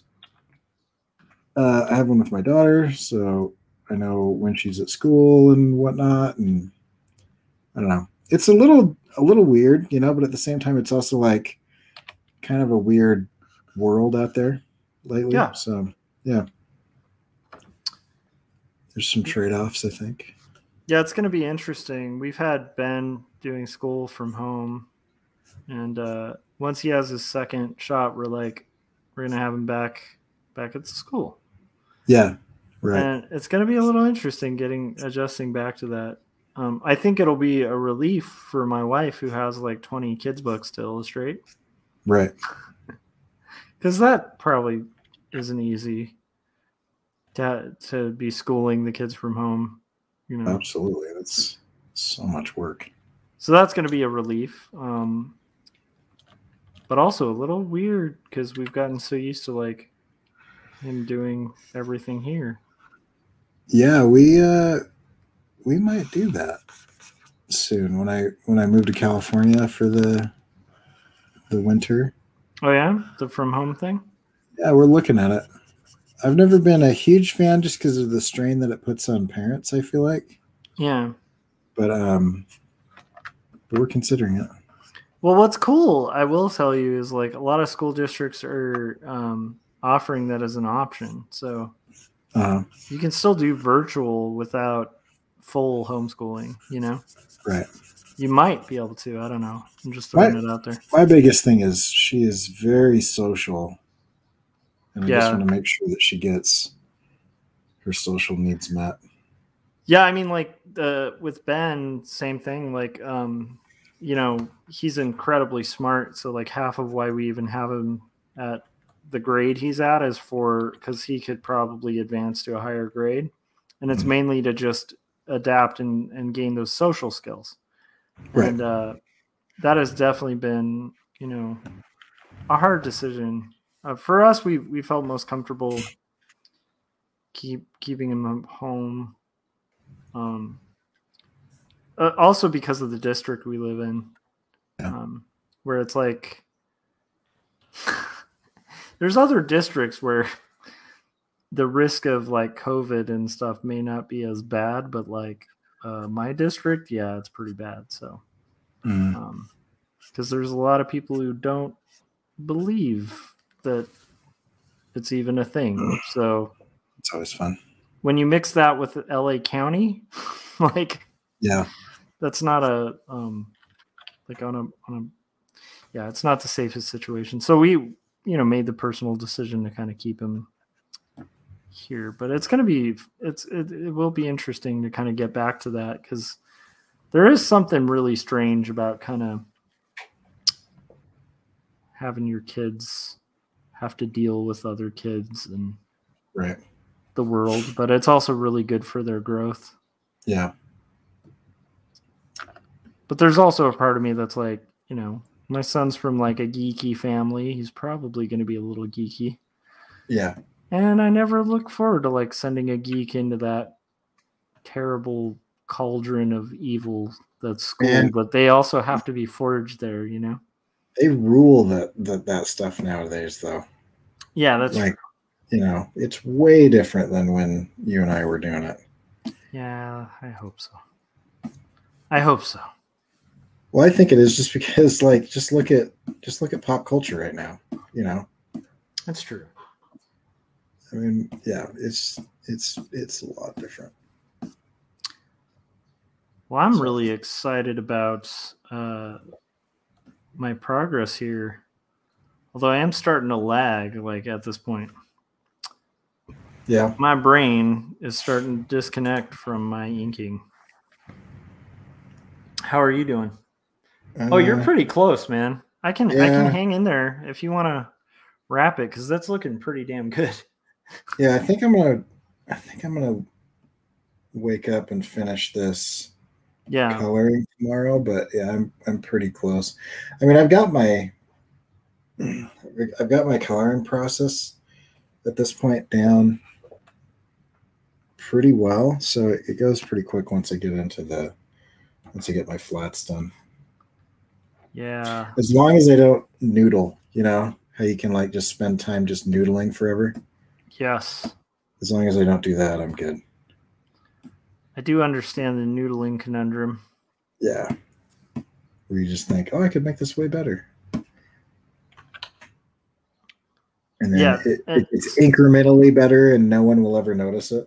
And sometimes it's not. Like, that's the weird thing, Right. you know, where sometimes you can kind of overwork something to where it's actually worse. Yeah, sometimes you're just ruining it.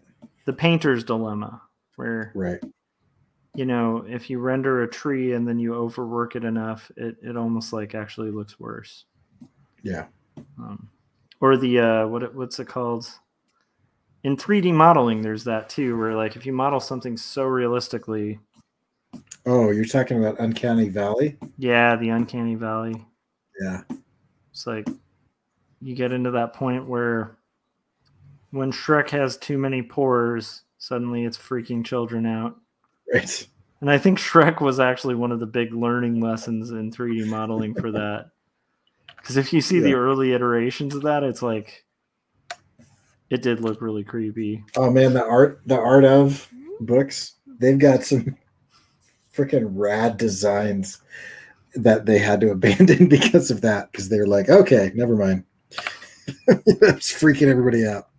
I think they had that same issue with was it Tangled? I think probably. They had to kind of dial back. Initially, it was going to be 2D. Like it was going to be old school hand drawn.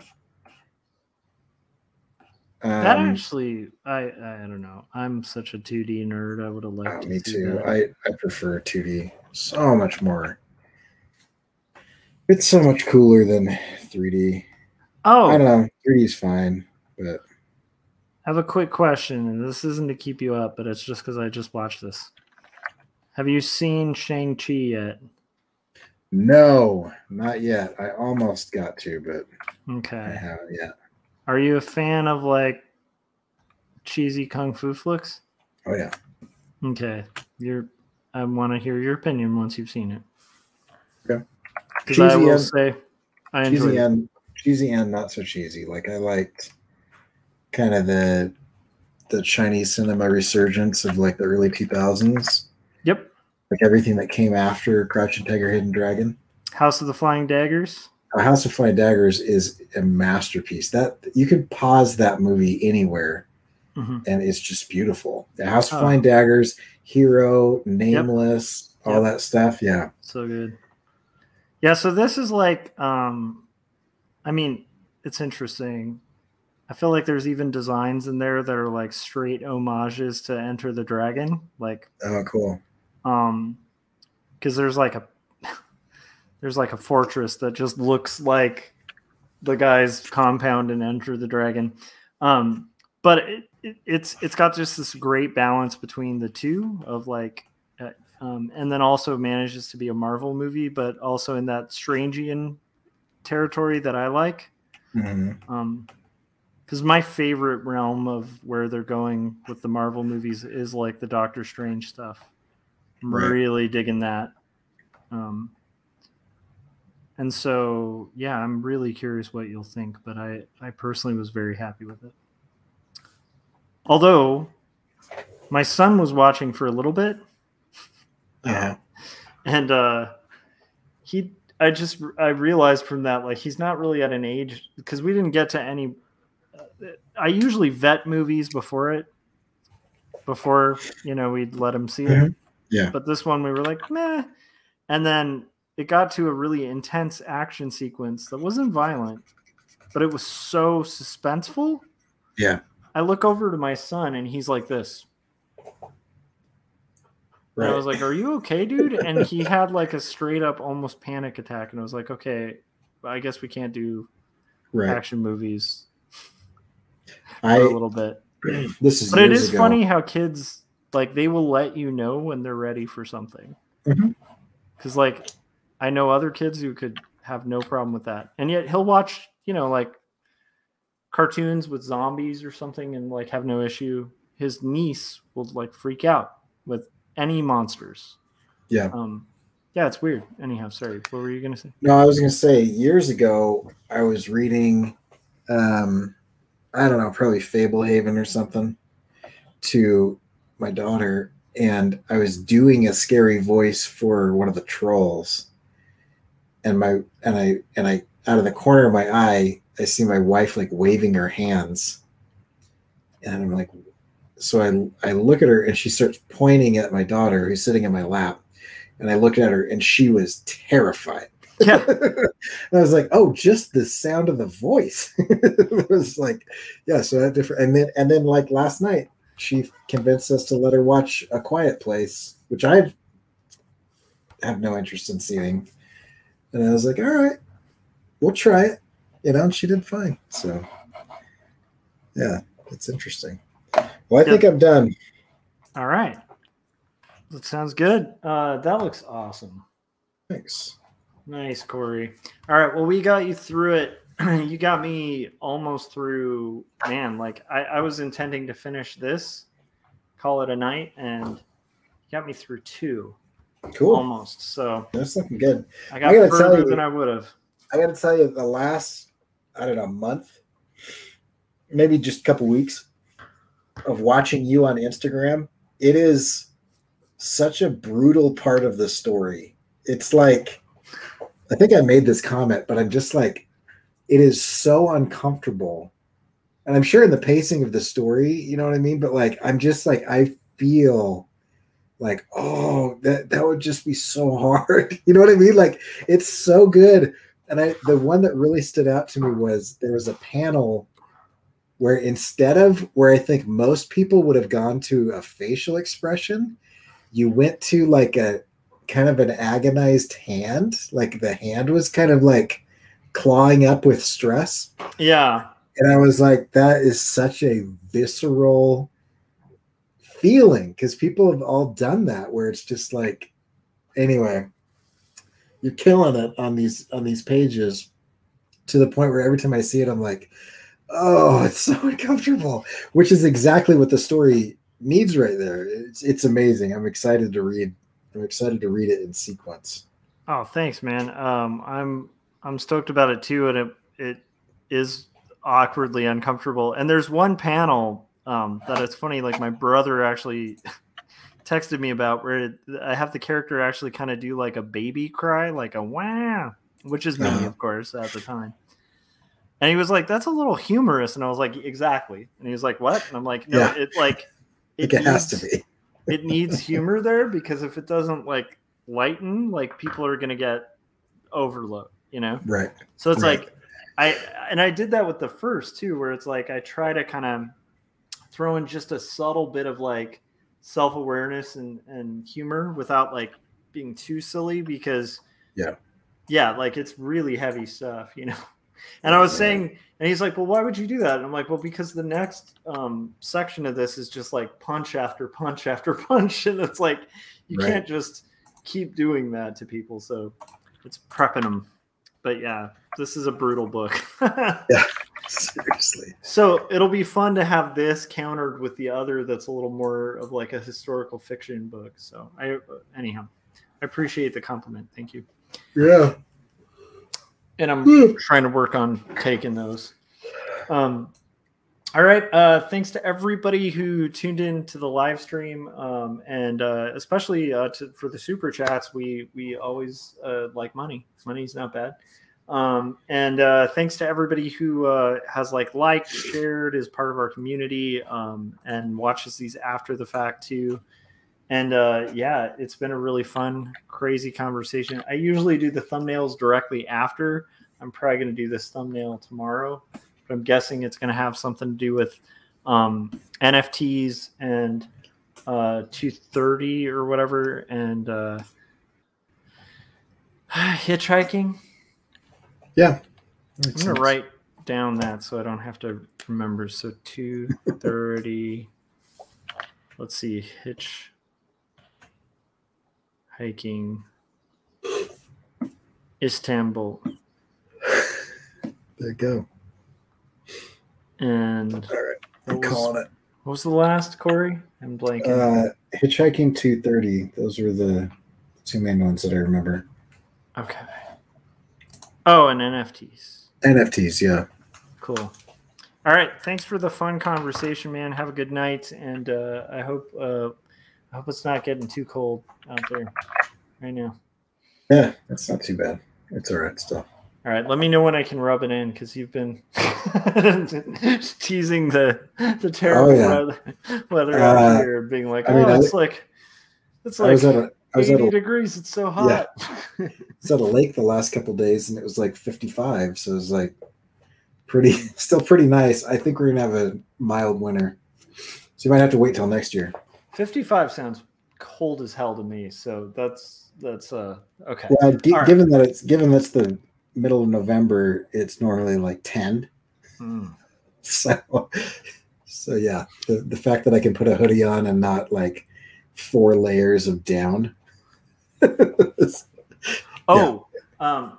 do want to end with this too. If you guys are not subscribed to Corey, subscribe, because the next time him and I stream together, in theory, it should be on his channel. So you want to make sure you're following both of us so that you can get and hit that bell on both of these so you get notification when we're about to do a live stream or something like that. So, because I think we're going to be, when we live stream together in particular, bouncing back and forth to different channels. So, all right. That'll do it. Thanks. Have a good night. See you, man. Good talking to you. Yes. Bye. I should probably actually click to end the stream. That would help. Oh, I thought were you waiting on me to do that?